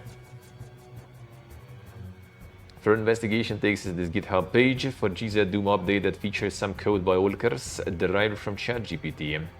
Spawned a comments thread full of people arguing about the generative AI financial bubble and the ethics and utility of coding with Gen AI. Ulkers has both defended his use of ChatGPT, arguing that a lot of programmers secretly deploy large language learning models for smaller tasks, and offhandedly invited the angry users to fork the engine and work on their own version. The ire spilled over into a later GitHub bug report. There is also this Reddit thread summarizing the situation, which includes further postage from pissed off GZ Doom devs. Few Doom modders have also been airing their grievances on Blue Sky. I scratch my head and look worried at a lot of this. I know a full about the twists and turns of GZ Doom's long development. I am one of those drive-by Doom lights who downloads a cool WAD every blue moon. Still, all feels rather momentous given the sheer number of projects that use the engine. More to follow, I'm sure. The ChatGPT code in there. I mean, they use that just to assist, I guess. That's kind of I think a lot of people do really nowadays already. If they're straight up just replacing everything with generated stuff, that maybe is kind of questionable how good that code is and stuff. But if it's just to assist, I mean... Helldivers 2 director confirms Arrowhead are biting the additional delay bullet while working on performance fixes. Focusing way more now on addressing these issues to make sure this sort of thing doesn't happen again.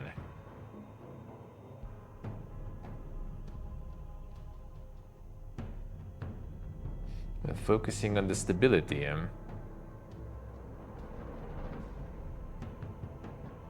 Yes, I see.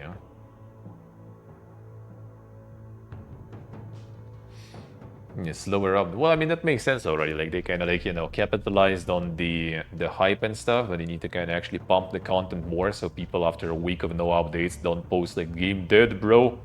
Don't buy. And now when, people already naturally get tired and move on, you kind of want already to maybe slow down and so people return kind of every once in a while. Not every week, but every few months with some good updates. Time to hire a prompt engineer. And the enemy sound fixes. Wait, what's wrong with them? What's wrong with that? The earliest major inspiration for Shadow of the Colossus was Battlefield 1942. Felt immense potential in the experience. Damn, son. How are those connected even? Can't remember much about Battlefield 1942. Oh man, I do remember that pretty good. I go into the LAN cafes to play that shit with friends. Just go in every Saturday, just gathering. I walk into the LAN cafe. And then sometimes, playing CS all the time was kind of boring, so you could go and branch out into something else.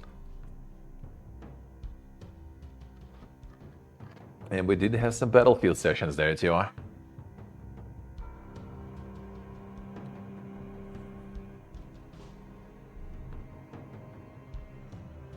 Let's see,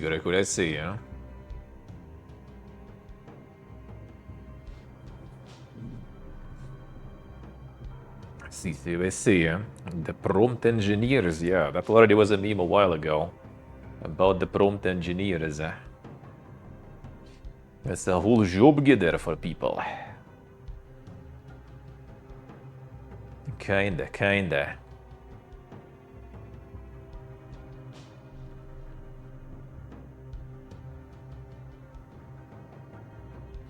What if this plus enormous sandstone monsters?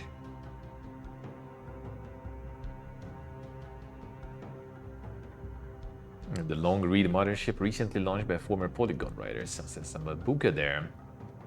With another stuff reflecting on the poor sales of Eco, their reputation making a Gormengashian escort quest-a-thon. In terms of inspiration, I wasn't playing many offline games back then, the way that I call them, but I was really hooked on Battlefield 1942, an FPS. Felt immense potential in the experience of that as a competitive game, where you'd shoot at or help out other players you didn't know. That desire to create a network game, meaning a game where you play together, battle, or cooperate with others online, led me to start with the idea of a game where you cooperate to defeat giant monsters. Now, lead programmer responsible for Battlefield 1942 as original concept. You tend to just assume these ideas were the result of someone having a eureka moment, waking up one morning without any context.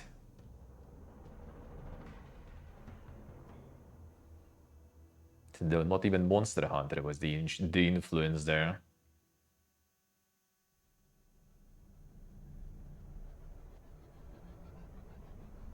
I'm going to stun it, gonna tie its leg while you mount on top of it. I go in front of it and blind it while he takes it out. That concept, and then jumping back off onto your horses and riding off in the sunset. If we could have pulled that off, everyone would be talking about this game. Still planning the multiplayer for Shadow of the Colossus. That actually does sound kinda cool though.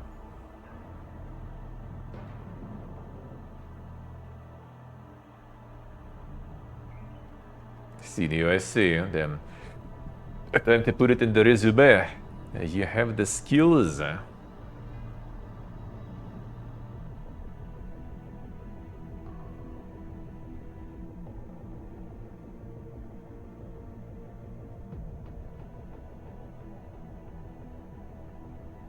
Same stand and power as Jester. Thought we could make attempt making a multiplayer game because we were developing within Sony's first-party studios, but looking at the production resources at the time, I decided that we couldn't realistically do it. To efficiently concentrate resources, we cut the multiplayer portion. And they made some bangers there. Yeah, imagine that in multiplayer. That actually would be kind of cool. GOG say their preservation program has been harder than we thought, thanks to DRM and elusive creators. For one, they didn't anticipate having to hire investigators to hunt down phoneless right owners. What the fuck?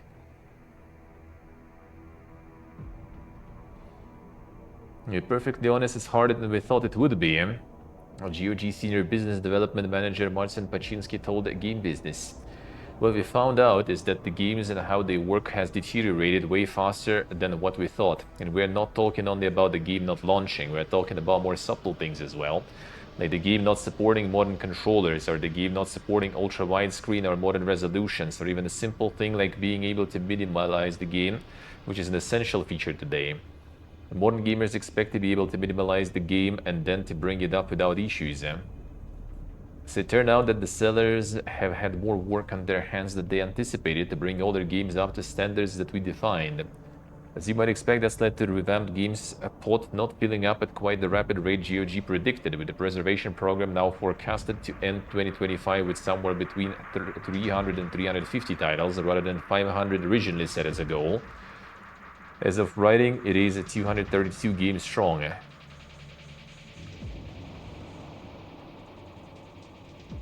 GOG Managing Director Maciej Galibiowski also picked out the ancient DRM tech all the games have often been saddled with as a headache when it comes to performing these updates, suggesting that companies should consider making the DRM easier to ditch once it's protected the game around launch.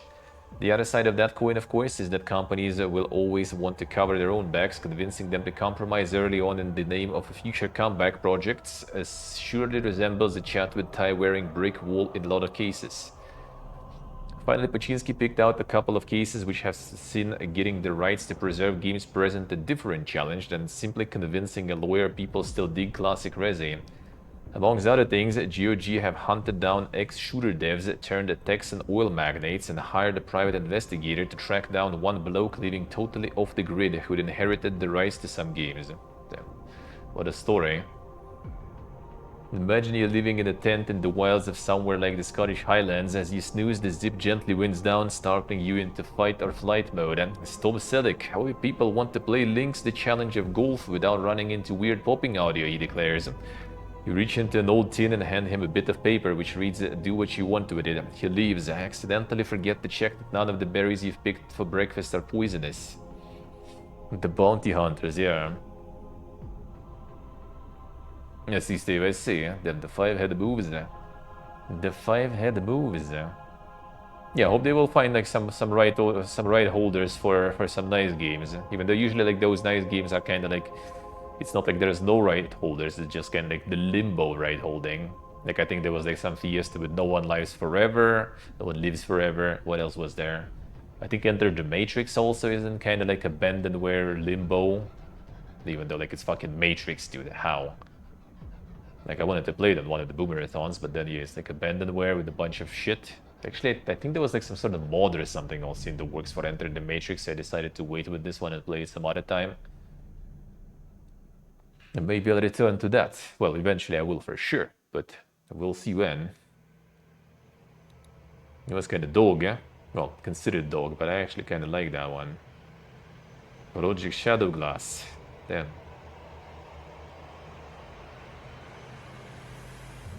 I'm beaming on all the AI enjoyers there.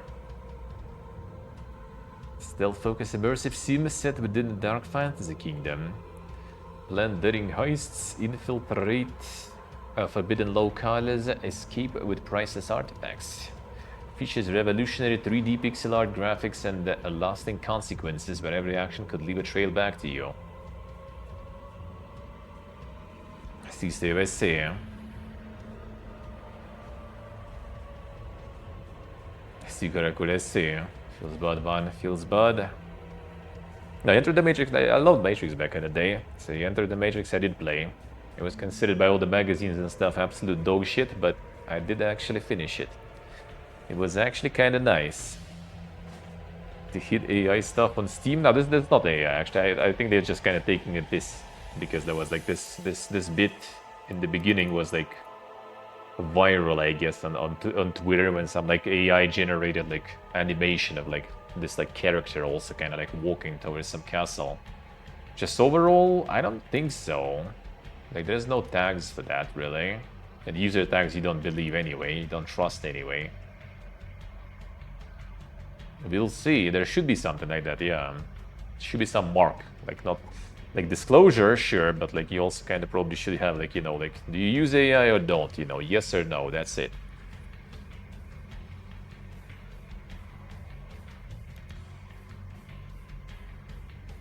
Around 400 Blizzard platform and technology staff are the latest Microsoft workers who voted to unionize.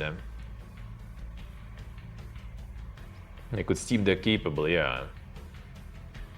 After seeing so many hard-working, passionate co-workers arbitrarily laid off, we are excited to have greater control over our workplace. Feels good, man. More. Nearly 400 workers across Blizzard's platform and technology department.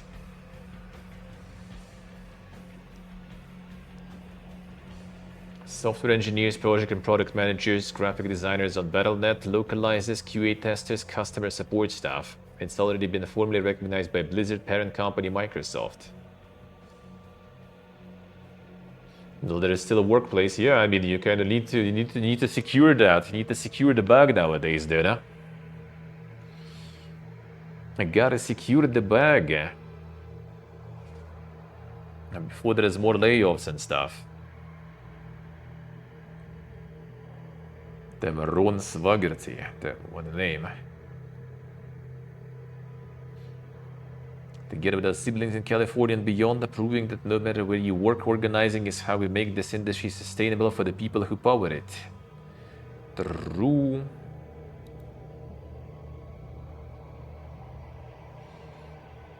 Sony Fire Arrows alleging a nonsense and deliberate corporate waterboarding at Tencent as Horizon lawsuit rumbles on. And the Fiesta gonna be delivering a bunch, looks like, over time. Two companies continue trading barbs over alleged knockoff Light of Motiram. Alright, we know the original Fiesta there. Sony taking a chance to respond to defense in the court filing spotted by the Game Post. Tencent remarkably contends SIE's claims are unripe because despite having announced and continuously promoted its game for months, Tencent purportedly delayed Light of Motiram's release until 2027 after SIE sued. Sony's complaint reads, "This is nonsense, the damage is done and it continues."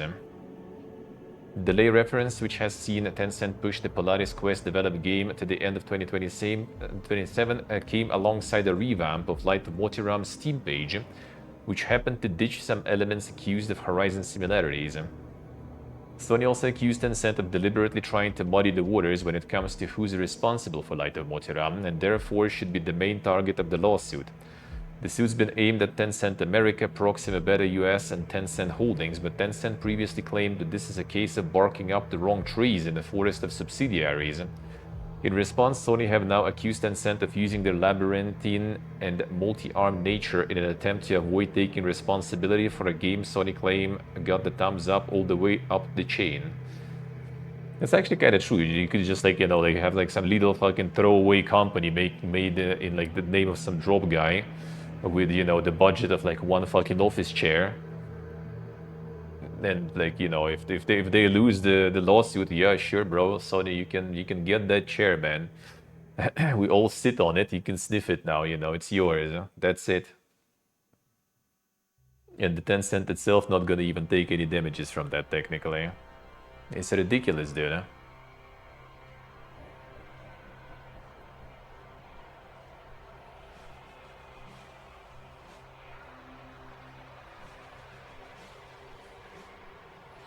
Same as the Pal World.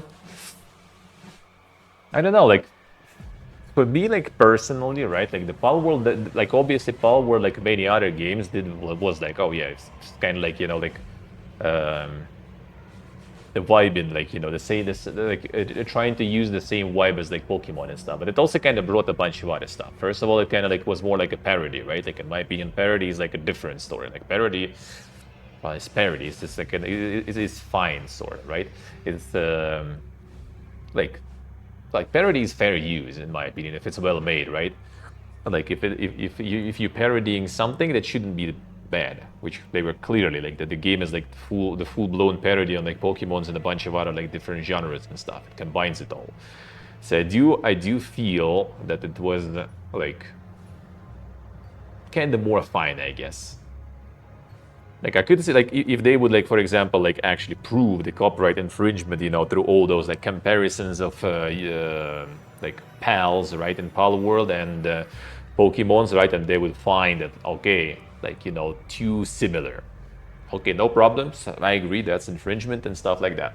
But they didn't, right? They resorted to go with all those like patent shit now. So like I guess they couldn't prove that it's actually copyright infringement. So they like resorting now to some more, kind of like damaging, heavy artillery now, sorta.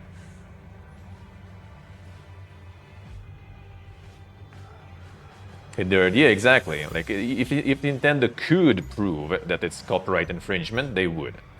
It's Nintendo, man. 100% they would.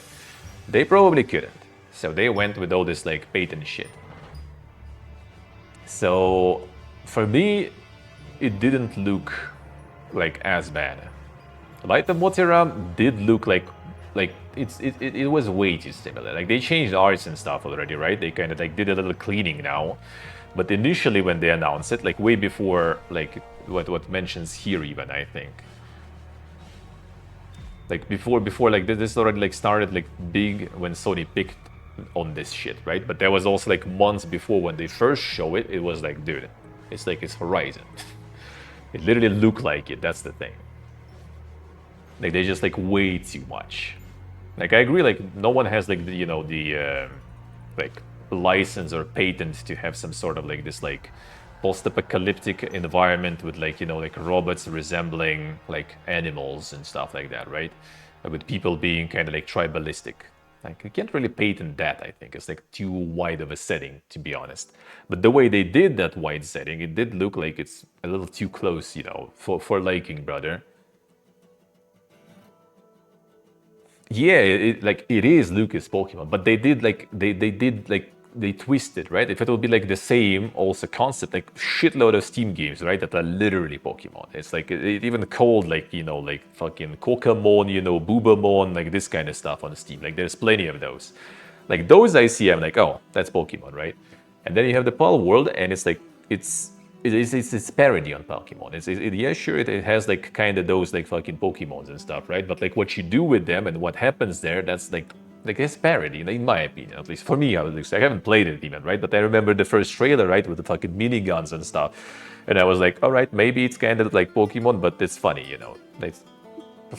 I think that counts as fair use in my opinion. Like sure, like fair use would be even in my opinion again, right? Like not a lawyers or anything. Like fair use would be if they would literally get like some fucking Pikachu and stuff, right? But then they would like, I don't know, like completely like dress it in some other way, give him like a fucking rocket launcher and like put him on like, I don't know, in a fucking like shark or something, and it flies in space and doing things, and that would be like already like fair use enough for me because they changed enough and they added enough different things and made it sort of parody thing. That would be fine. And the gameplay is completely different, by the way, too, right? That would be fair use in my opinion.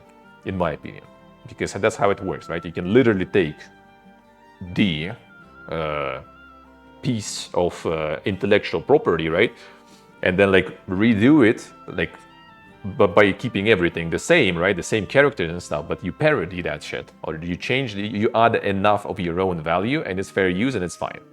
And in my opinion, Pal World did that because you have different gameplay, you have like different models still, right?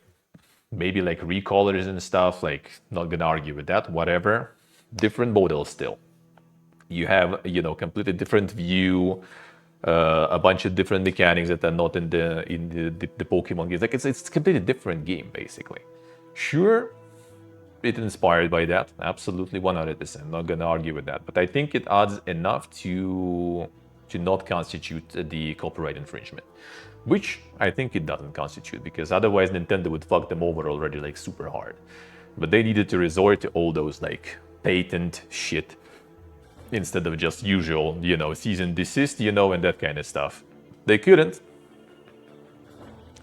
so I would say it is legally distinct, let's put it that way then. Hey Belial, how's it going? Think they don't have a case against Tencent? Well, I don't know if they use like all the old arts. Like old arts were actually like very, very similar in my opinion.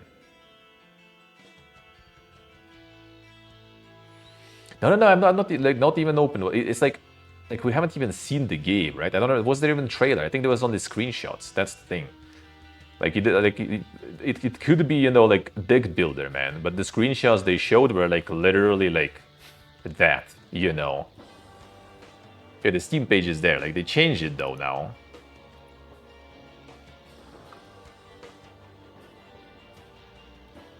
Like, they changed it now, so it's probably not gonna be already like as close. Yeah, this already doesn't like. Yeah, this doesn't look like it. That's different. Okay.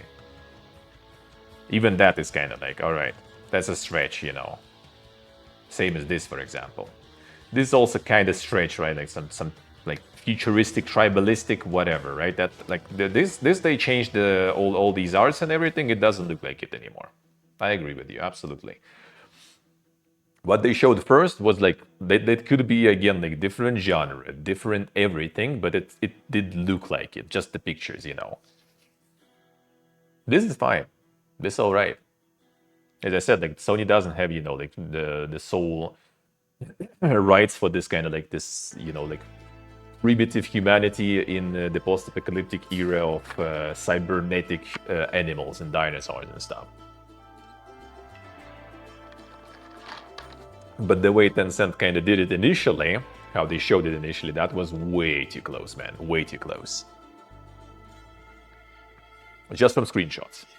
Again, if they would show the trailer and it's kind of that, but like absolutely different gameplay, fine, whatever, I guess. Yeah, exactly. It was looking like Alloy, it was looking like the same animals, right? It was looking like everything is the same.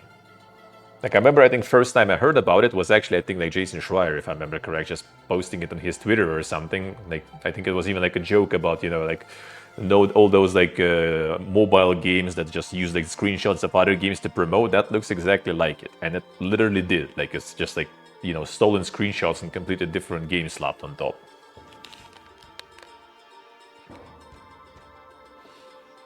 Just a way to get funding? I mean, could be. The thing is, like, they also rolled it out on the initial Steam page. They changed the Steam page after Sony like sued them. Like, those screenshots actually made it here. They were here before.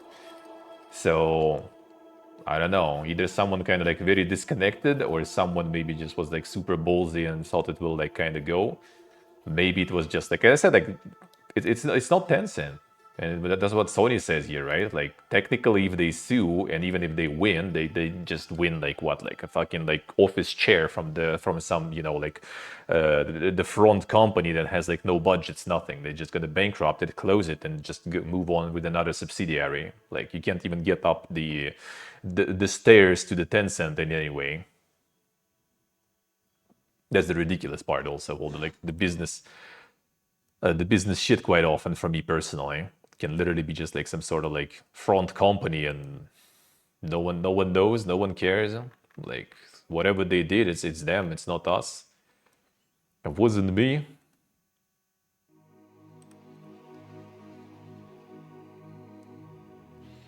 Game already has system requirements? Yeah, I don't know. Well, see, it's gonna be already 27. 27 is gonna be out, but it's delayed. So maybe actually maybe it is actually sort of like Pipiega marketing. They just kind of like got all this stuff, right? Got a little noise around it, and then in the end now gonna like release completely different game. But the marketing will kind of stay.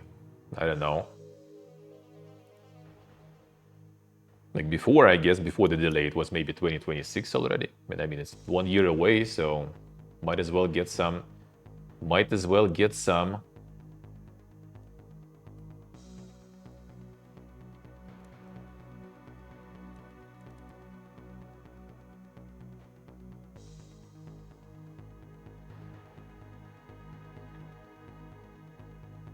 You got the gameplay there already? Well, yeah, then it's even closer. Then it's even closer. Should already have some. Would already have some system requirements there then.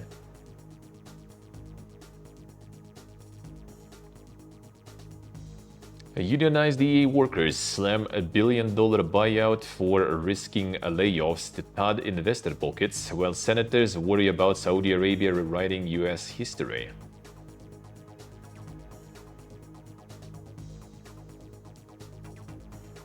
Yeah, it did seem like, well, from screenshots, it did seem more kind of like some survival game, you know, kind of like Power World, I guess, in a way.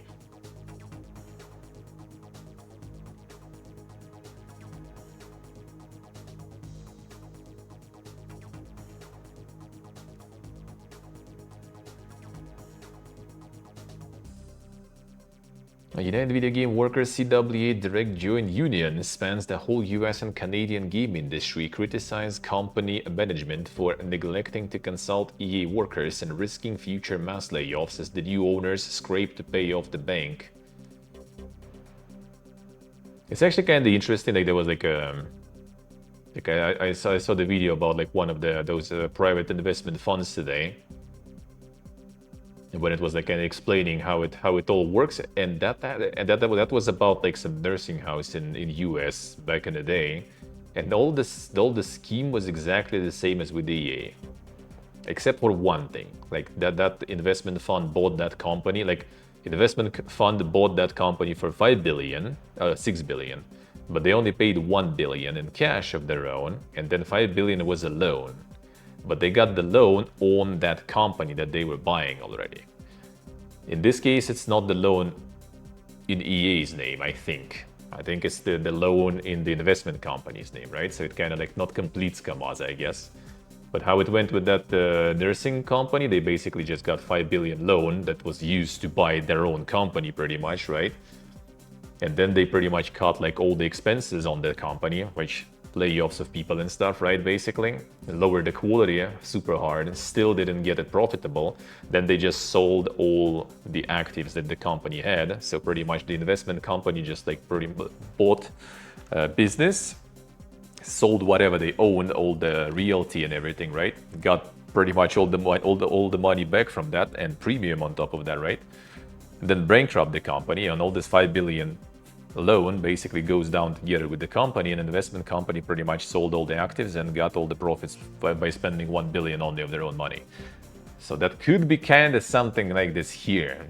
Not saying, but I mean, at least they didn't get the loan in EA's name, right? But could be still some other company going bankrupt instead and whatever. Just like buying EA, then like selling all their actives they have, all the IPs, all the other shit, right? As soon as they're not making it profitable, for example, just selling all the IPs, bankrupting, done. Out of it, clean with all the profits from selling IPs and stuff. Don't know, maybe. Because yeah, like the 20 billion debt is a little ding, dude. Like in that company story, it was like what, 5 billion alone, and it was like 300 million just interest per year, or 350 or something. So this one 20 billion, so it should be around 1,200 million in interest every year that they will need to pay from EA's profit, and I think EA's profits are not there. At least they're a couple of billion short for sure. Well, maybe this year with Battlefield success, maybe they will actually kind of get them decent amount, but the rest of the years, like they will need totally to come up with something to make that money. Because otherwise, and that's just interest for the loan. That's not even like, you know, that's not even kind of like the loan itself sort of yet, right? They need to kind of go way over that to pay that loan off.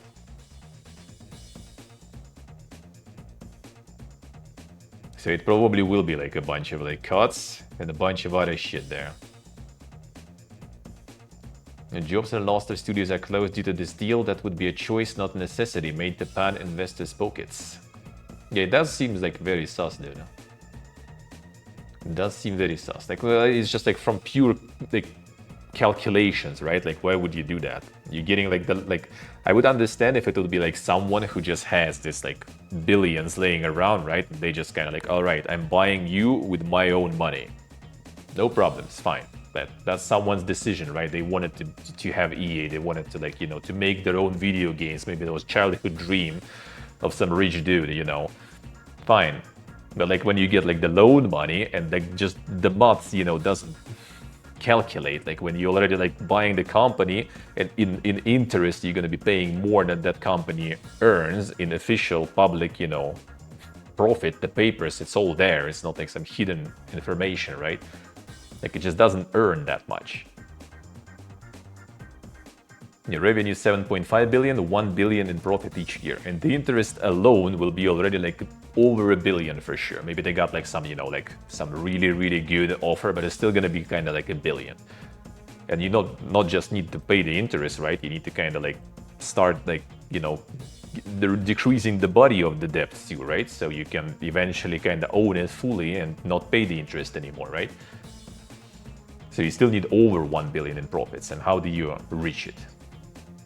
I mean, well, one way will be to like kind of, you know, make better games and more games, I guess, and stuff, but I kind of don't think that's the path they will choose there, really.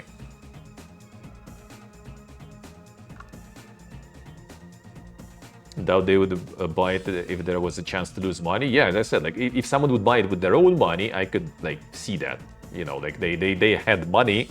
It's just like laying there, you know, they just like wanted to invest here specifically. Fine, I would be okay with that. Even if they lose money, it's still gonna be like, you know, it's EA, it's big franchises. It eventually kind of gonna work out. Kind of like with buying Activision for Microsoft, right? Like no matter what, Call of Duty will sooner or later, one way or another, kind of make it all back anyway. Same here, but that's the loan. You have interest that you still need to pay all the time. I don't know, man. Feels weird, eh? particularly worried about the future of our studios that are arbitrarily deemed less profitable. I love you guys. Shoot Zekmak, welcome back to the dungeon. Thank you, sir. Thank you, man. Thank you. Appreciate it a lot. Thank you, sir. How we doing, man? Less profitable, but whose contributions to the video game industry define EA's reputation? Could be allusion to studios like BioWare. Yep, that one probably gonna like... It's just gonna be like even... Like, it's already brutal, right? Like, you know, you have some like bad sales for your division, for your company, and you already have layoffs. Like, it's a given, right? Pretty much nowadays. With this shit, it's gonna be even worse. Every time private equity or billionaire investors take a studio private, workers lose visibility, transparency, and power. Decisions that shape our job, our art, and our futures made behind closed doors by executives who have never written a line of code, built worlds, or supported live services.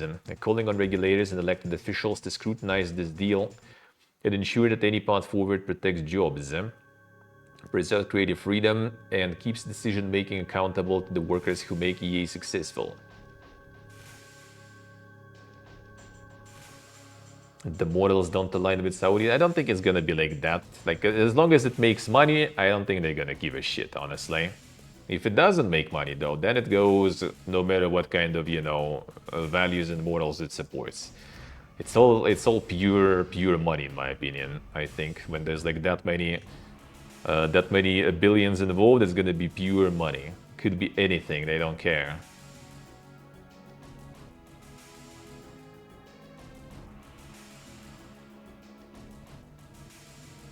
US senators also called for public investigation of the foreign influence and national security risks. I'll see.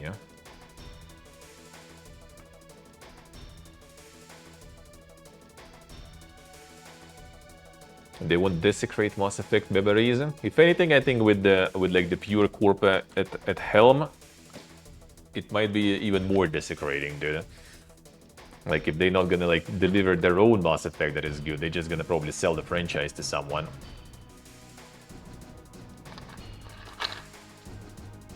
Most of the studios hyperinflated and efficient. I do think so, yeah. I do agree. I do agree, for sure.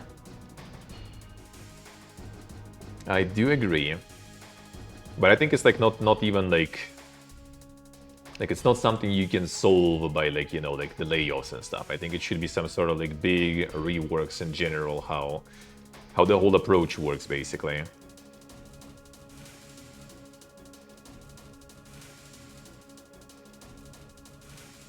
Senators allege that Affinity Partners founder Jared Kushner, Donald Trump's son-in-law, is only involved with the transaction to ensure that it gets past the US regulators. I mean, wouldn't be surprised.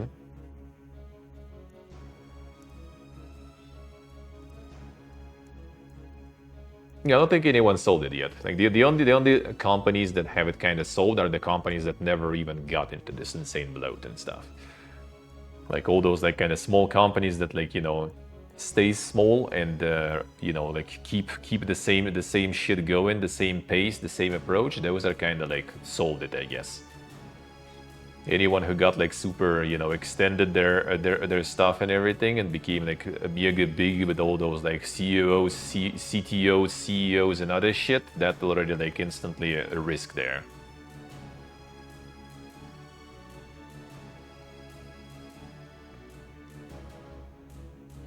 PS control over AI's operations could extend to influencing directing company design, features, product decisions, advance the Saudi government's specific long-term objectives. PIF would be well positioned to dictate or veto what stories are told to Americans through the popular medium of video games, controlling narratives about US history and culture. Ensure Saudi government's ability to exert its influence through EA would offer the authoritarian regime an effective tool to project power worldwide.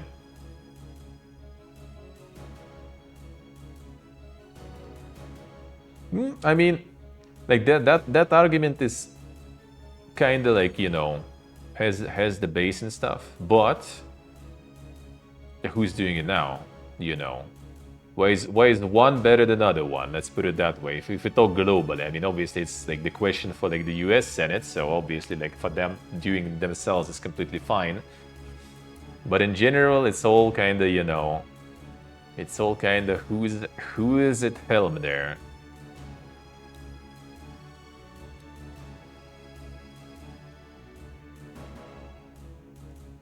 I think about the Path of Exile a little more the Guardian Gear games. Wait, what in which angle? Why? Who?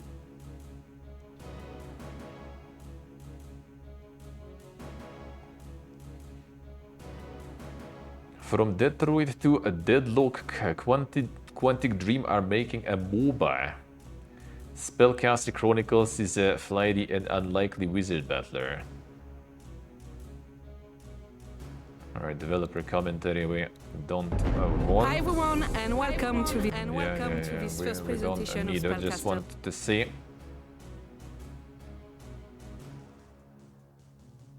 So another dead game. Happened with Star Wars game. I think they said they're working on it still. Like that. Like I think it's basically just kind of, you know, the Star Wars game is something that they're making that their usual stuff that's gonna farm. Like it's Star Wars. It's gonna farm even if it's gonna be dog shit. And this is probably kind of like something, you know, just like side project that they have some like free people, maybe like some assets and other things going that they just decided to use because they have some resources. Just in general about Path of Exile being owned by Tencent and stuff. I mean, as I mentioned before, I think a lot of all this like Tencent and other things is just like they just have money and they invest into things, especially with Tencent. Like I have like kind of nothing really super against that. I do not like when it's like, you know, like one like if everything gets consolidated too much. I don't like that because it's just like, you know, when the whole market pretty much all somewhat noticeable, you know, like and worth mentioning companies are owned by like, you know, just a few big companies. That's like not good in my opinion. It just kind of like again end up being like a lot of mismanagement, a lot of issues, and less agile and everything, more control over things, and that I don't like. Overall, I don't think like Tencent is some sort of like big bad or something. If anything, Saudis I think might be a little worse because Saudis like investment fund is literally just basically like their government, their like royal family's money, right? So it's kind of like directly connected with sort of like the politics of the ruling group of the country, right? In case of Tencent, it's like it's business. Like sure, I guess the government can kind of pull some strings through Tencent too, but it's still I think kind of more of a business, and business is mostly interested in making more money. That's it. It is also part government, I guess, but like in case of Saudis, it's all government. It's just like a lot of money accumulated in some companies or in some countries because of oil trade and everything, for example, right? And like people just want to diversify and invest money into some other stuff.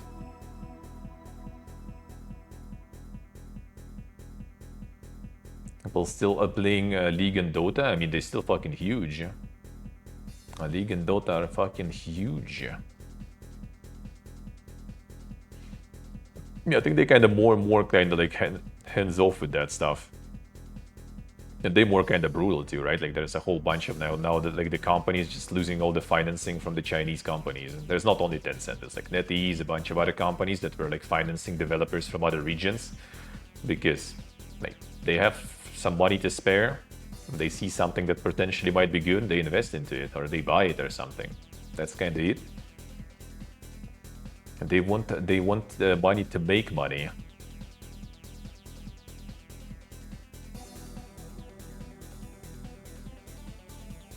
Vanguard BlackRock? No, not sure. But are they also like a video game investment? I don't know, man. I'm not that far into the deep hole. I'm about video games. Tencent did probably less damage than Microsoft or Embracer, their own companies. Yep.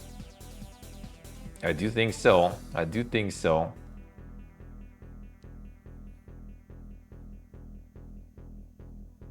They invest in everything. Yeah, and I think it's kind of like fine.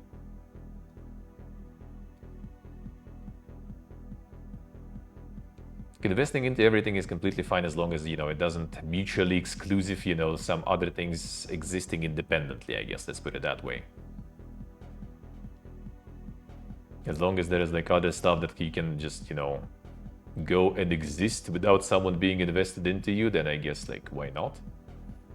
Not to mention a lot of devs from those companies, they as soon as they got consumed by the big corporate, they just basically like get the bag, peace out, and make their own like back to small garage development and stuff like that into some indie games. So I mean, why not?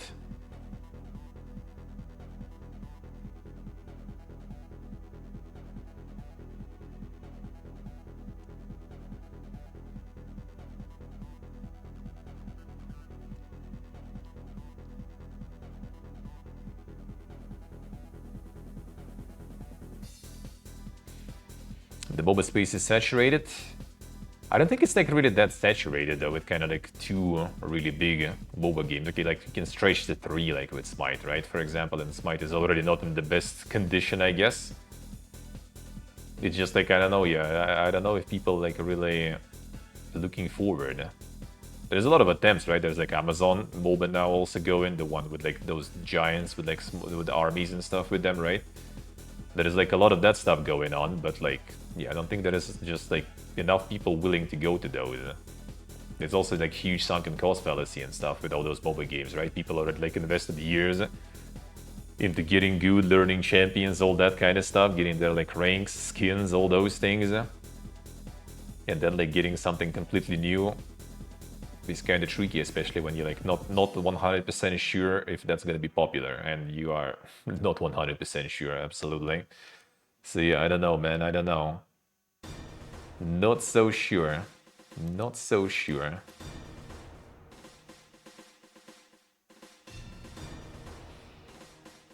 Ex-Assassin's Creed lead says leaving Ubisoft wasn't his choice, instead down to restructure musical chairs.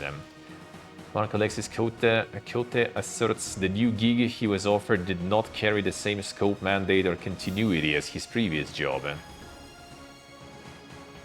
Ubisoft decided to transfer leadership of the Assassin's Creed franchise to someone closer to its new organizational structure. A different position was mentioned, but it did not carry the same scope, mandate or continuity with the work I had been entrusted with in recent years. Want to be clear that I hold no resentment. Ubisoft has been my home for all my professional life, and I will always be grateful for the people, projects, and the belief that together we could create worlds that inspire millions. But I also owe it to my teams, past and present, to say this plainly: I did not walk away. I stayed at my post until Ubisoft asked me to step aside. Yeah, there we go. We'll see how those changes with Tencent also gonna go for Ubisoft and for like the franchises that they are working with. That one also looks kinda dink.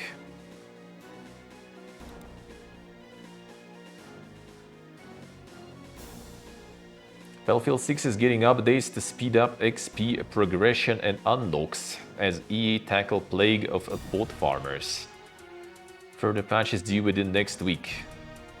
You get your shit so grindy that people like making some farms in the portal mode and everything.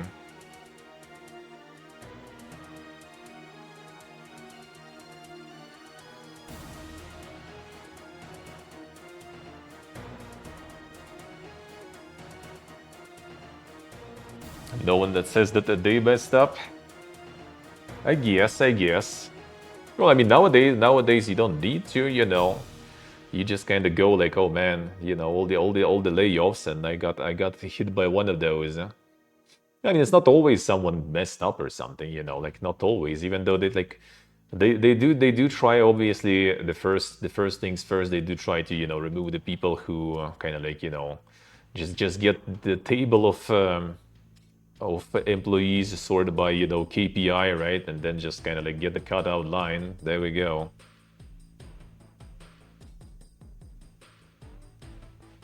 Some instances where people did shit work? Probably.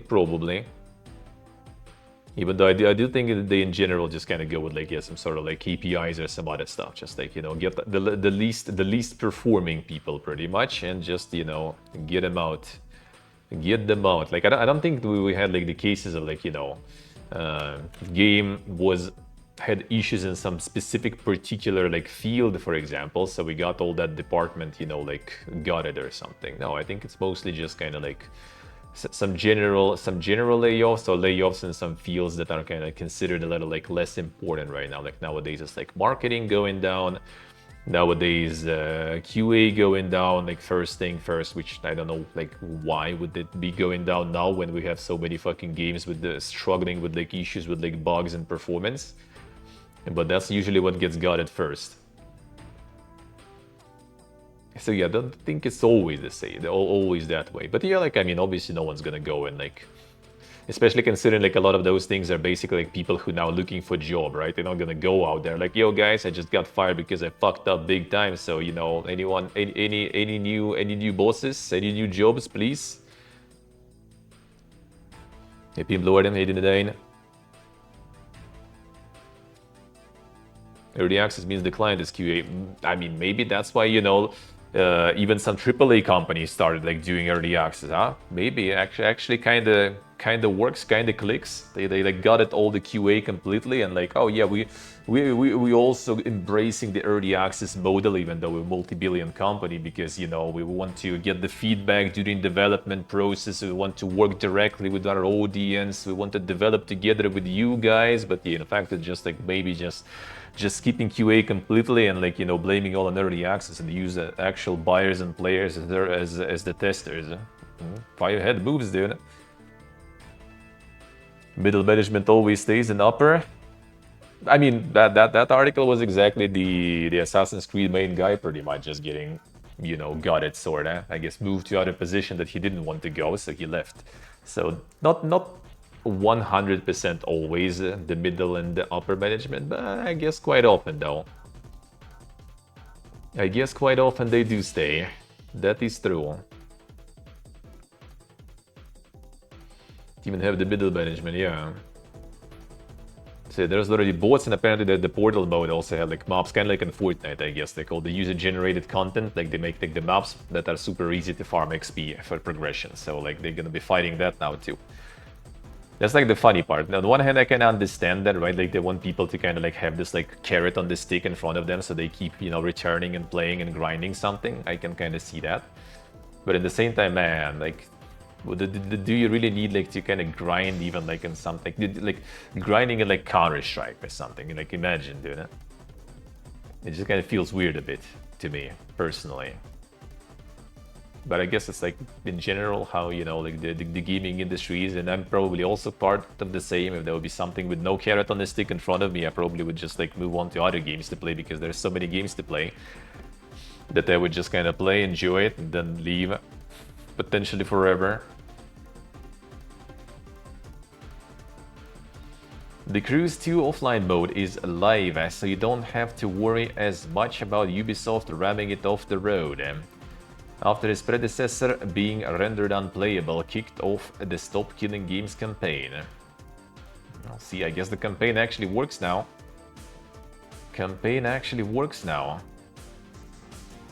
Already making their own offline mode there. The offline save and stuff. Feels good. Need more of that. We need more of that.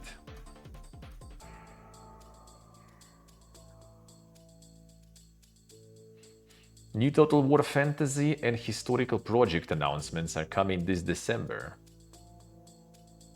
Fantasy and historical project, huh? Alongside Warhammer's Tides of Torment DLC. What's next for a franchise?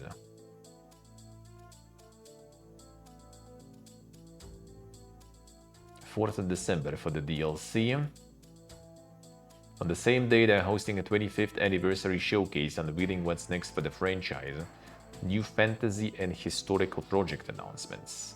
Okay. I'm like, Warhammer historical. What the fuck, dude? What the fuck? The Horus Heresy was actually, you know, like the crucifixion or something.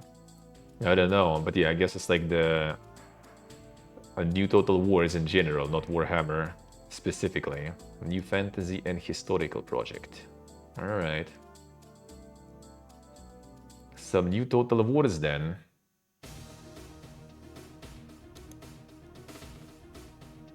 The Indie Heavy Galaxy Showcase is back next week. Here's how to watch and what to expect. Alright, we're gonna watch that one. October 23rd. Any timers? Okay, 9 p.m. CEST. All right, so next Thursday, we watching. Gonna be like a little later start. Already in Discord. Thank you, Steve. Thank you. Maybe a little later start, but yeah, gonna just play the games until 9 then and watch showcase. Feels good, eh? Brush Burial Gather World then. Yeah, this one got already releasing actually kind of soonish too. It's the demo but not the Next Fest though for some reason. I don't know why. Just some insane thing first person immersion sim with some Jaeger fighting there, I guess. Get some super succubusi or something tackling there and everything, I guess. The Brush Burial was pretty good. I see. I saw that one. I haven't played, but yeah, I saw that one.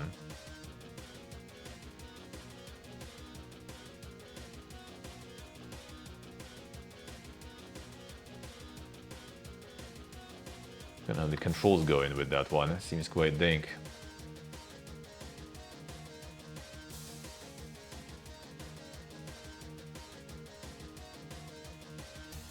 Some mega combat right there.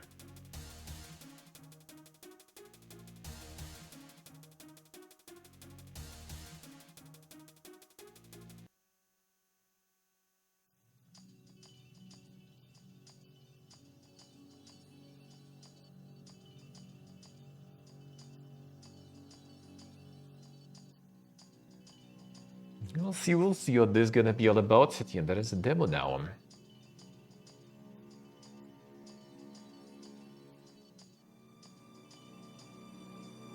More dang gaming. And more dang gaming.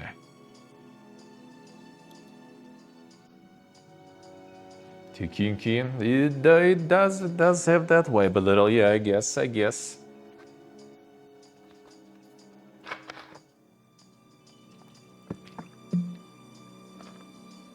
I wonder if that's exactly what they're going for there in that one. I wonder. FIFA finds its way back to video games through multi-year partnership with Football Manager. It's coming home, damn son.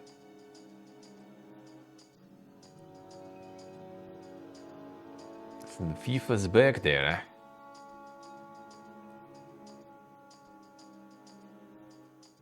Private buyout of EA will see EA Sports FC gets its old name back. I wouldn't actually be surprised if they'll decide to farm some with that.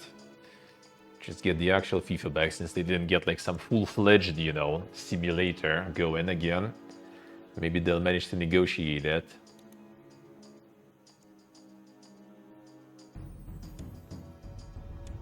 Oh, it's even more Blizzard workers have voted to unionize. This time around 100 devs who work on Hearthstone. 400 other Blizzard workers voted to do the same earlier this week. That's the second batch already this time.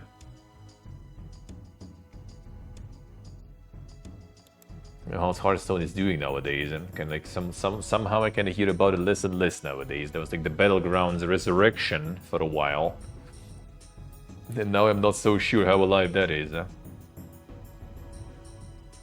report: Asia Pacific region driving growth in Souls-like subgenre. Video Game Insights data suggests subgenre shifted heavily towards Asia Pacific between 2020 and 2025. Then that's who plays all the Souls-likes. Led by Japan, China, and Korea, the dominant region when it comes to developers, publishers, and consumers of Souls-like games. Explores the growth of Souls-like as a subgenre of games, launched since January 2015. Between 2020 and 2025, game development on Souls-like games shifted heavily towards APAC, especially when looking at units sold. Majority of growth in units sold on Steam and APAC region is led by AA and AAA titles, with Black Myth Wukong topping its chart at 20.3 million units. Elden Ring came in second at 15.6 million units, followed by Monster Hunter World. Fuck are you on about, dude? Dark Souls 3 and Hades, bro. Who the fuck are these analysts, man? Who the fuck are these analysts, dude? What is their criteria of souls like there, dude? You can Hades souls like already, alright. Hades, Code Vein, Blasphemous, and Sekiro. Well, like, Hades is totally like mega souls like. Okay, I can get the Code Vein, even Blasphemous, but in Sekiro, but like Hades, dude. Ah, analyze the free. Okay, so basically anything that gets Souls-like tag, I guess it is Souls-like already automatically. I see how it is. Okay, okay. Makes sense. Makes sense. Chinese gamers of Souls-like titles are driving the genre. Country accounts for nearly half of all players, 47%, followed by United States at 23% and Germany at 5%. Russia and Canada hold shares of 5 and 4% respectively, remaining 15% spread across other regions. Damn son.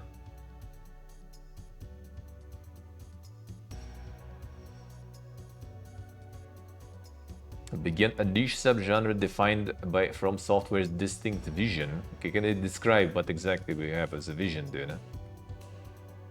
A remarkable staying power. Appetite for challenging skill-based gameplay.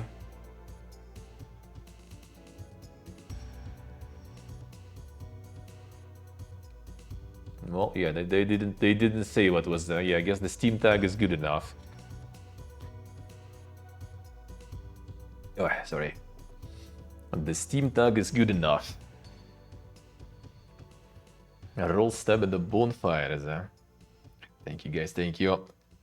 Remedy adjusts financial year 25 outlook following weak sales of FBC Firebreak. Developer recognizes a non-cash impairment of 14.9 billion euro, representing the game's development costs alongside publishing and distribution rights.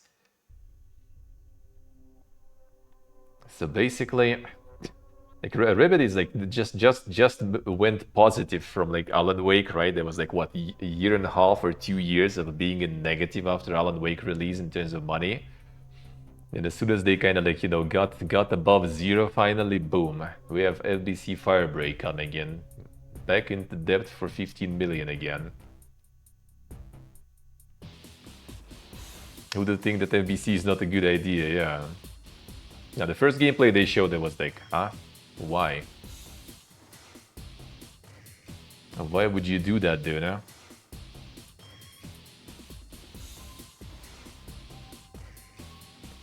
Balance future investments to the title. We continue developing and improving the game in line with our updated long-term sales forecast. Well, at least they didn't ditch it instantly, though, so I guess we'll see. Huh? Underperformed on Steam. That's one way to put it, man. It's one way to put it. Actually got like a little bit of a boost after. Oh, the TBC it was, right? It's FBC. Yep. Yeah, the update actually made it almost 100 there. It was 259 actually. Holy. Still better than Speed Freaks though, dude. That one is like completely dead, I guess, at this point already, right? Damn. No. Speed Freaks is actually better than the BC. Even Speed Freaks is better, dude. Huh? It's alive. It's alive. Humble Bundle bringing life. Actually, no. Humble Boost is already gone. Looks like again. Back to the Bogusaur there. Remedy is not feeling too well, I guess. Hoped for a better launch, but was optimistic about the game's post-launch roadmap. Yeah, that also don't really go that well now. Microsoft denies US retailers like Target and Walmart have removed Xbox products from stores. Megacorp said retailers remain committed partners for Xbox consoles, accessories, and games.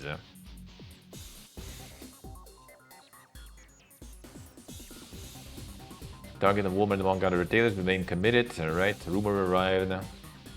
Like, I wonder how much of that is just like basically someone is going like, oh man, I'm gonna farm some fucking clicks and likes right now, so I'm gonna post it, you know, like I'm gonna go to the nearest stores. Like, I don't even know if there's a photo or something, or someone just like basically are sharing images, alright, intimating retailers were also purging Xbox console stock.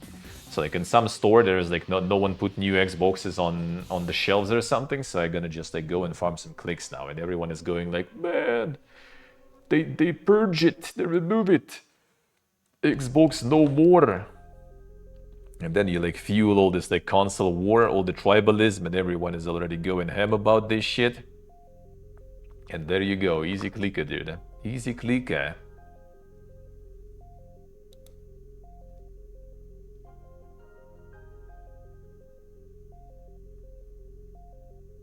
Owlcat Games sets up educational resource hub for game devs.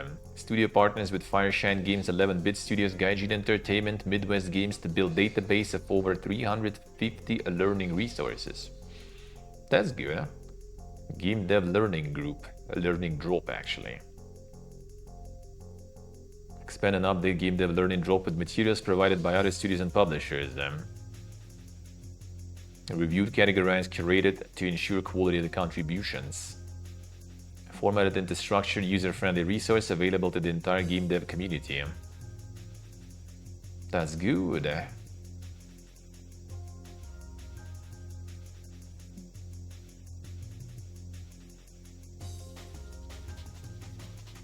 Actually good you took a peek at it. Nice, nice, that's nice, that's good.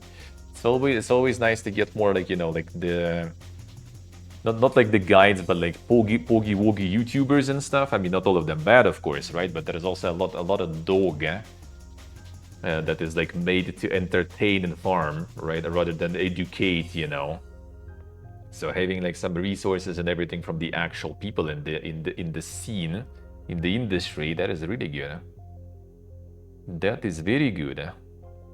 It's an experience share, you know.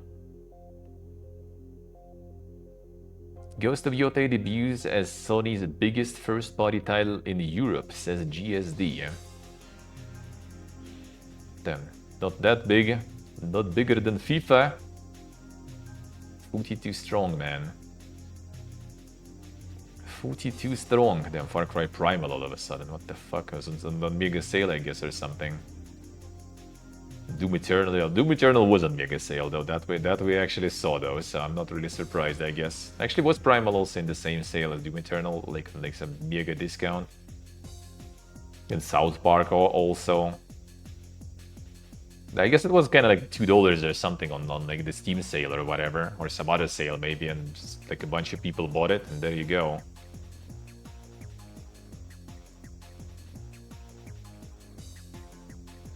Final Fantasy Tactics actually there, yeah. Revenue in Europe, and that was unit sales. Okay, so if yeah, okay, revenue. Yeah, now there is no Primal. Now there is no Doom Eternal. Yeah, so that was literally sales probably. Yeah, this is the profit chart already. Well, still FIFA though. Yeah, Final Fantasy in terms of profit is a bit higher there. Above Borderlands. Fucking Shadows also all of a sudden. Dink. Nintendo downplays hack, claiming no leak of personal development or business information. It did not, however, comment on ongoing leaks pertaining to its Pokemon franchise. Breached Nintendo servers and stolen internal data. Screenshot of number of Nintendo topic files. Have not confirmed any leak of personal information. There has been no leak of development or business information. See how it is. Number of major development secrets, including the series roadmap until 2030, got leaked. Holy shit. Yeah, Nintendo Headhunter is already on the case there. Monka is... Battlefield 6 sells over 7 million units in 3 days, EA confirms. Latest installment marks the biggest opening ever in the Battlefield franchise. Saudi a little late to the party, I guess. Not gonna benefit from these stonkers already. They should go a little faster there. A little faster there. Black Ops 7 beta matches were nearly 99% cheater-free. Says who?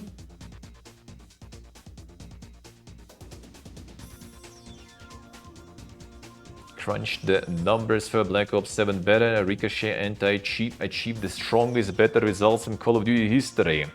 Each day, our cheat detections got faster and your matches got cleaner. By the end, nearly 99% of matches were cheater-free, and median detection time for cheaters was 3 matches. Nice, 500, nice. Yeah, Battlefield does seem like nice. Well, apparently like the campaign is kind of dog though, but that was always the case with Battlefield. But yeah, multiplayer seems good though. Multiplayer seems good.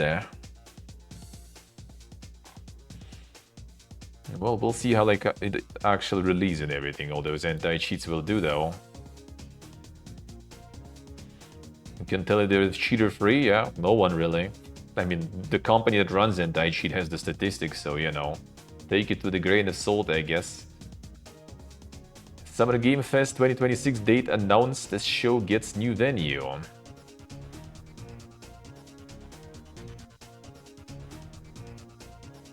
It was in the YouTube Theater. And next year it's gonna be something else, the Dolby Theater, Hollywood, California. Damn. Hollywood to California. Geoff is living the dream. Gonna get the Kajimbo, get a bunch of actors on stage now. Now that they're in Hollywood, you know. Promote even more movies at the showcase. Feels good, man. That's gonna be a nice fucking show. We'll see, I guess. Friday, June 5th. I need to kind of like set up my stuff so I'm like at the PC somewhere to watch this one, because like this is gonna be time that is kind of weird. Like I potentially might be like in my IRL Fiesta still going. We'll see. Gotta figure it out. Even a good solo game? Well, that I'm not so sure though. Like I did play a little. Like 4 hours is nothing, obviously, but it's nice. But solo, I think it's not that good. I mostly was matched like with solos, except like for like one time was clearly not solo. Other times more or less felt like it was solo, but that's also because it's better. How many people playing solo gonna be getting it, you know, on release, and how many of them will be left like in a month or something? Like the solo probably not gonna be feasible. So I do kind of hope they will get some sort of like solo dedicated mode or some like PvE mode. It would be kind of nice too, I guess, because games run good, games play good. Shooting is fun and everything, but yeah, not so sure about the solo life there. You can always play like red mode, but yeah, I think it can get probably like repetitive and old very fast. Escape from Tarkov hits 500,000 wishlists on Steam. Tarkov still gonna farm, dude. On November 15th. The 500,000 wishlists.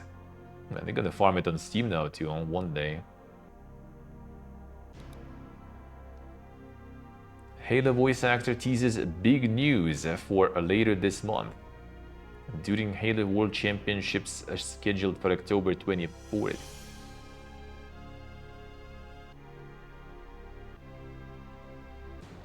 Wait to see you guys in the Halo World Championship in Seattle.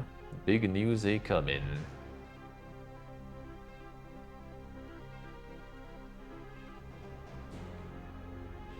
We'll see, we'll see. Got some more rumors later about the Halo stuff there. Battlefield 6 naval warfare content is already in development. Data mines reveal. Battlefield, I think, never had DLCs, right? I don't remember, actually. Don't think so. How are they gonna ruin the franchise even more? We'll see, we'll see. Oh, yeah, oh. If the rumors are true, we know how even.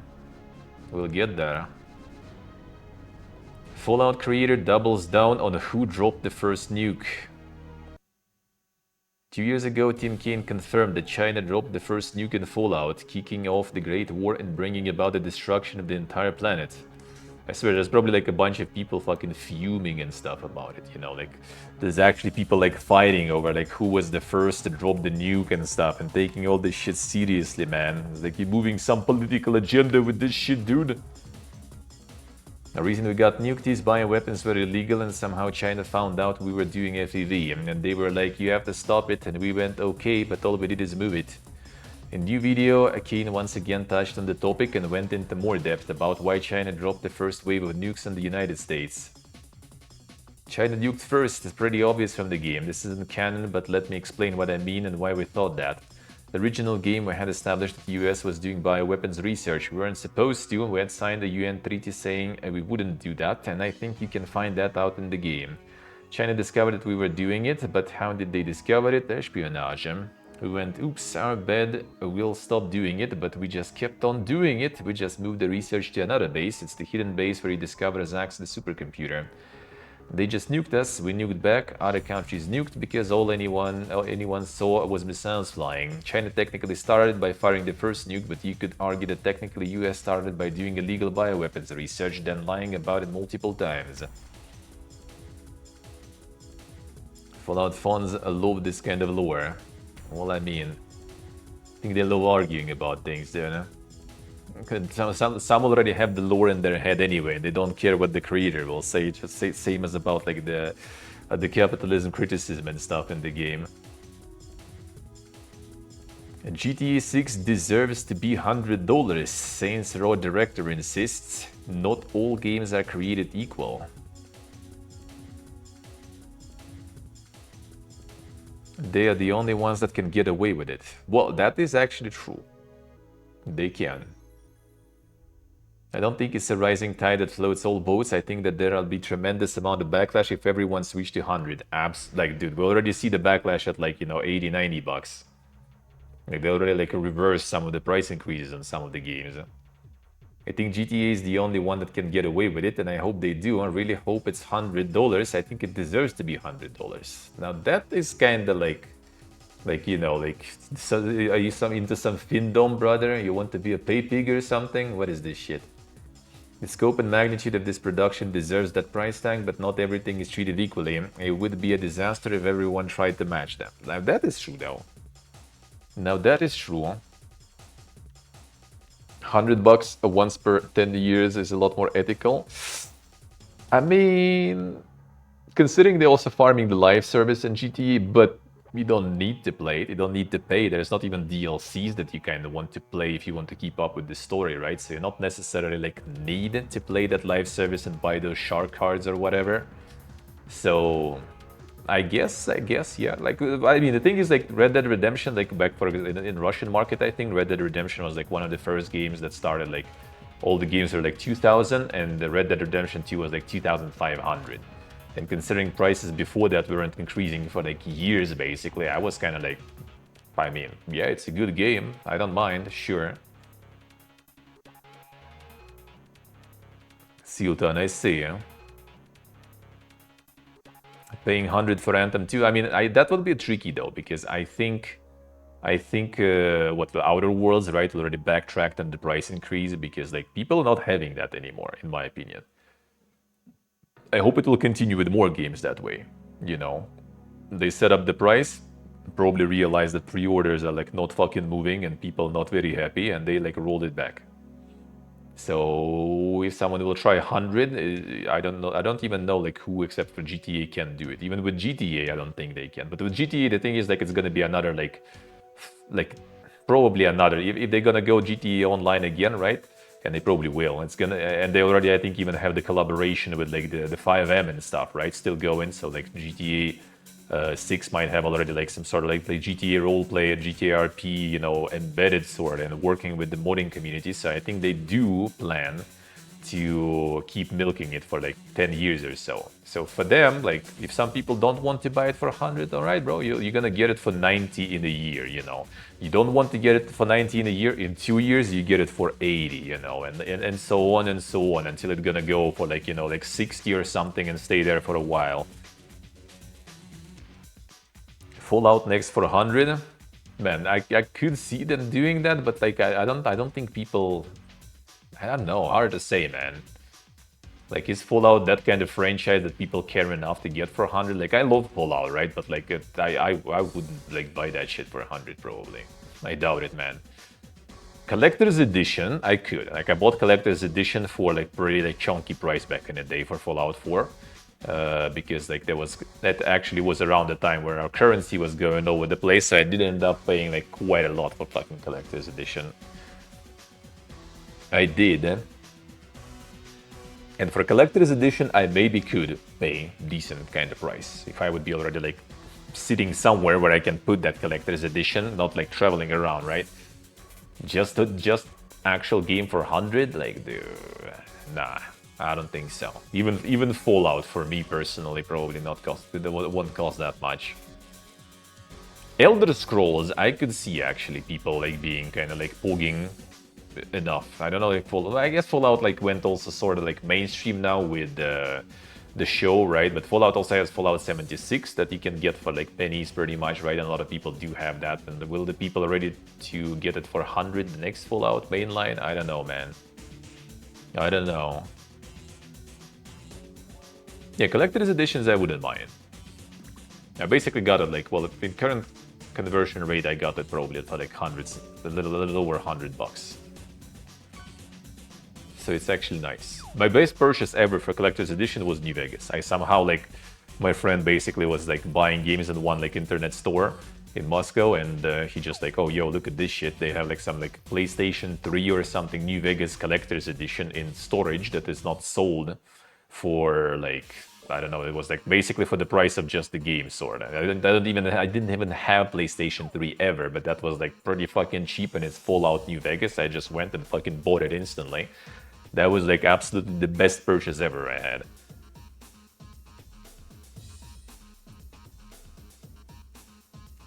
Either go Game Pass or pay a lot. I mean, true. That actually could be.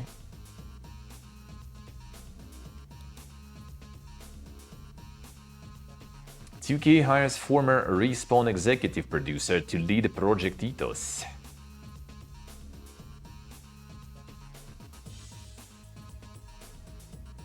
Community feedback to Project Ethos and Lightning. Wasn't another just like team-based like shooter or whatever shit?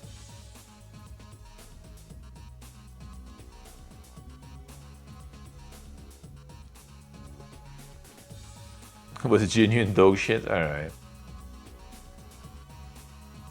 Did you test that one?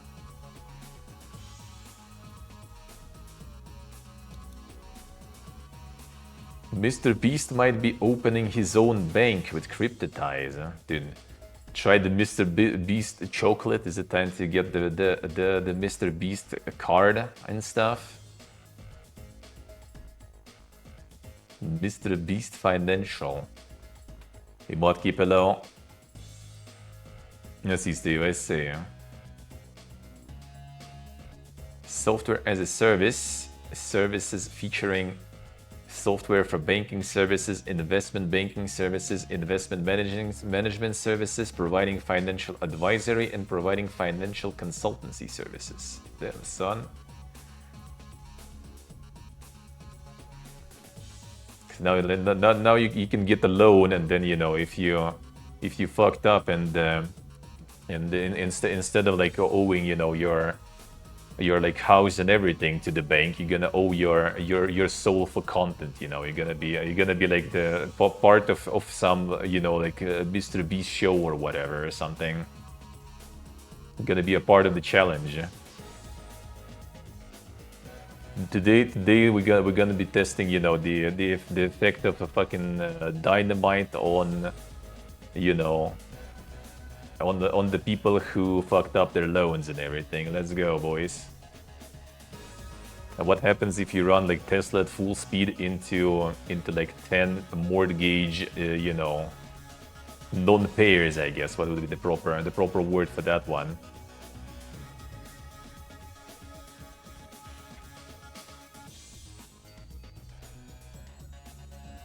And the prime loans, yeah. The prime loans, dude.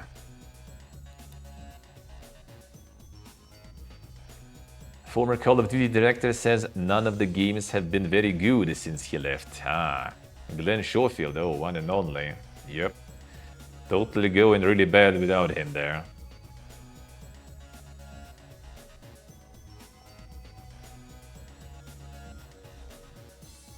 Give you one selfish example. I hate doing this, but since I left Sledgehammer, none of the games have been very good. I mean, the last one, Modern Warfare 3 2023, was a 15. They still sell well. They just aren't so good, aren't as good. Well, brother man, you know what's like the main measure, I guess, of good or not nowadays, especially for the company. What would you say about your Callisto Protocol then, though? Is that one good but didn't sell well, or how is that one going? Treyarch still really good, but you know, I got lucky. I feel like I was at the heyday of EA during my time there.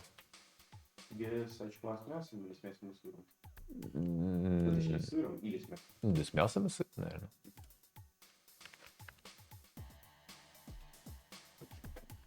When got Activision made Modern Warfare 3011. Shop is currently enjoying a break after leaving Striking Distance Studios. Yeah, enjoying a break, dude. That is like literally the next one. Boom.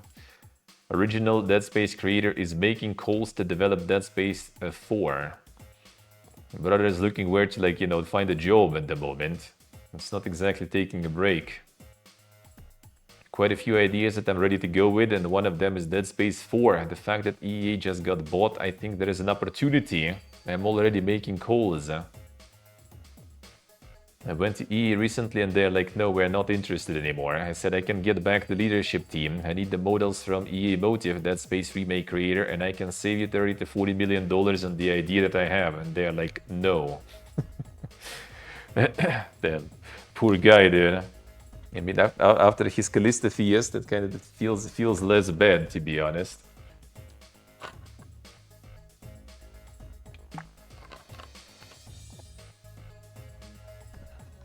Sì, quello è sì, eh?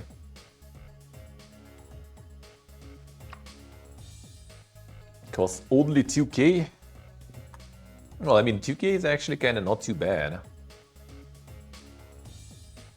For like the top tier, for the top tier one.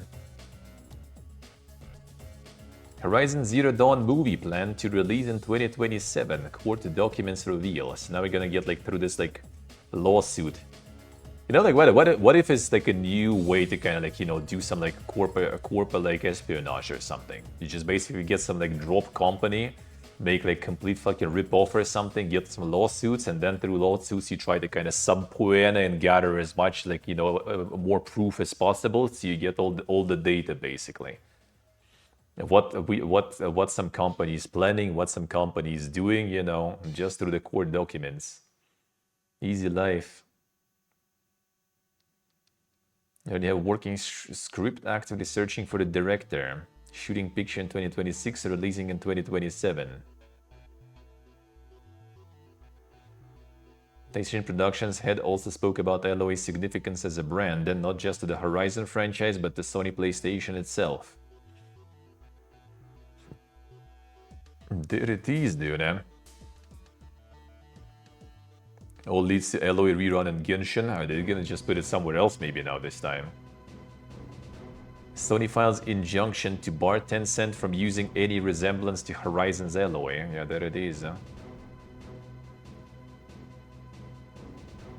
blatant knockoff. Sony seeking preliminary injunction in the Horizon clone lawsuit against Tencent. Motion is to stop Tencent from reproducing, preparing derivative works of, displaying, performing, and distributing any works copied or derived from SIE Horizon works.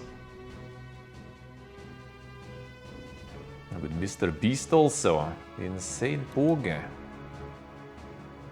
Escape from Tarkov's long-awaited console version is coming. There it is.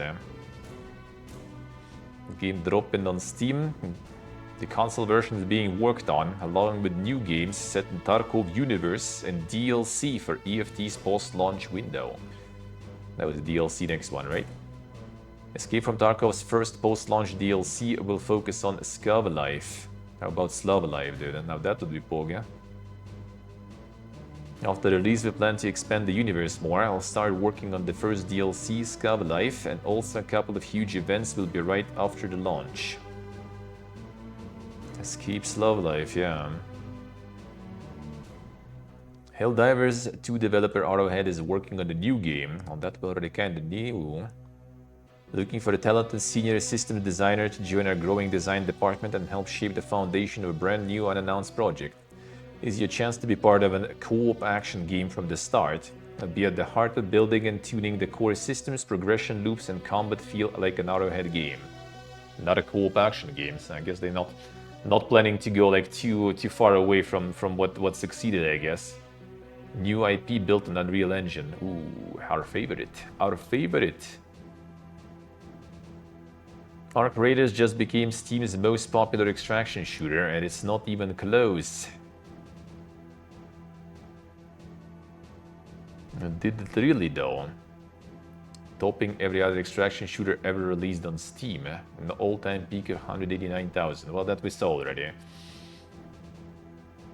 Thought there was something kind of like bigger though, but maybe not.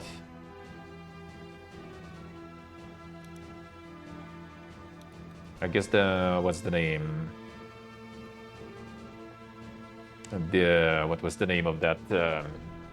The free-to-play extraction also that arrived when the talk of controversy was happening, the recent ones. Something Zone or whatever. Yeah, was there? Yeah, Arena Breakout Infinite. This one. That one didn't go that dang. That one is not doing that good on Steam. 66,000. All right. I guess it's not that. It's not that boogie woogie then. All right. Sure. There it is then. A live service Halo game possibly in the works. That's how they make it worse, I guess. A live service Halo title. Well, that's from some YouTuber and stuff, so I guess we'll see. Again, the grain of salt. Previously leaked the Virtuous co-development for Halo CE. Similar to Fortnite, though they don't know if it will feature a battle royale. No other information was provided, so take it with a grain of salt. Oof. The Halo Extraction, Halo Battle Royale. Let's go. Let's go.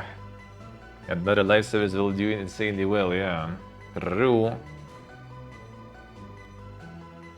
Sleeping Dogs film adaptation gets exciting update. The first script draft is finished. Damn, son. None of our Sleeping Dog script draft being done. Here is my sleepy dog. Damn, son got the whole script already there. It's actually happening. Insane. Alright, let's see what you guys posted. Can already go fast. Gonna go fast. Friend's gonna arrive soon. And I still... Shit, my friend didn't do cleaning. I need to do cleaning, I guess. Need to do some vacuuming at least. I need to figure out actually if someone will buy beer. I also need to run to the store on time.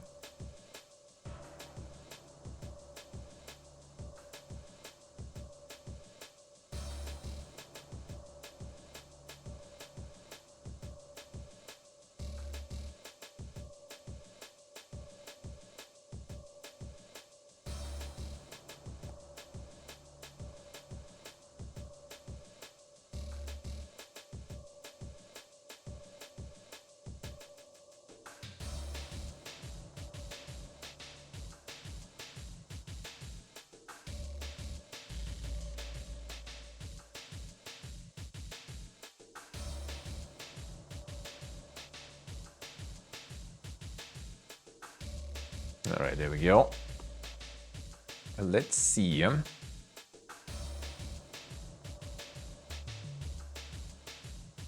look back on the year of 2025. I mean, we could.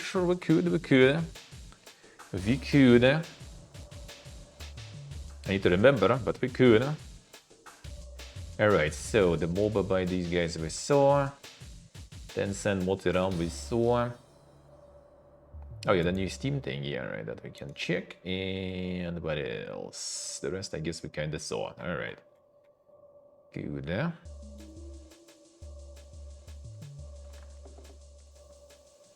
That, yeah, we could check that. We could check that. Let me write that down actually. There will be time. It's gonna be the travel season already. I wouldn't mind.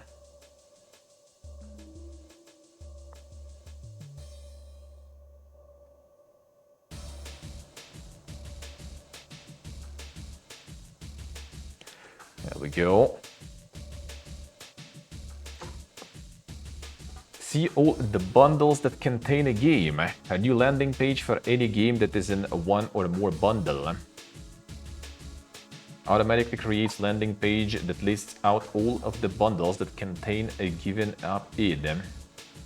If a game is available in more than 3 bundles, then a link to the new landing page will appear on the games store page. In this case, you'll see a link that says see all bundles. I guess they got tired of like everything getting bundled together. Got tired of that one. Sorting option. List our bundles in order of popularity is determined by the amount of revenue generated by each bundle. But that is handy drop down to change the sort order to browse bundles by price, discount, or alphabetical by name. I see what they say.